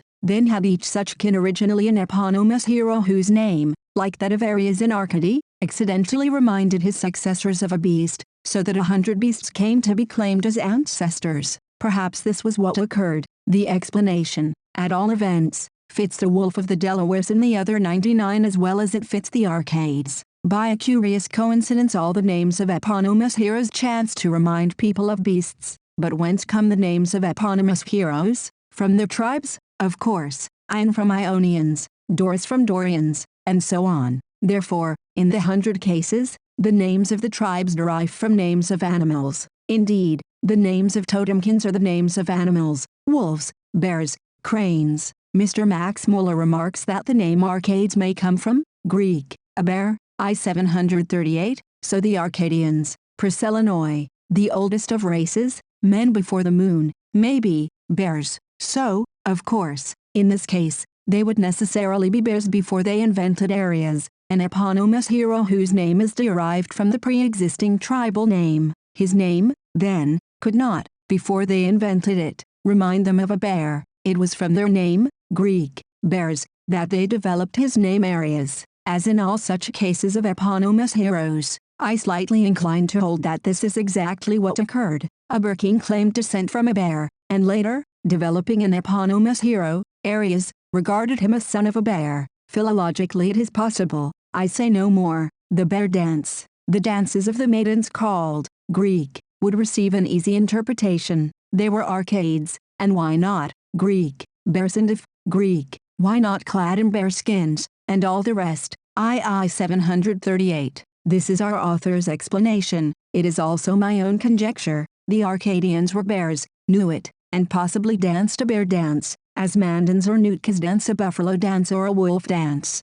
But all such dances are not totemistic. They have often other aims. One only names such dances totemistic when performed by people who call themselves by the name of the animal represented, and claim descent from him. Our author says genially, if anybody prefers to say that the Arctis was something like a totem of the Arcadians, why not? But, if the Arctis was a totem, that fact explains the Callisto story in Attic bear dance, while the philological theory, Mr. Max Muller's theory, does not explain it. What is oddest of all, Mr. Max Muller, as we have seen, says that the bear dancing girls were Arcades. Now we hear of no bear dances in Arcadia. The dancers were Athenian girls. This, indeed, is the point. We have a bear Callisto, Artemis, in Arcady, where a folk etymology might explain it by stretching a point, but no etymology will explain bear dances to Artemis in Attica. So we find bears doubly connected with Artemis. The Athenians were not Arcadians. As to the meaning and derivation of Artemis, or Artemis, our author knows nothing. II 741. I say, even, Greek, bear, has occurred to inventive men. Possibly I invented it myself, though not addicted to etymological conjecture. The firewalk, the method of psychical research. As a rule, mythology asks for no aid from psychical research, but there are problems in religious rite and custom where the services of the Cinderella of the sciences, the despised youngest sister, may be of use. As an example I take the famous mysterious old fire rite of the Harpy, or Wolfkin, of Mount Soracte. I shall first, following Manhurt, and making use of my own trifling researches in ancient literature, describe the rite itself. Mount Soracte. Everyone has heard of Mount Soracte, white with shining snow, the peak whose distant cold gave zest to the blazing logs on the hearth of Horus, within sight of his windows was practiced, by men calling themselves wolves, Herpy, a rite of extreme antiquity and enigmatic character. On a peak of Soracte, now Monte di Silvestre, stood the ancient temple of Soranus, a Sabine sun god. 148a, Virgil, 148b, identifies Soranus with Apollo. At the foot of the cliff was the precinct of Feronia, a Sabine goddess. Mr. Max Muller says that Feronia corresponds to the Vedic Buranayu, a name of Agni, the Vedic fire god. II 800. Manhurt prefers, of course, a derivation from far, grain, as in conferitio, the ancient Roman bride cake form of marriage. Feronia mater equals Sanskrit Barsani Mata, Jetruide mutter. 149a. It is a pity that philologists so rarely agree in their etymologies. In Greek the goddess is called Anthophorus, Philostephanus, and even Persephone, probably the Persephone of flowers and garlands. 149b. Herpes Sorani. Once a year a fete of Soranus and Feronia was held, in the precinct of the goddess at Soracte. The ministrants were members of certain local families called Herpi,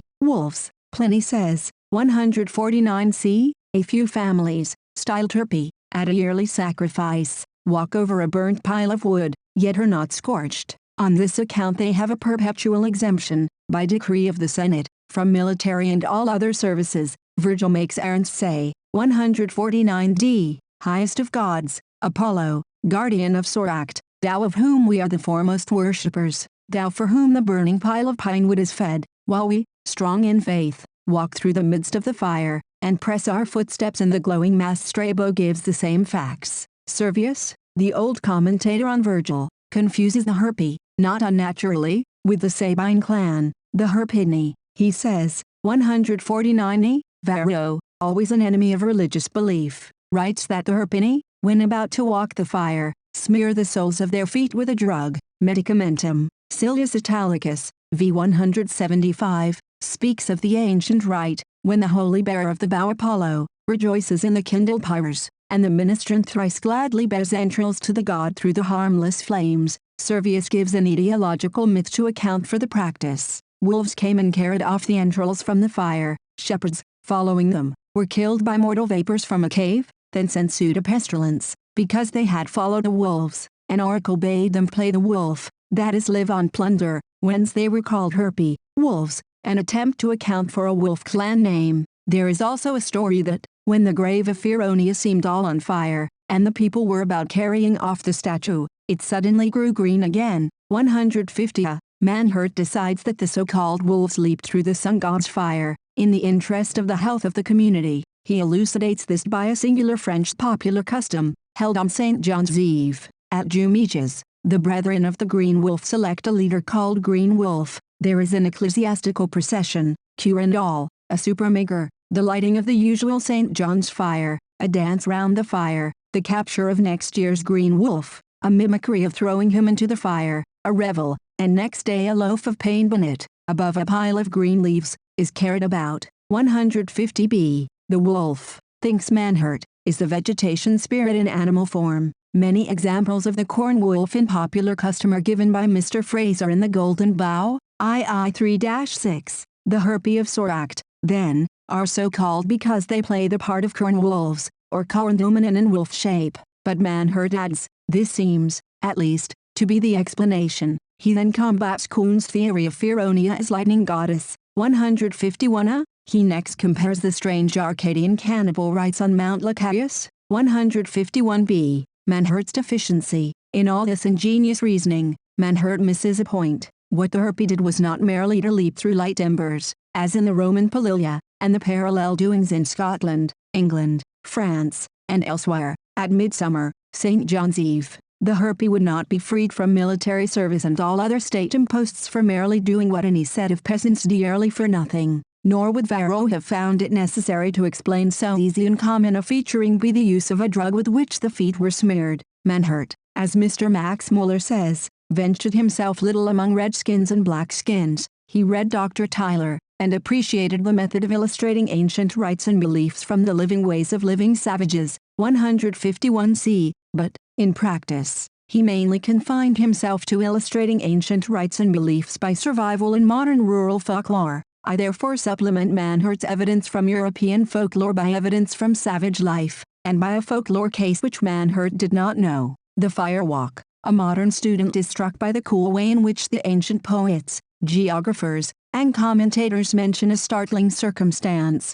the fire walk. The only hint of explanation is the statement that the drug or juice of herbs preserved the harpy from harm. That theory may be kept in mind, and applied if it is found useful. Virgil's theory that the ministrant's walk, Pedet Fredi, corresponds to Mrs. Wesley's belief, when, after praying, she waded the flames to rescue her children from the burning parsonage at Epworth. The hypothesis of Iamblichus, when he writes about the ecstatic or possessed persons who cannot be injured by fire, is like that of modern spiritualists. The spirit or demon preserves them unharmed. I intentionally omit cases which are vaguely analogous to that of the harpy. In Icelandic sagas, in the relations of the old Jesuit missionaries, in the travels of Pallas and Malin, we hear of medicine men and berserks who take liberties with red-hot metal, live coals, and burning wood. Thus in the Icelandic Flatty Book, Volume 1 page 425, we read about the fighting evangelist of Iceland, a story of Thangbrandr and the foreign berserker.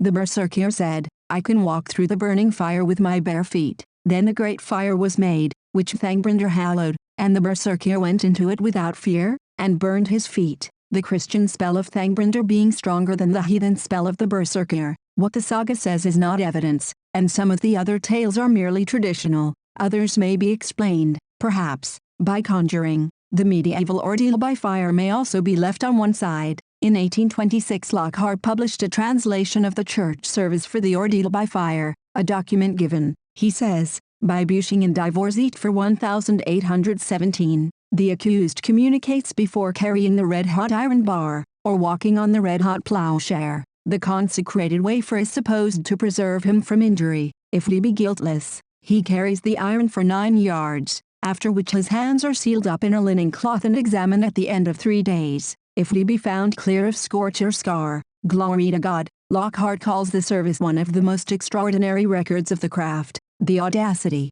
and the weakness of mankind. 153. The fraud is more likely to have lain in the pretended failure to find scorch or scar than in any method of substituting cold for hot iron, or of preventing the metal from injuring the subject of the ordeal. The rite did not long satisfy the theologians and jurists of the Middle Ages. It has been discussed by Lingard in his History of England, and by D.R.E.B. Tyler in Primitive Culture. For the purpose of the present inquiry I also omit all the rites of leaping sportfully, and of driving cattle through light fires. Of these cases, from the Roman Palilia, or Perilia, downwards, there is a useful collection in Brand's Popular Antiquities under the heading Midsummer Eve. One exception must be made for a passage from Torreblanca's Demonologia, page 106. People are said Pyrrhus circumire et transilire in future molli avroncationer, to go round about and leap over lighted pyres for the purpose of averting future evils, as in Manhurt's theory of the harpy. This may be connected with the Bulgarian rite,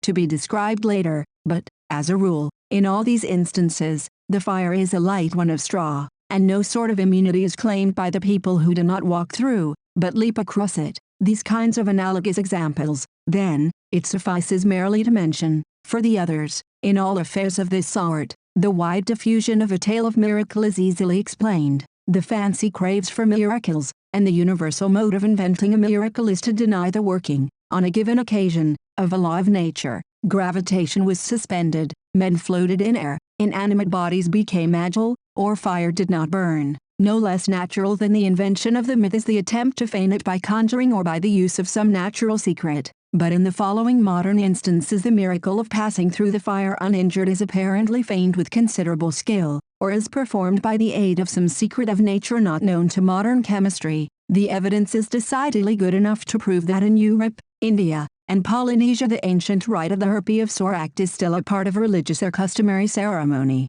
Fijian Fire Walk. The case which originally drew my attention to this topic is that given by Mr. Basil Thomson in his South Sea Yarns, page 195. Mr. Thomson informs me that he wrote his description on the day after he witnessed the ceremony, a precaution which left no room for illusions of memory. Of course, in describing a conjuring trick, one who is not an expert records, not what actually occurred, but what he was able to see, and the chances are that he did not see, and therefore omits, an essential circumstance, while he misstates other circumstances. I am informed by Mrs. Steele, the author of The Potter's Thumb and Other Stories of Indian Life, that, in watching an Indian conjurer, she generally, or frequently, detects his method. She says that the conjurer often begins by whirling rapidly before the eyes of the spectators a small polished skull of a monkey, and she is inclined to think that the spectators who look at this are, in some way, more easily deluded. These facts are mentioned that I may not seem unaware of what can be said to impugn the accuracy of the descriptions of the fire rite,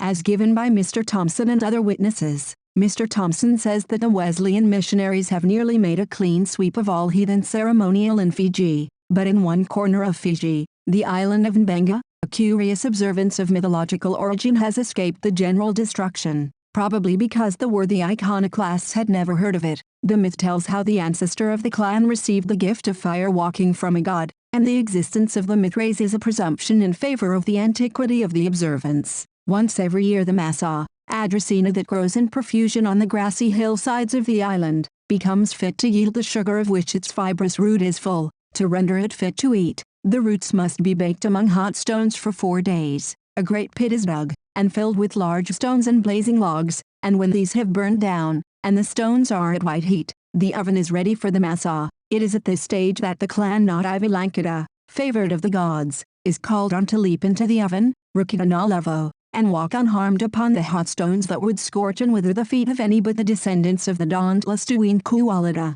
Twice only had Europeans been fortunate enough to see the massa cooked, and so marvelous had been the tales they told, and so cynical the skepticism with which they had been received, that nothing short of another performance before witnesses in the photographic camera would have satisfied the average old hand. As we steamed up to the chief's village of Waisoma, a cloud of blue smoke rolling up among the palms told us that the fire was newly lighted. We found a shallow pit, 19 feet wide, dug in the sandy soil, a stone's throw from high water mark, in a small clearing among the coconuts between the beach and the dense forest. The pit was piled high with great blazing logs and round stones the size of a man's head. Mingled with the crackling roar of the fire were loud reports as splinters flew off from the stones, warning us to guard our eyes. A number of men were dragging up more logs and rolling them into the blaze, while, above all, on the very brink of the fiery pit, stood Jonathan Dambia, directing the proceedings with an air of noble calm. As the stones would not be hot enough for 4 hours, there was ample time to hear the tradition that warrants the observance of the strange ceremony we were to see. When we were at last summoned,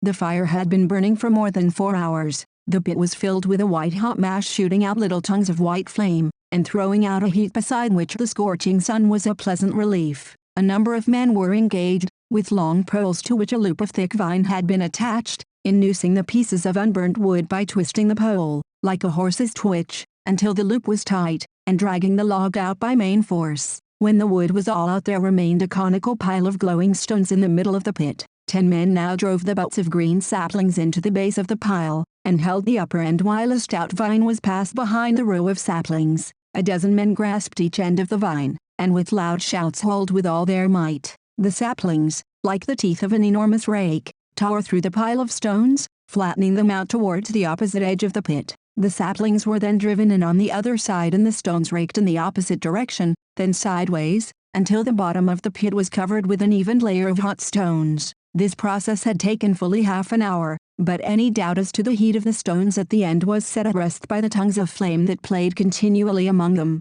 The cameras were hard at work, and a large crowd of people pressed inwards towards the pit as the moment drew near. They were all excited except Jonathan, who preserved, even in the supreme moment, the air of holy calm that never leaves his face. All eyes are fixed expectant on the dense bush behind the clearing, whence the Shadrachs, Meshachs and Abednegas of the Pacific are to emerge. There is a cry of Vutu, Vutu, and forth from the bush, 2 and 2, march 15 men, dressed in garlands and fringes. They tramp straight to the brink of the pit. The leading pair show something like fear in their faces, but do not pause, perhaps because the rest would force them to move forward. They step down upon the stones and continue their march round the pit, planting their feet squarely and firmly on each stone. The cameras snap, the crowd surges forward, the bystanders flinging great bundles of green leaves, but the bundles strike the last man of the procession and cut him off from his fellows, so he stays where he is, trampling down the leaves as they are thrown to line the pit.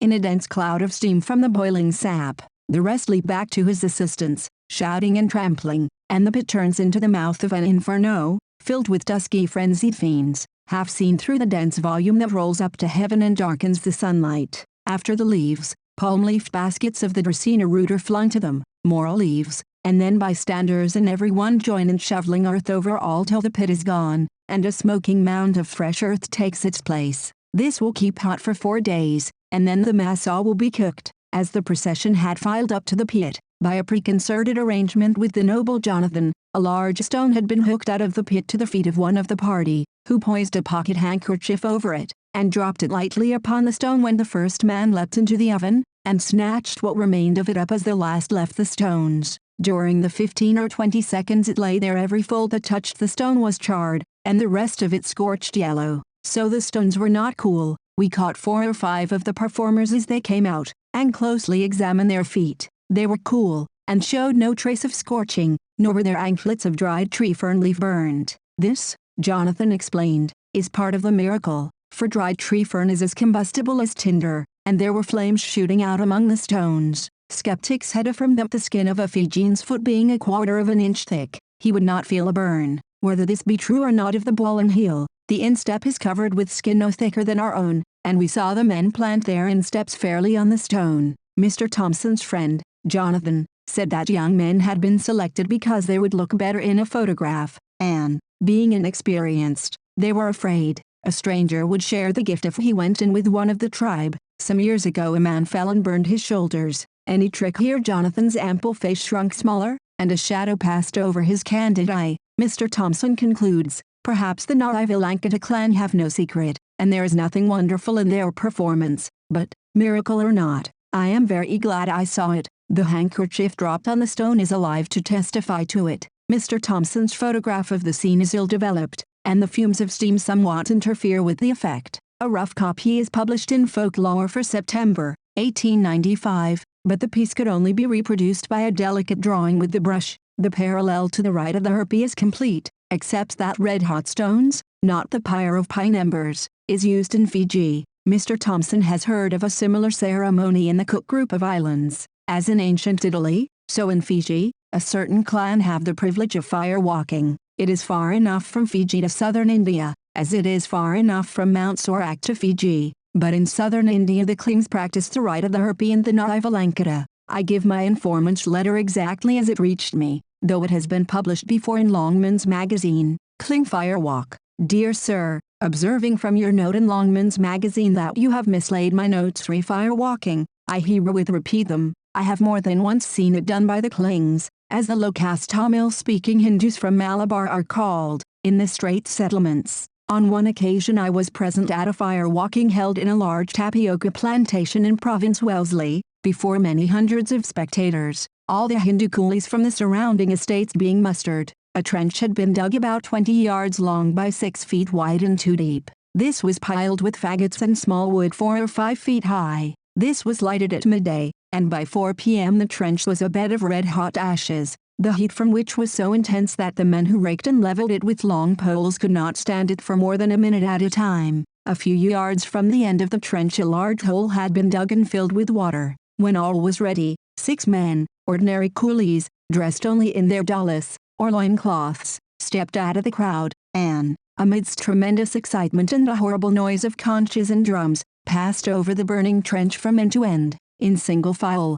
at a quick walk, plunging one after the other into the water. Not one of them showed the least sign of injury. They had undergone some course of preparation by their priest, not a Brahmin, but some kind of devil doctor or medicine man, and, as I understood it, they took on themselves and expiated the sins of the Kling community for the past year. A big job, if thieving and lying count. Probably not. They are not, however, always so lucky, for I heard that on the next occasion one of the men fell and was terribly burned, thus destroying the whole effect of the ceremony. I do not think this to be any part of the Brahmanical religion, though the ordeal by fire as a test of guilt is, or was, in use all over India. The fact is that the races of southern India, where the Aryan element is very small, have kept all their savage customs and evil worship under the form of Brahmanism. Another curious feature Ingisa performed at Labuan Delhi, in Sumatra, on the Chinese New Year, A Chinaman of the coolie class was squatted stark naked on the roadside, holding on his knees a brass pan the size of a wash-hand basin,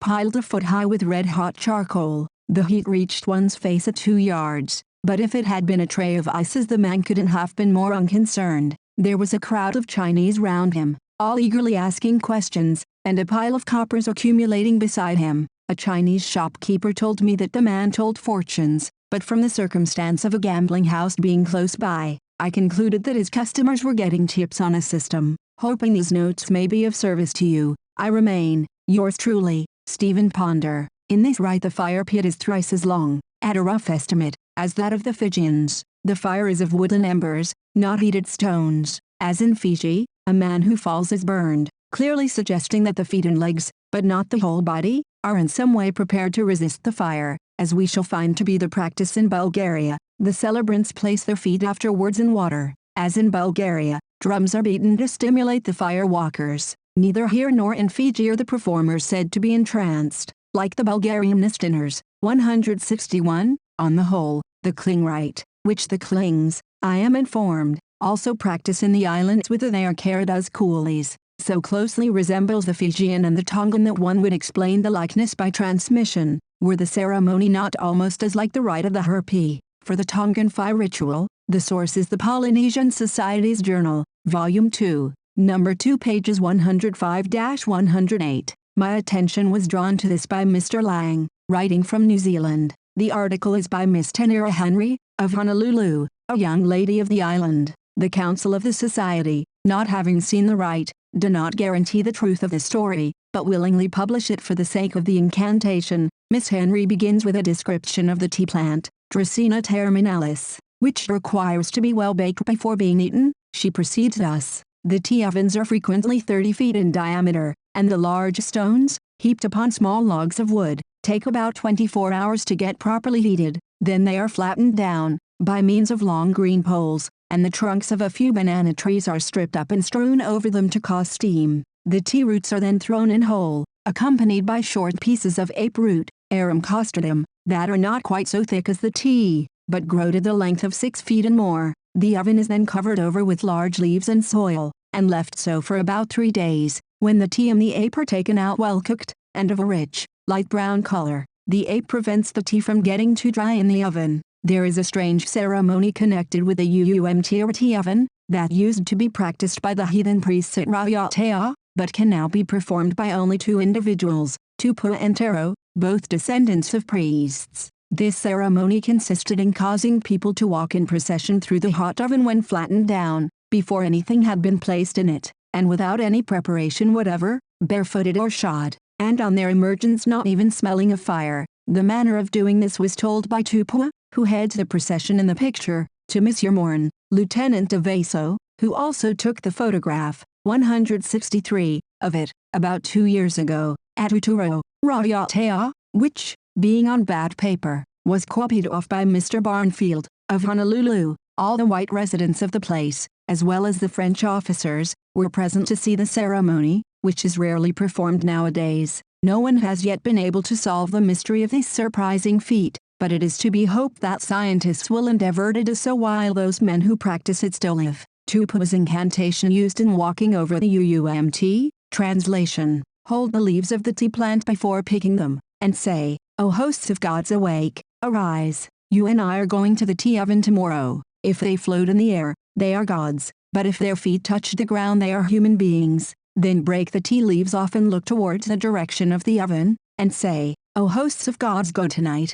and tomorrow you and I shall go." Then wrap the tea leaves up in hibiscus leaves, and put them to sleep in the meri, where they must remain until morning, and say in leaving, "Arise, awake, O hosts of gods, let your feet take you to the tea oven, fresh water and salt water come also. Let the dark earthworm and the light earthworm go to the oven, let the redness and the shades of fire all go. You will go tonight, and tomorrow it will be you and I, we shall go to the UUMT, this is for the night." When the tea leaves are brought away, they must be tied up in a wand and carried straight to the oven, and open when all are ready to pass through. Then hold the wand forward and say, "O men, spirits, who heated the oven, let it die out. O dark earthworms, O light earthworms, fresh water and salt water, heat of the oven and redness of the oven, hold up the footsteps of the walkers, and fan the heat of the bed. O cold beings, let us lie in the midst of the oven. O great woman who set fire to the skies, hold the fan, and let us go into the oven for a little while.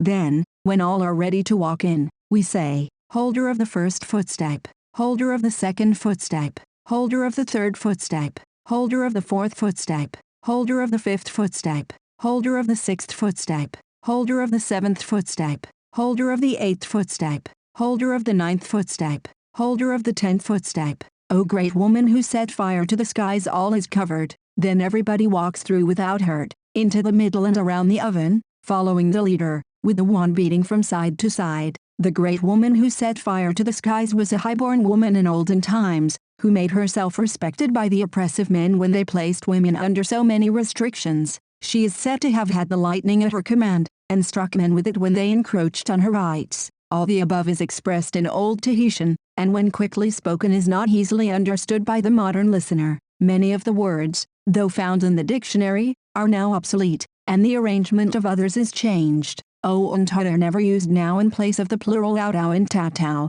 but in old folklore it is the classical style of addressing the gods in the collective sense. To huta, who means sorcery, and also to kindle a fire. So far Miss Henry, on this occasion, and the archaic nature of the hymn, with the reference to a mythical leader of the revolt of women, deserves the attention of anthropologists, apart from the singular character of the rite described. In the third number of the journal, Volume 2, the following editorial note is published. Miss Tenera Henry authorizes us to say that her sister and her sister's little child were some of those who joined in the UUMT ceremony referred to in Volume 2 page 108, and in the preceding note, and actually walked over the red-hot stones. The illustration of the performance given in the last number of the journal, it appears, is actually from a photograph taken by Lieutenant Morn, the original of which Miss Henry has sent us for inspection. Editor. Corroborative evidence. The following corroborative account is given in the journal, from a source vaguely described as a pamphlet published in San Francisco, by Mr. Hastwell. The natives of Rayataar have some performances so entirely out of the ordinary course of events as to institute, inquiry relative to a proper solution. On September 20, 1885, I witnessed a wonderful, and to me inexplicable, performance of passing through the fiery furnace. The furnace that I saw was an excavation of 3 or 4 feet in the ground, in a circular form, sloping upwards, and about 30 feet across. The excavation was filled with logs and wood, and then covered with large stones. A fire was built underneath, and kept burning for a day. When I witnessed it, on the second day, the flames were pouring up through the interstices of the rocks, which were heated to a red and white heat. When everything was in readiness, and the furnace still pouring out its intense heat, the natives marched up with bare feet to the edge of the furnace, where they halted for a moment, and after a few passes of the wand made of the branches of the tea plant by the leader, who repeated a few words in the native language, they stepped down on the rocks and walked leisurely across to the other side, stepping from stone to stone. This was repeated 5 times, without any preparation whatever on their feet, and without injury or discomfort from the heated stones. There was not even the smell of fire on their garments. Mr. N.J. Tone, in the same periodical, II 3193, says that he arrived just too late to see the same rite at Bukit Mesterjam, in Province Wellesley, Straits Settlements. He did see the pit and the fire, and examined the naked feet, quite uninjured, of the performers. He publishes an extract to this effect from his diary. The performers, I believe, were Klings. Nothing is said to indicate any condition of trance, or other abnormal state, in the firewalkers. The firewalk in Trinidad. Mr. Henry E. St. Clair, writing on September 14, 1896, says, in Trinidad, British West Indies, the rite is performed annually about this time of the year among the Indian coolie immigrants residents in the small village of Peru,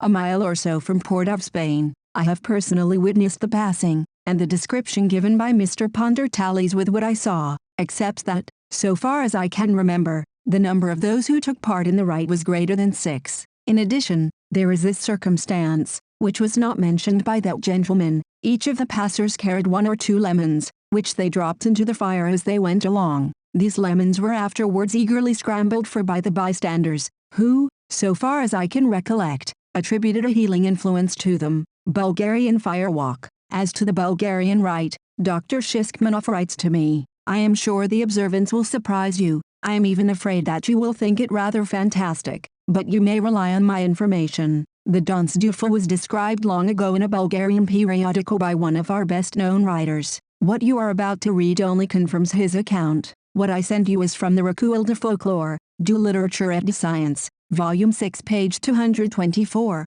edited, with my aid and that of my colleague, Mostov, by the Minister of Public Instruction. How will you explain these hautes faits du l'extase religieux?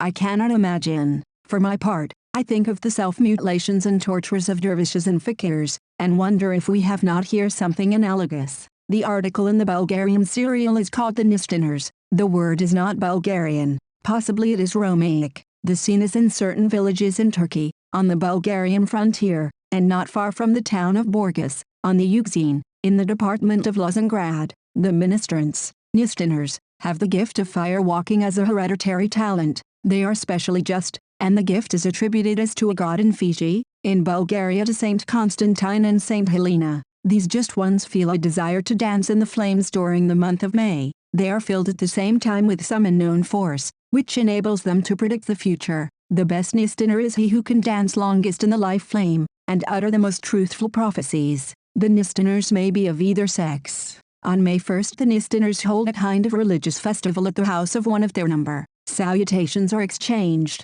and presents of food and raki are made to the chief Nistiner. The holy icons of saints are wreathed with flowers, and perfumed with incense. Arrangements are made for purifying the holy wells and springs. On May 21st, the day of Saint Helena and Saint Constantine, the parish priest says Mass in the grey of dawn. At sunrise all the village meets in festal array. The youngest Nistiner brings from the church the icons of the two saints, and drums are carried behind them in procession. They reach the sacred well in the wood, which the priest blesses. This is parallel to the priestly benediction on Fountain Sunday of the well beneath the fairy tree at Domremy, where Jeanne d'Arc was accused of meeting the good ladies. 169. Everyone drinks of the water, and there is a sacrifice of rams, aways, and oxen. A festival follows, as was the use of Domremy in the days of the Maid. Then all return to the village. The holy drum, which hangs all the year before Saint Helena in the church, is played upon. A mock combat between the icons which have visited the various holy wells is held.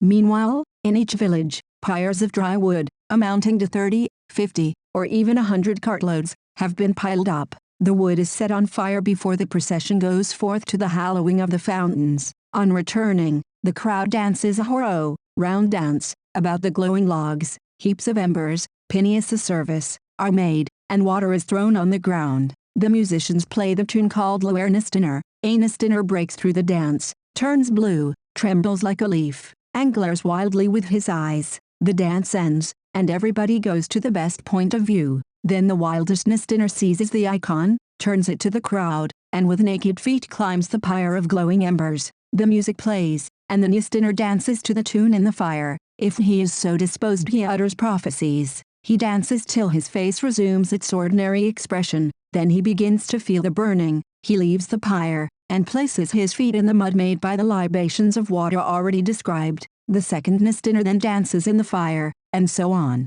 The predictions apply to villages and persons. Sometimes sinners are denounced, or repairs of the church are demanded in this queer parish council. All through the month of May the Nistiners call out for fire when they hear the Nistiner music playing. They are very temperate men and women. Except in May they do not clamor for fire, and cannot dance in it. In this remarkable case the alleged gift is hereditary, is of saintly origin, and is only exercised when the Nistiner is excited, and, apparently, entranced by music and the dance, as is the manner also of medicine men among savages. The rite, with its sacrifices of sheep and oxen, is manifestly of heathen origin. They pass through the fire to Saint Constantine, but the observance must be far older than Bulgarian Christianity. The report says nothing as to the state of the feet of the Nistiners after the fire dance. Medical inspection is desirable, and the photographic cameras should be used to catch a picture of the wild scene. My account is abridged from the French version of the Bulgarian report sent by Dr. Shishkmanov,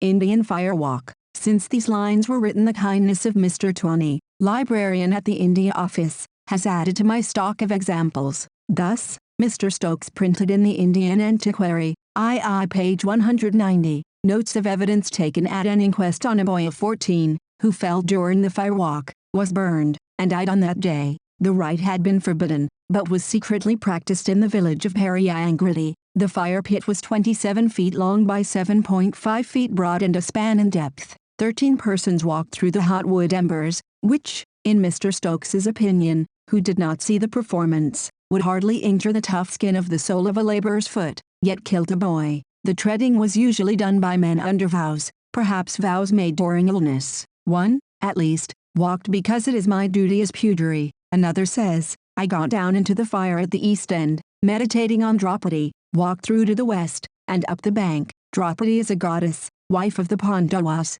Mr. Stokes reports that, according to the incredulous, experienced fire walkers smear their feet with oil of the green frog. No report is made as to the condition of their feet when they emerge from the fire. Another case occurs in a Pert's work, The Original Inhabitants of India, page 480. As usual, a pit is dug, filled with faggots. When these have burned down a little, and while the heat is still unbearable in the neighborhood of the ditch, those persons who have made the vow walk on the embers in the pit, without doing themselves as a rule much harm. Again, in a case where butter is poured over the embers to make a blaze, one of the tribal priests, in a state of religious afflatus, walks through the fire. It is said that the sacred fire is harmless, but some admit that a certain preservative ointment is used by the performers. A chant used at Mirzapur, as in Fiji, is cited. 171. In these examples the statements are rather vague. No evidence is adduced as to the actual effect of the fire on the feet of the ministrants. We hear casually of ointments which protect the feet,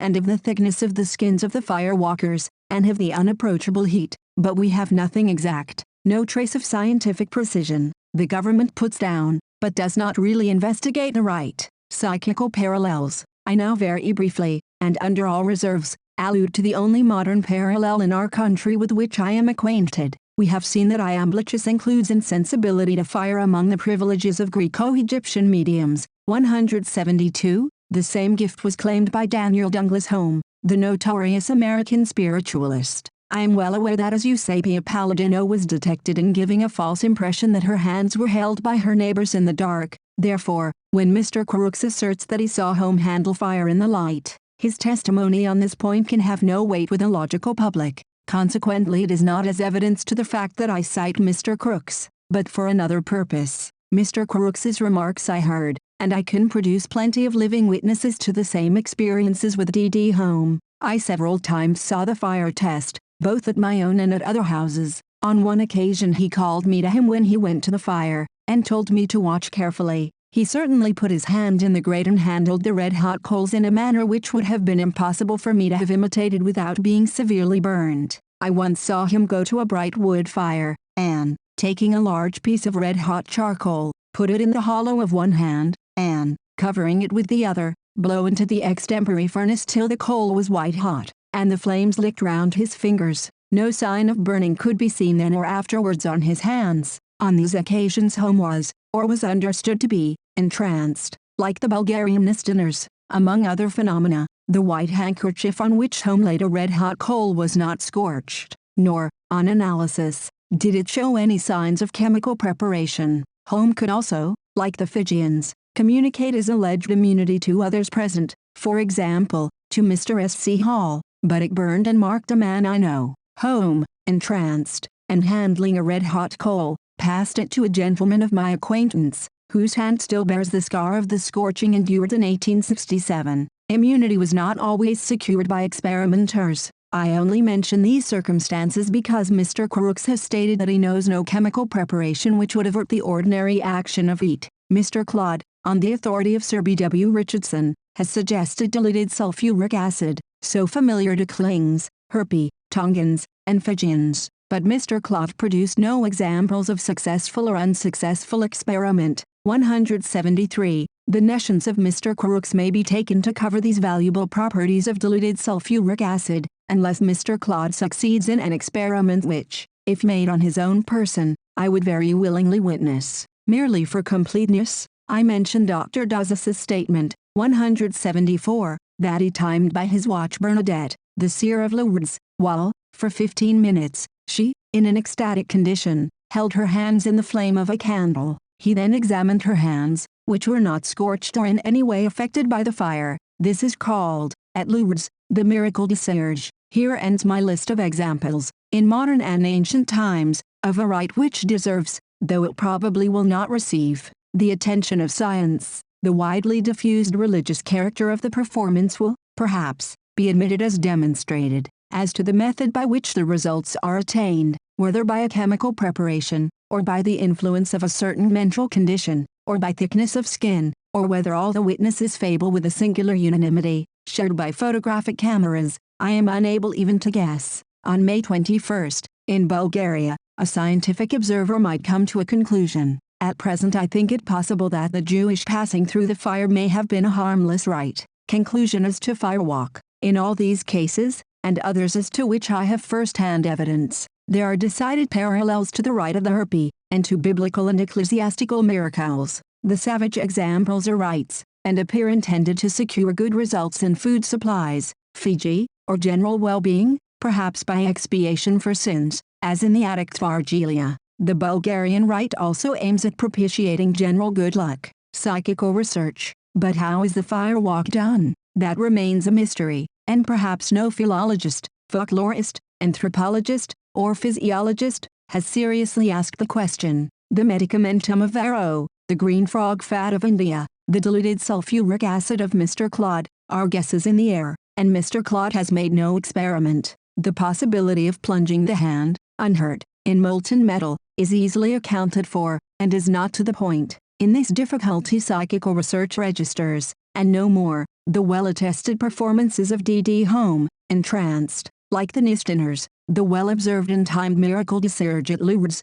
Bernadette being in an ecstatic condition, the biblical story of Shadrach, Meshach, and Abednego in the fiery furnace, the researches of Iamblichus, the case of Madame Chapoff, carefully reported, 175, and other examples. There is no harm in collecting examples, and the question remains, are all those rites, from those of Virgil's harpy to Bulgaria of today, based on some actual but obscure and scientifically neglected fact in nature? At all events, for the Sornispheronia rite philology only supplies her competing etymologies, folklore her modern rural parallels, anthropology her savage examples, psychical research her cases at first hand. Anthropology had neglected the collection of these, perhaps because the firewalk is impossible. The origin of death. Yama. This excursus on the firewalk has been introduced, as an occasion arose, less because of controversy about a neglected theme than for the purpose of giving something positive in a controversial treatise. For the same reason I take advantage of Mr. Max Muller's remarks on Yama,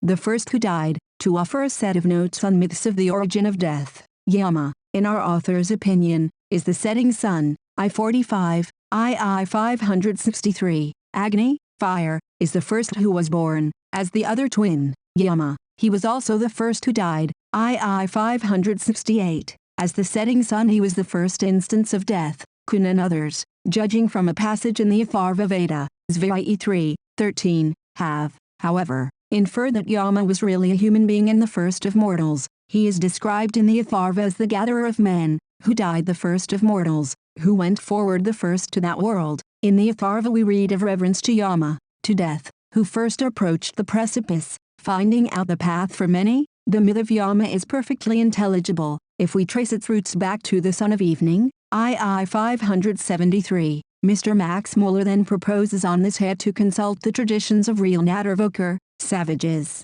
The Harvey Islanders speak of dying as following the sun's track. The Maoris talk of going down with the sun, II 574. No more is said here about savage myths of the first who died. I therefore offer some additions to the two instances in which savages use a poetical phrase connecting the sun's decline with man's death. The origin of death. Civilized man in a scientific age would never invent a myth to account for God's great ordinance of death. He regards it as a fact, obvious and necessarily universal, but his own children have not attained to his belief in death. The certainty and universality of death do not enter into the thoughts of our little ones, for in the thought of immortality do children play about the flowery meads. Now, there are still many childlike tribes of men who practically disbelieve in death. To them death is always a surprise and an accident, an unnecessary, irrelevant intrusion on the living world. Natural deaths are by many tribes regarded as supernatural, says Dr. Tyler. These tribes have no conception of death as the inevitable,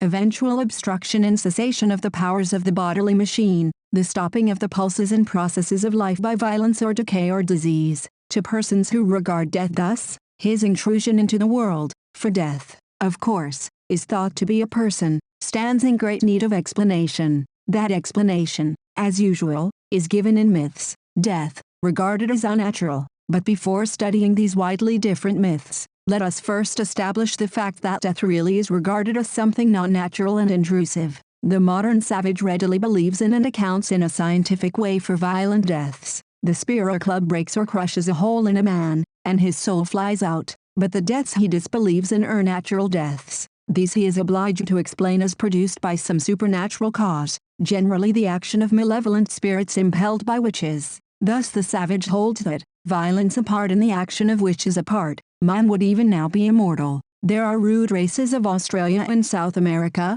writes Dr. Tyler, 178, whose intense belief in witchcraft has led them to declare that if men were never bewitched, and never killed by violence, they would never die at all. Like the Australians, the Africans will inquire of their dead what sorcerer slew them by his wicked arts. The natives, says Sir George Grey, speaking of the Australians, do not believe that there is such a thing as death from natural causes. On the death of an Australian native from disease, a kind of magical coroner's inquest is held by the conjurers of the tribe, and the direction in which the wizard lives who slew the dead man is ascertained by the movements of worms and insects. The process is described at full length by Mr. Brofsmith in his Aborigines of Victoria, I-98-102. Turning from Australia to Hindustan, we find that the Puwaris, according to Heber's narrative, attribute all natural deaths to a supernatural cause, namely, witchcraft. That is, the Puwaris do not yet believe in the universality and necessity of death.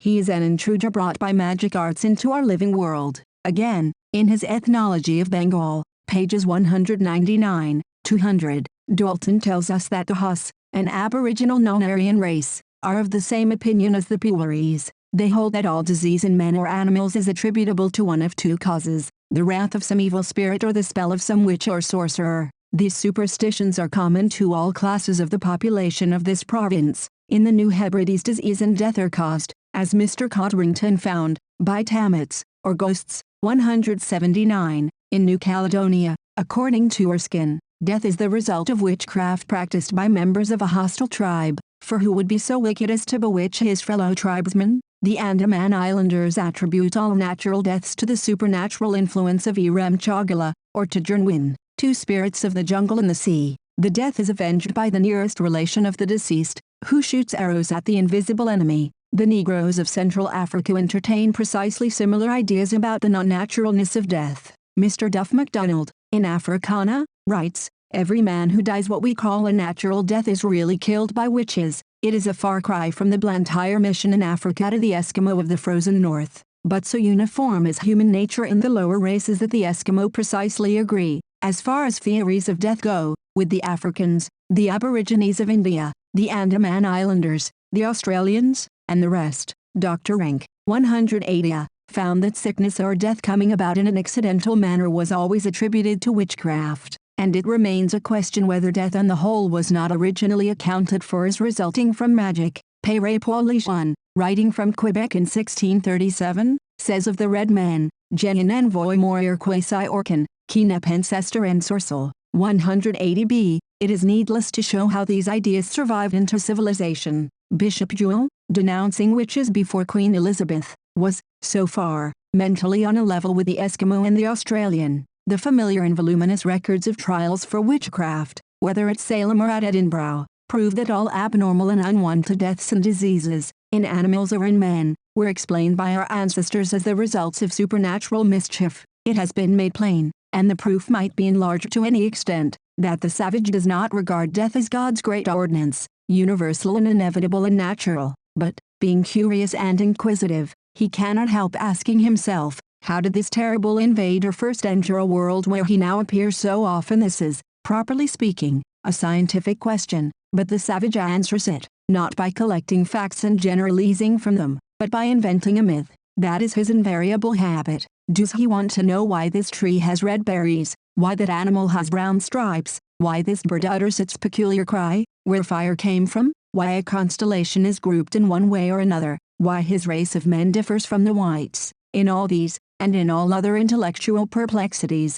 the savage invents a story to solve the problem. Stories about the origin of death are, therefore, among the commonest fruits of the savage imagination. As those legends have been produced to meet the same want by persons in a very similar mental condition, it inevitably follows that they all resemble each other with considerable closeness. We need not conclude that all the myths we are about to examine came from a single original source, or were handed about, with flint arrowheads, seeds, shells, beads, and weapons, in the course of savage commerce. Borrowing of this sort may, or, rather, must, explain many difficulties as to the diffusion of some myths, but the myths with which we are concerned now, the myths of the origin of death, might easily have been separately developed by simple and ignorant men seeking to discover an answer to the same problem, why men are mortal. The myths of the origin of death fall into a few categories. In many legends of the lower races, men are said to have become subject to mortality because they infringed some mystic prohibition or taboo of the sort which is common among untutored peoples.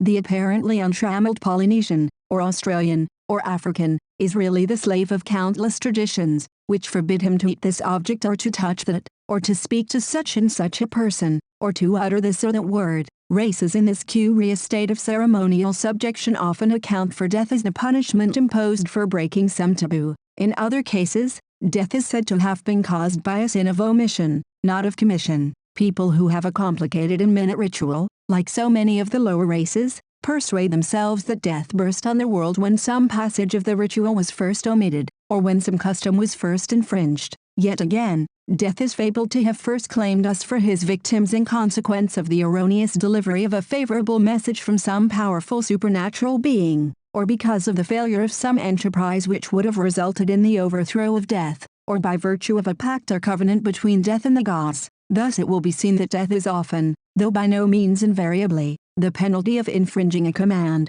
or of indulging in a culpable curiosity. But there are cases, as we shall see, in which death, as a tolerably general law, follows on a mere accident. Someone is accidentally killed, and this gives death a let, as they say in the hunting field, over the fence which had hitherto severed him from the world of living men. It is to be observed in this connection that the first of men who died is usually regarded as the discoverer of a hitherto unknown country, the land beyond the grave, to which all future men must follow him. Bindir War, among the Australians, was the first man who suffered death, and he, like Yama in the Vedic myth, became the Columbus of the New World of the Dead. Savage death myths. Let us now examine in detail a few of the savage stories of the origin of death. That told by the Australians may be regarded with suspicion, as a refraction from a careless hearing of the narrative in Genesis. The legend printed by Mr. Brough Smith, 183 was told to Mr. Bulwer by a blackfellow far from Sharp, and this blackfellow may conceivably have distorted what his tribe had heard from a missionary. This sort of refraction is not uncommon, and we must always guard ourselves against being deceived by a savage corruption of a biblical narrative. Here is the myth, such as it is. The first created man and woman were told, by whom we do not learn, not to go near a certain tree in which a bat lived. The bat was not to be disturbed. One day, however, the woman was gathering firewood, and she went near the tree. The bat flew away, and after that came death. More evidently genuine is the following legend of how death got a let into the Australian world. The child of the first man was wounded. If his parents could heal him, death would never enter the world. They failed. Death came. The wound in this legend was inflicted by a supernatural being. Here death acts on the principle says enerskli premier pakikut, and the premier pa was made easy for him. We may continue to examine the stories which account for death as the result of breaking a taboo. The Ningfis of Bengal say they were originally immortal. 183b, they were forbidden to bathe in a certain pool of water. Someone, greatly daring, bathed, and ever since Ningfis have been subject to death. The infringement, not of a taboo, but of a custom, caused death in one of the many Melanesian myths on this subject. Men and women had been practically deathless because they cast their old skins at certain intervals, but a grandmother had a favorite grandchild who failed to recognize her when she appeared as a young woman in her new skin. With fatal good nature the grandmother put on her old skin again, and instantly men lost the art of skin shifting, and death finally seized them. 184. The Greek myth. The Greek myth of the origin of death is the most important of those which turn on the breaking of a prohibition. The story has unfortunately become greatly confused in the various poetical forms which have reached us. As far as can be ascertained, Death was regarded in one early Greek myth as the punishment of indulgence in forbidden curiosity. Men appear to have been free from death before the quarrel between Zeus and Prometheus. In consequence of this quarrel, Hephaestus fashioned a woman out of earth and water, and gave her to Epimetheus, the brother of the Titan. Prometheus had forbidden his brother to accept any gift from the gods, but the bride was welcomed nevertheless. She brought her to Boot-Hoffer. This was opened, and men, who, according to Hesiod, had hitherto lived exempt from maladies that bring down fate, were overwhelmed with the diseases that stalk abroad by night and day. Now, in Hesiod, Works and Days, 70-100, there is nothing said about unholy curiosity. Pandora simply opened her casket and scattered its fatal contents, but Philodomus assures us that, according to a variant of the myth, it was Epimetheus who opened the forbidden coffer, whence came death. Leaving the myths which turn on the breaking of a taboo, and reserving for consideration the New Zealand story, in which the origin of death is the neglect of a ritual process, let us look at some African myths of the origin of death. It is to be observed that in these, as in all the myths of the most backward races, many of the characters are not gods, but animals. The Bushman story lacks the beginning.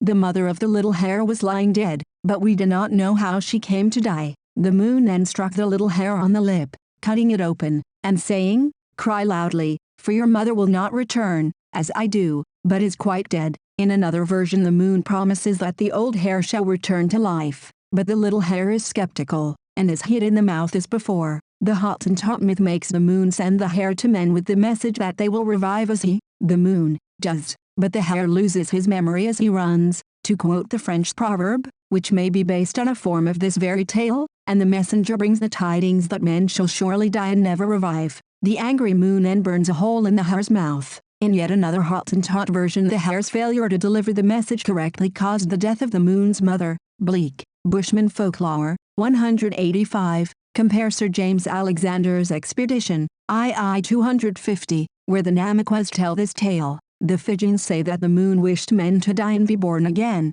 like herself. The rat said, "No, let them die, like rats," and they do. 186. The serpent. In this last variant we have death as the result of a failure or transgression. Among the more backward natives of South India, Lewin's wild races of South India, the serpent is concerned, in a suspicious way, with the origin of death. The following legend might so easily arise from a confused understanding of the Mohammedan or biblical narrative that it is of little value for our purpose. At the same time, even if it is only an adaptation, it shows the characteristics of the adapting mind. God had made the world, trees, and reptiles, and then set to work to make man out of clay. A serpent came and devoured the still inanimate clay images while God slept. The serpent still comes and bites us all, and the end is death. If God never slept, there would be no death. The snake carries us off while God is asleep. But the oddest part of this myth remains, not being able always to keep awake. God made a dog to drive away the snake by barking,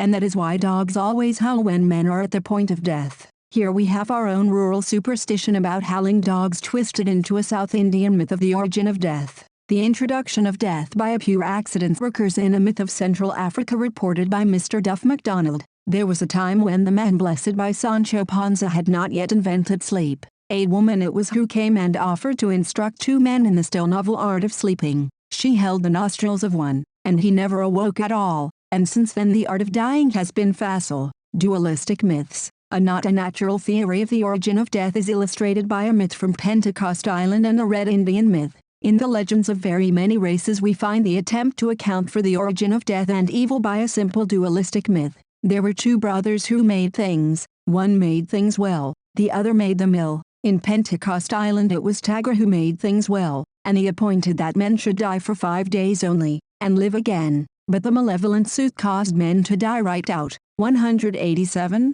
The Red Indian legend of the same character is printed in the annual report of the Bureau of Ethnology, 1879 to 1880, page 45. The younger of the Sinoav brothers, who were wolves, said, "When a man dies, send him back in the morning and let all his friends rejoice." "Not so," said the elder, "the dead shall return no more." So the younger brother slew the child of the elder, and this was the beginning of death. Economic myth. There is another and a very quaint myth of the origin of death in Banks Island. At first, in Banks Island, as elsewhere, men were immortal. The economical results were just what might have been expected. Property became concentrated in the hands of the few, that is, of the first generations, while all the younger people were practically paupers. To heal the disastrous social malady, Cat, the maker of things, who was more or less a spider, sent for mate, that is, Death. Death lived near a volcanic crater of a mountain, where there is now a byway into Hades,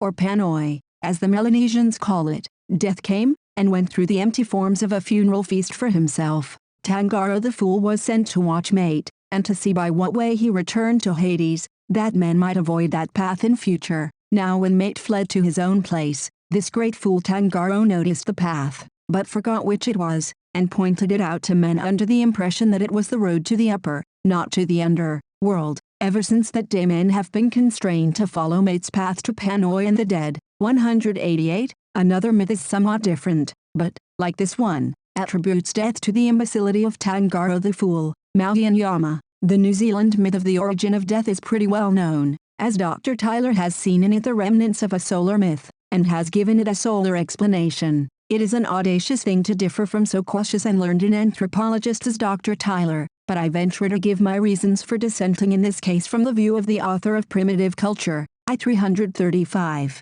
Maui is the great hero of Maori mythology. He was not precisely a god, still less was he one of the early elemental gods, yet we can scarcely regard him as a man. He rather answers to one of the race of Titans, and especially to Prometheus, the son of a Titan. Maui was prematurely born, and his mother thought the child would be no credit to her already numerous and promising family. She therefore, as native women too often did in the South Sea Islands, tied him up in her long tresses and tossed him out to sea. The gales brought him back to shore, one of his grandparents carried him home, and he became much the most illustrious and successful of his household. So far Maui had the luck which so commonly attends the youngest and least considered child in folklore and mythology. This feature in his myth may be a result of the very widespread custom of Junkston rect, Borough English, by which the youngest child is heir at least of the family hearth. Now, unluckily, at the baptism of Maui, for a pagan form of baptism is a Maori ceremony, his father omitted some of the kirakias, or ritual utterances proper to be used on such occasions. This was the fatal original mistake whence came man's liability to death, for hitherto men had been immortal. So far, what is there solar about Maui, who are the sun's brethren? And Maui had many. How could the sun catch the sun in a snare, and beat him so as to make him lame? This was one of Maui's feats, for he meant to prevent the sun from running too fast through the sky. Maui brought fire, indeed, from the underworld, as Prometheus stole it from the upper world, but many men and many beasts do as much as the myths of the world, and it is hard to see how the exploit gives Maui a solar character. Maui invented barbs for hooks, and other appurtenances of early civilization, with which the sun has no more to do than with patent safety matches. His last featuring was to attempt to secure human immortality forever. There are various legends on this subject. Maui myths. Some say Maui noticed that the sun and moon rose again from their daily death, by virtue of a fountain in Hades, Hainanui Tepo, where they bathed. Others say he wished to kill Hainanui Tepo, conceived of as a woman, and to carry off her heart. Whatever the reason, Maui was to be swallowed up in the giant frame of Hades, or night, and, if he escaped alive, death would never have power over men. He made the desperate adventure, and would have succeeded but for the folly of one of the birds which accompanied him. This little bird, which sings at sunset, burst out laughing inopportunely, wakened Hainanui Tepo, and she crushed to death Maui and all hopes of earthly immortality. Had he only come forth alive, men would have been deathless. Now, except that the bird which laughed sings at sunset, what is there solar in all this? The sun does daily what Maui failed to do. 190. Passes through darkness and death back into light and life. Not only does the sun daily succeed where Maui failed, but it was his observation of this fact which encouraged Maui to risk the adventure. If Maui were the sun, we should all be immortal, for Maui's ordeal is daily achieved by the sun. But Dr. Tyler says, 190b, it is seldom that solar characteristics are more distinctly marked in the several details of a myth than they are here. To us the characteristics seem to be precisely the reverse of solar. Throughout the cycle of Maui he is constantly set in direct opposition to the sun, and the very point of the final legend is that what the sun could do Maui could not. Literally the one common point between Maui and the sun is that the little bird, the Tiwikuaka, which sings at the daily death of day, sang at the eternal death of Maui, without pausing to consider the Tongan myth of the origin of death. we may go on to investigate the legends of the Aryan races. According to the Satapatha Brahmana, death was made, like the gods and other creatures, by a being named Prajapati. Now of Prajapati, half was mortal, half was immortal. With his mortal half he feared death, and concealed himself from death in earth and water. Death said to the gods, "What hath become of him who created us?" They answered, "Fearing thee, hath he entered the earth." The gods and Prajapati now freed themselves from the dominion of death by celebrating an enormous number of sacrifices. Death was chagrined by their escape from the nets and clubs which he carries in the Aitareya Brahmana. "As you have escaped me, so will men also escape," he grumbled. The gods appeased him by the promise that, in the body, no man henceforth forever should evade death. Everyone who is to become immortal shall do so by first parting with his body. Yama. Among the Aryans of India, as we have already seen, death has a proto-martyr, Tama, the first of men who reached the river, spying out a path for many. In spying the path, Yama corresponds to Tangaro the fool, in the myth of the Solomon Islands. But Yama is not regarded as a maleficent being, like Tangaro. The Rigveda, X14, speaks of him as King Yama, who departed to the mighty streams and sought out a road for many, and again, the Atharva Veda names him the first of men who died, and the first who departed to the celestial world. With him the blessed fathers dwell forever in happiness. Mr. Max Muller, as we said, takes Yama to be a character suggested by the setting sun, a claim which is also put forward, as we have seen, for the Maori hero Maui. It is Yama, according to the Rigveda, who sends the birds. A pigeon is one of his messengers. Compare the white bird of the ox and hymns, as warnings of approaching death. Among the Iranian race, Yama appears to have been the counterpart of the Vedic Yama. He is now king of the blessed. Originally he was the first of men over whom death won his earliest victory. Inferences that Yama is mixed up with the sun, in the Rigveda, seems certain enough. Most phenomena, most gods, shade into each other in the Vedic hymns, but it is plain that the conception of a first man who died is as common to many races as it is natural. Death was regarded as unnatural, yet here it is among us. How did it come? By somebody dying first, and establishing a bad precedent. But need that somebody have been originally the sun, as Mr. Max Muller and Dr. Tyler think in the cases of Yama and Maui? This is a point on which we may remain in doubt, for death in itself was certain to challenge inquiry among savage philosophers,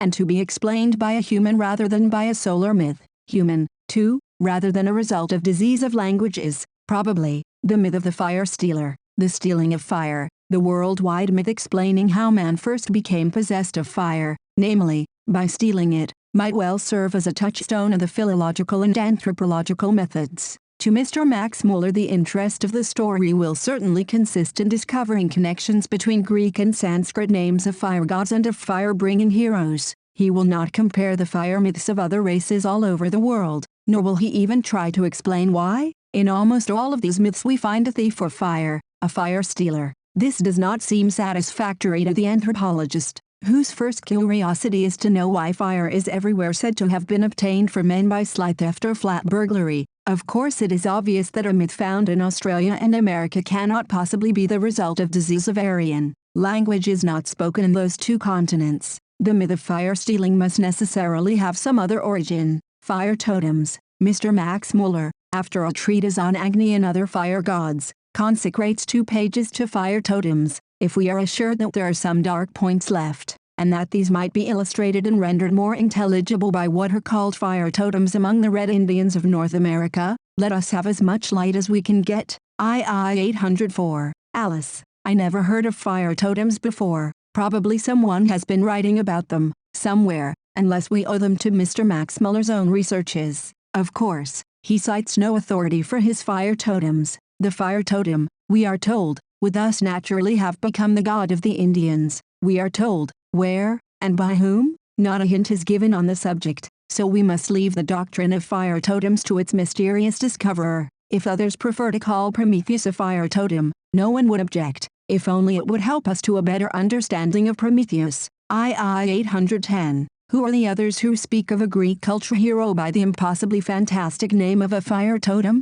Prometheus. Mr. Max Muller follows Kuhn in his explanation of Prometheus, the fire stealer, but he does not follow him all the way. Kuhn tried to account for the myth that Prometheus stole fire, and Mr. Max Muller does not try. 194. Kuhn connects Prometheus with the Sanskrit Pramantha, the stick used in producing fire by drilling a pointed into a flat piece of wood. The Greeks, of course, made Prometheus mean foresighted, providence, but let it be granted that the Germans know better. Pramantha next is associated with the verb mathnemi, to rub or grind, and that, again, with Greek, to learn. We too talk of a student as a grinder. By a coincidence, the root manth likewise means to rub, and we can see in English how a fire stick, a fire rubber, might become a fire robber, a stealer of fire. A somewhat similar confusion in old Aryan languages converted the fire stick into a person, the thief of fire, Prometheus, while a Greek misunderstanding gave to Prometheus,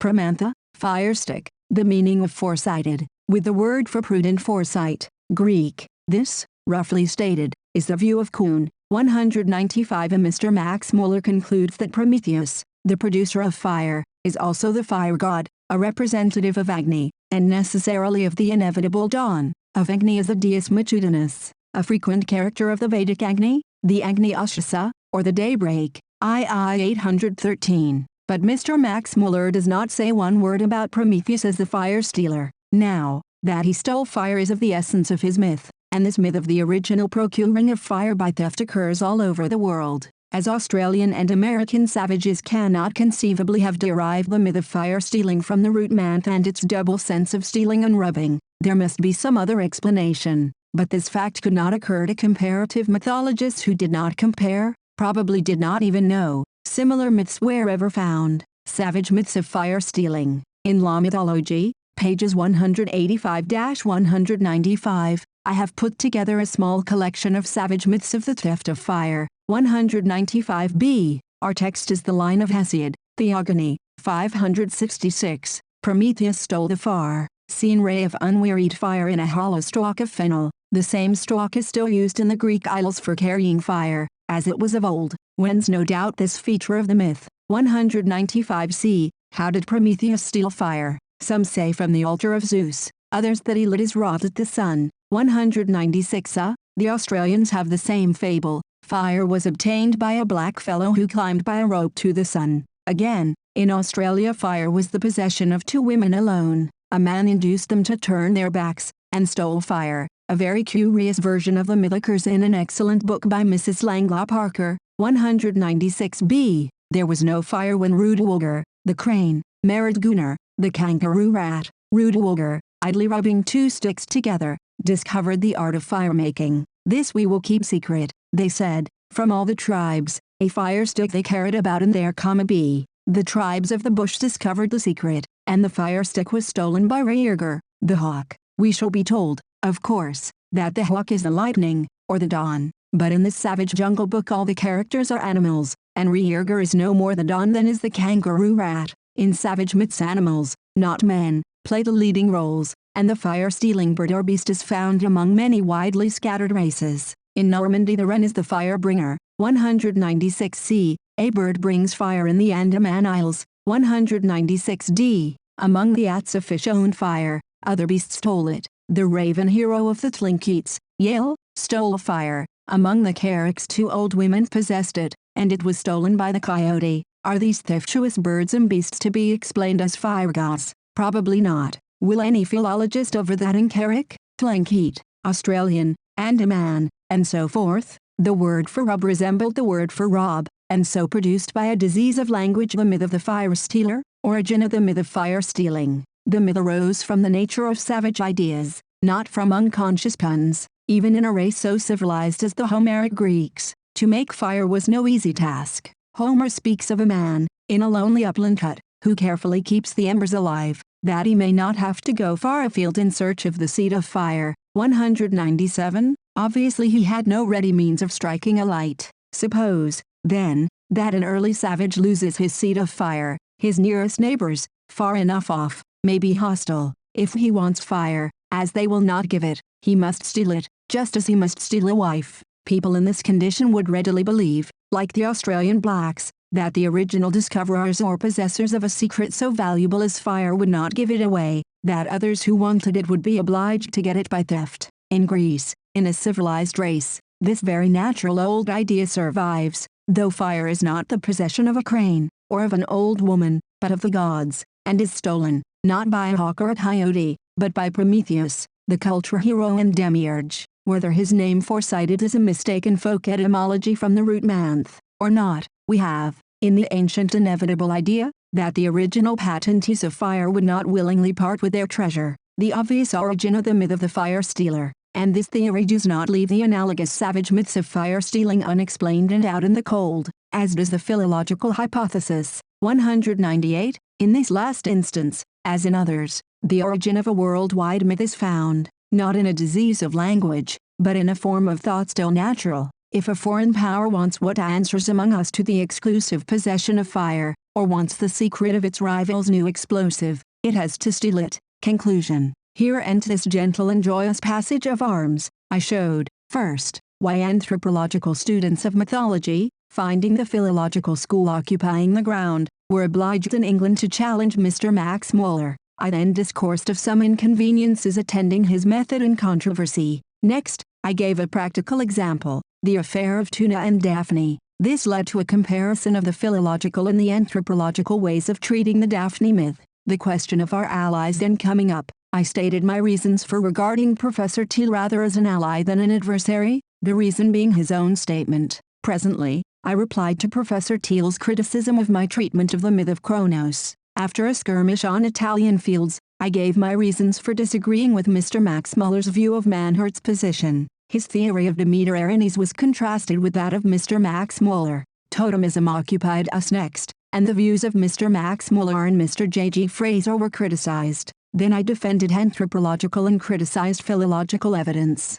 Our method of universal comparison was next justified in the matter of fetishism. The riddle theory of Mr. Max Muller was presently discussed. Then followed a review of our contending methods in the explanation of Artemis, of the fire walk, of death myths, and of the fire stealer. Thus a number of points in mythological interpretation have been tested on typical examples. Much more might be said on a book of nearly 900 pages. Many points might be taken, much praise, where mine worth anything, might be given, but I have had but one object, to defend the method of anthropology from a running or dropping fire of criticism which breaks out in many points all along the line, through contributions to the science of mythology. If my answer be desultory and wandering, remember the sporadic sharpshooting of the adversary. For adversary we must consider Mr. Max Muller, so long as we use different theories to different results. If I am right, if he is wrong, in our attempts to untie this old Gordian knot, he loses little indeed. That fame of his,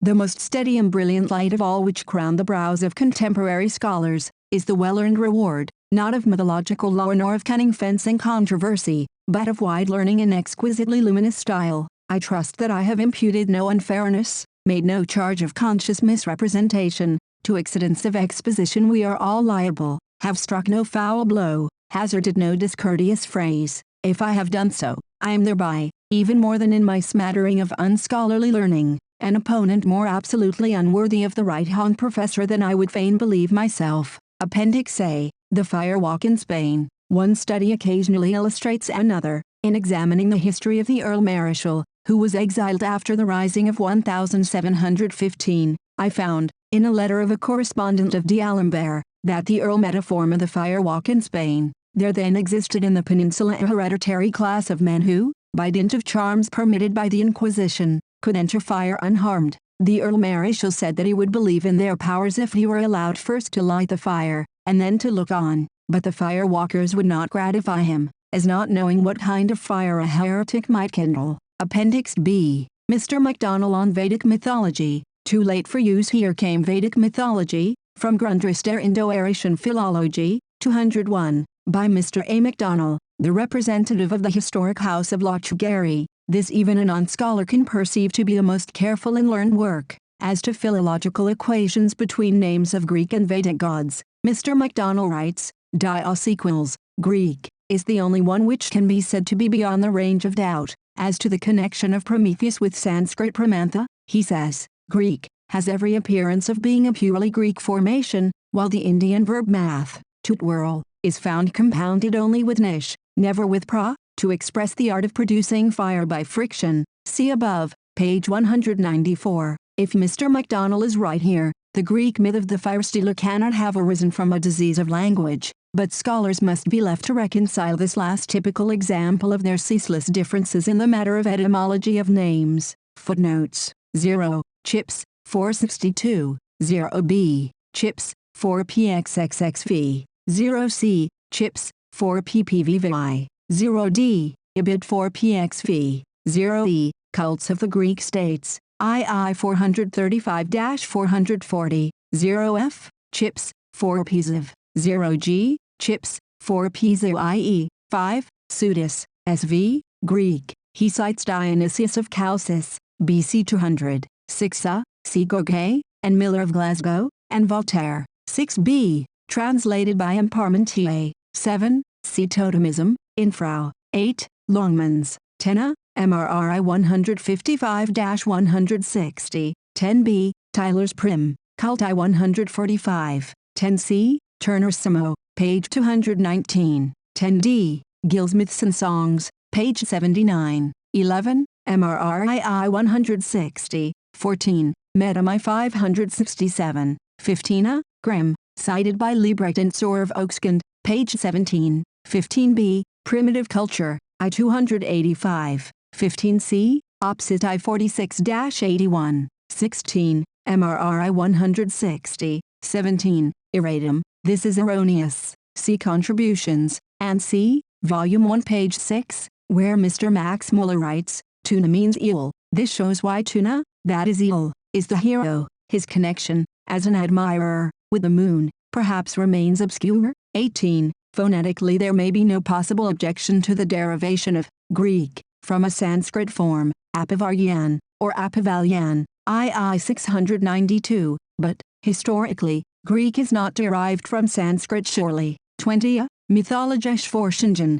page 275, 20b, Baumkultus, page 297, Berlin, 1875, 21a, Antiquwald und Feldkult, page 257, Referring to Baumkultus, page 297, 21b, Oriental and Linguistic Studies, 2nd series, page 160, La Religion Védique, 3 293, 22, 1, VIECFI 27, 23, Rivkrit, Mensile, Geneva, 3 Ziv page 2, 25a, Custom and Myth, page 3, citing Revue des Hist as Religions, II 136, 25b, MRR 24, 25c, Revue des Hist as Religions, CI 256, 26, Opsit page 253, 27, Opsit CI 250, 28a, p 104, Infrau,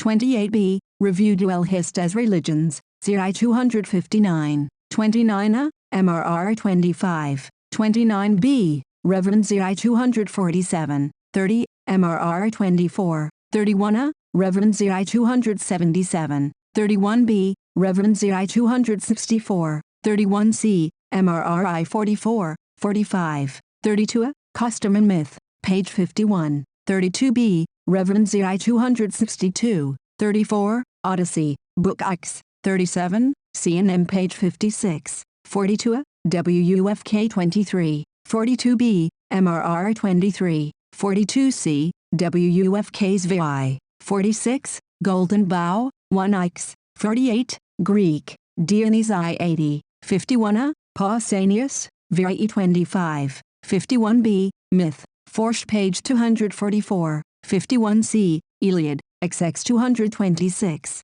52, Myth, Forsch, page 265, 54, September 19, 1875, Myth, Forsch Ziv, 55, for Undeniable Solar Myths CMRRI 124-135, 56, Opsit PXX, 60, Folklore Society, 61a, von einem der Vorsiglichsten Schriftgelehrten, and Anna, in klassischer Darstellung auf Gesigneten Marchens, page 240, 61b, Custom and Myth, 62a, see Preface to Mrs. Hunt's translation of Grimm's Märchen, 62b, p 309, 65, x 17, cf. Muir, Sanskrit Texts, v 277, 66, as the sun's wife is dawn, and leaves him at dawn, she is not much of a bedfellow, as night, however, she is a bedfellow of the nocturnal sun, 71, MRRI 58-81, 72a, C. Robertson Smith on Semitic Religion, 72b, C. Sasis Herodotus, page 344, 72c, C. Rees Rind Lectures, I am not convinced by the evidence, 73, Academy, September 27, 1884, 74a, Anth. Rel. page 405, 74b, Plantagenet, Plantagenista, A. L. 74c, CMRRII 56, for a criticism of this theory, 76, Religion of the Semites, pages 208, 209, 78, Die Religionern, page 12, 79, Anth. Rel. page 122, 80, Dalton, 81a, Strabo, CIE 613, Pausanias, I-24, 8, 81b, Crook, Introduction to Popular Religion of North India, page 380, 82a,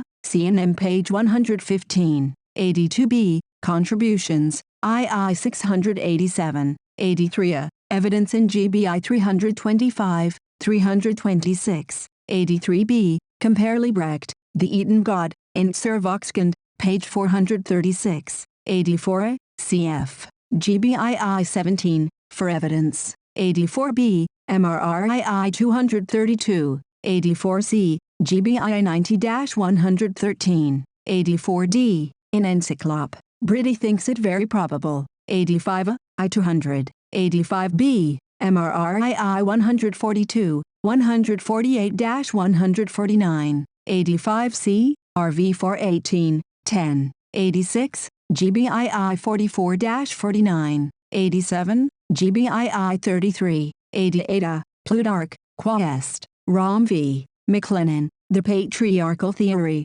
page 207, note 2, 88b, GBII 337, 89a, see GBII 332-334, 89b, Religion of the Semites, page 118, 90, GBII 337, 338, 93a, Custom and Myth, page 235, 93b, MRRII 327, 93c, Opposite II 329, 94, Lectures on Science of Language, 2nd Series, page 41, 95, MRRII 336, 96, Anthropological Religion, 97a, MRRI 171-173, 97b, IBID 172, 97c, Anth. Rel. page 180, 100, Totemism, Encyclop, Brit, 101a,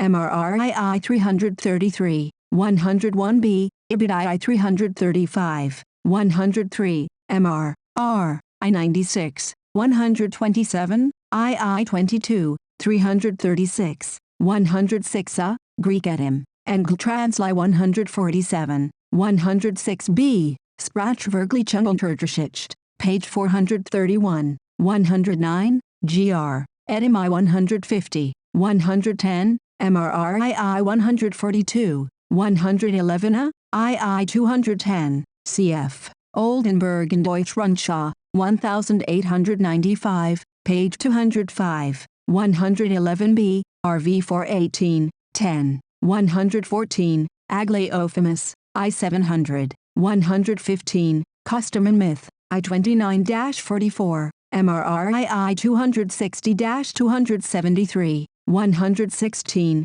Custom and Myth, pages 212-242, 117a, Cult as Fetishes, 1760, 117b, Codrington, Journal Anthrop, Inst., February 1881, 118a, CNN page 230, note, 118b, Rochus, Les Forces non définies, 1888, pages 340-357, 411, 626, 118c, Review Blue, 1890, page 367, 118d Dubrosses, page 16, 120a, CNN page 214, 120b, MRRI 327, 120c, Lectures on the Science of Language, 2nd Series, page 41. 121, MRRII 327 and 329, 124,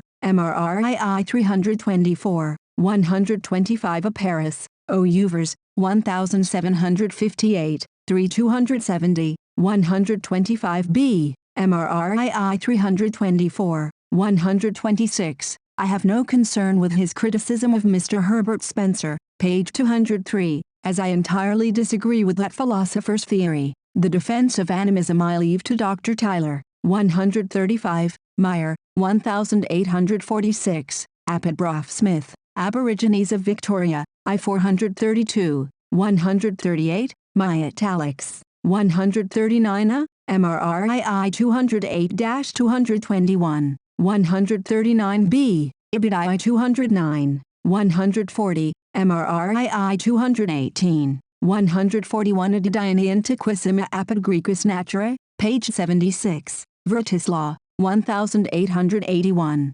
141 B. Diane Browen, page 33, compare, for all the learning, Mr. Farnell, in Cults of the Greek States, 142 MRRIX, 142b, Life in California, pages 241, 303, 142c, Religion of the Semites, page 274, 142d. See also Mr. Fraser, Golden Bough, II 90-94, and Robertson Smith, opposite pages 416-418, 142e, Apostolius, VIE 19, VI 10, 143a, Melanesians, page 32, 143b, Samo, page 17, 143c, MRRII 33, 143d. See also Fraser, Golden Bough, II 92, 143e,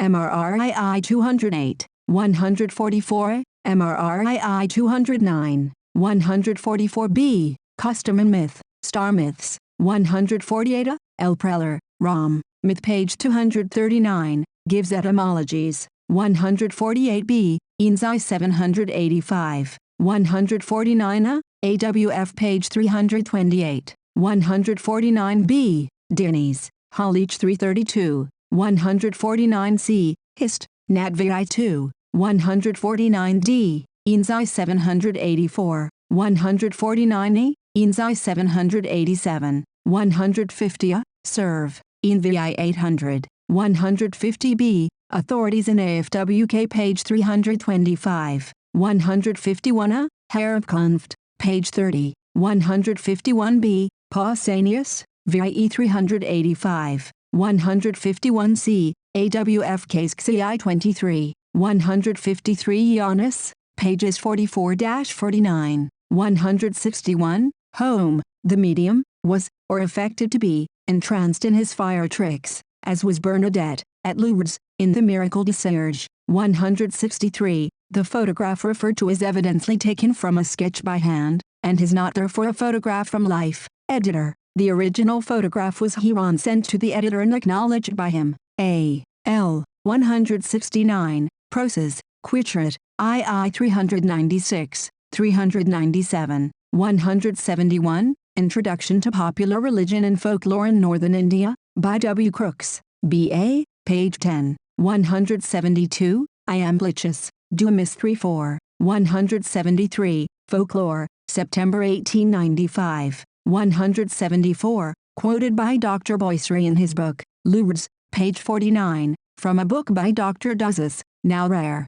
Thanks to information from Dr. Boisserie, I have procured the book by Dr. Duzes, an eyewitness of the miracle, and have verified the quotation. 175, Predvesniki Spiritisma Zapolani 250 lit. A.M. Maxikoff, St. Petersburg, 1895. See Mr. Leaf's Review, Proceedings SPRZI 329, 178, Prim, Culti 138, 179, Journal of Anthrop, Institute, X3, 180, Tales and Traditions of the Eskimo, page 42, 180b, Relations, 1637, page 49, 183a, Abor of Victoria, I 429, 183b, Dalton, opposite, 184, Codrington, Journal Anthrop, Institute, X3, for America, Compare Relations de la Nouvelle France,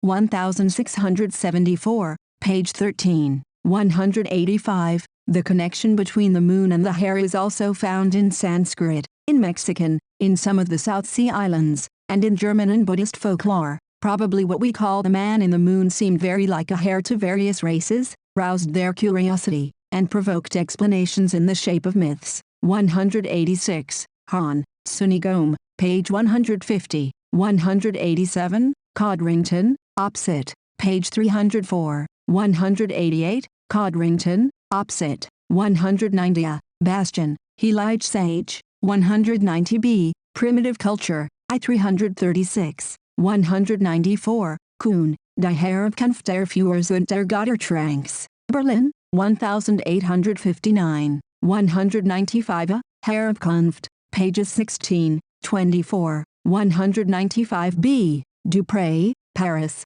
1886. Translation by M. Parmentier. 195c, Pliny, Hist. Nat. Zie 22. Bent, Cyclades. 196a, Servius Adverge, Eclog v 42. 196b, Australian Legendary Tales. Nut, London, 1897. Mrs. Parker knows Australian dialects, and gives one story in the original. Her tribes live on the Narran River, in New South Wales. 196c, Bosquet, La Normandie Merveilleuse, Paris, 1845. 196d, Journal Anthrop, Institute, November, 1884. 197, Odyssey, v 488-493. 198, references for savage myths of the fire stealer will be found, for the Ats, in Sprout, for the tribes of the Pacific Coast, in Bancroft, for Australians in Brough Smith's Aborigines of Victoria, 201, Trubner, Strasbourg, 1897.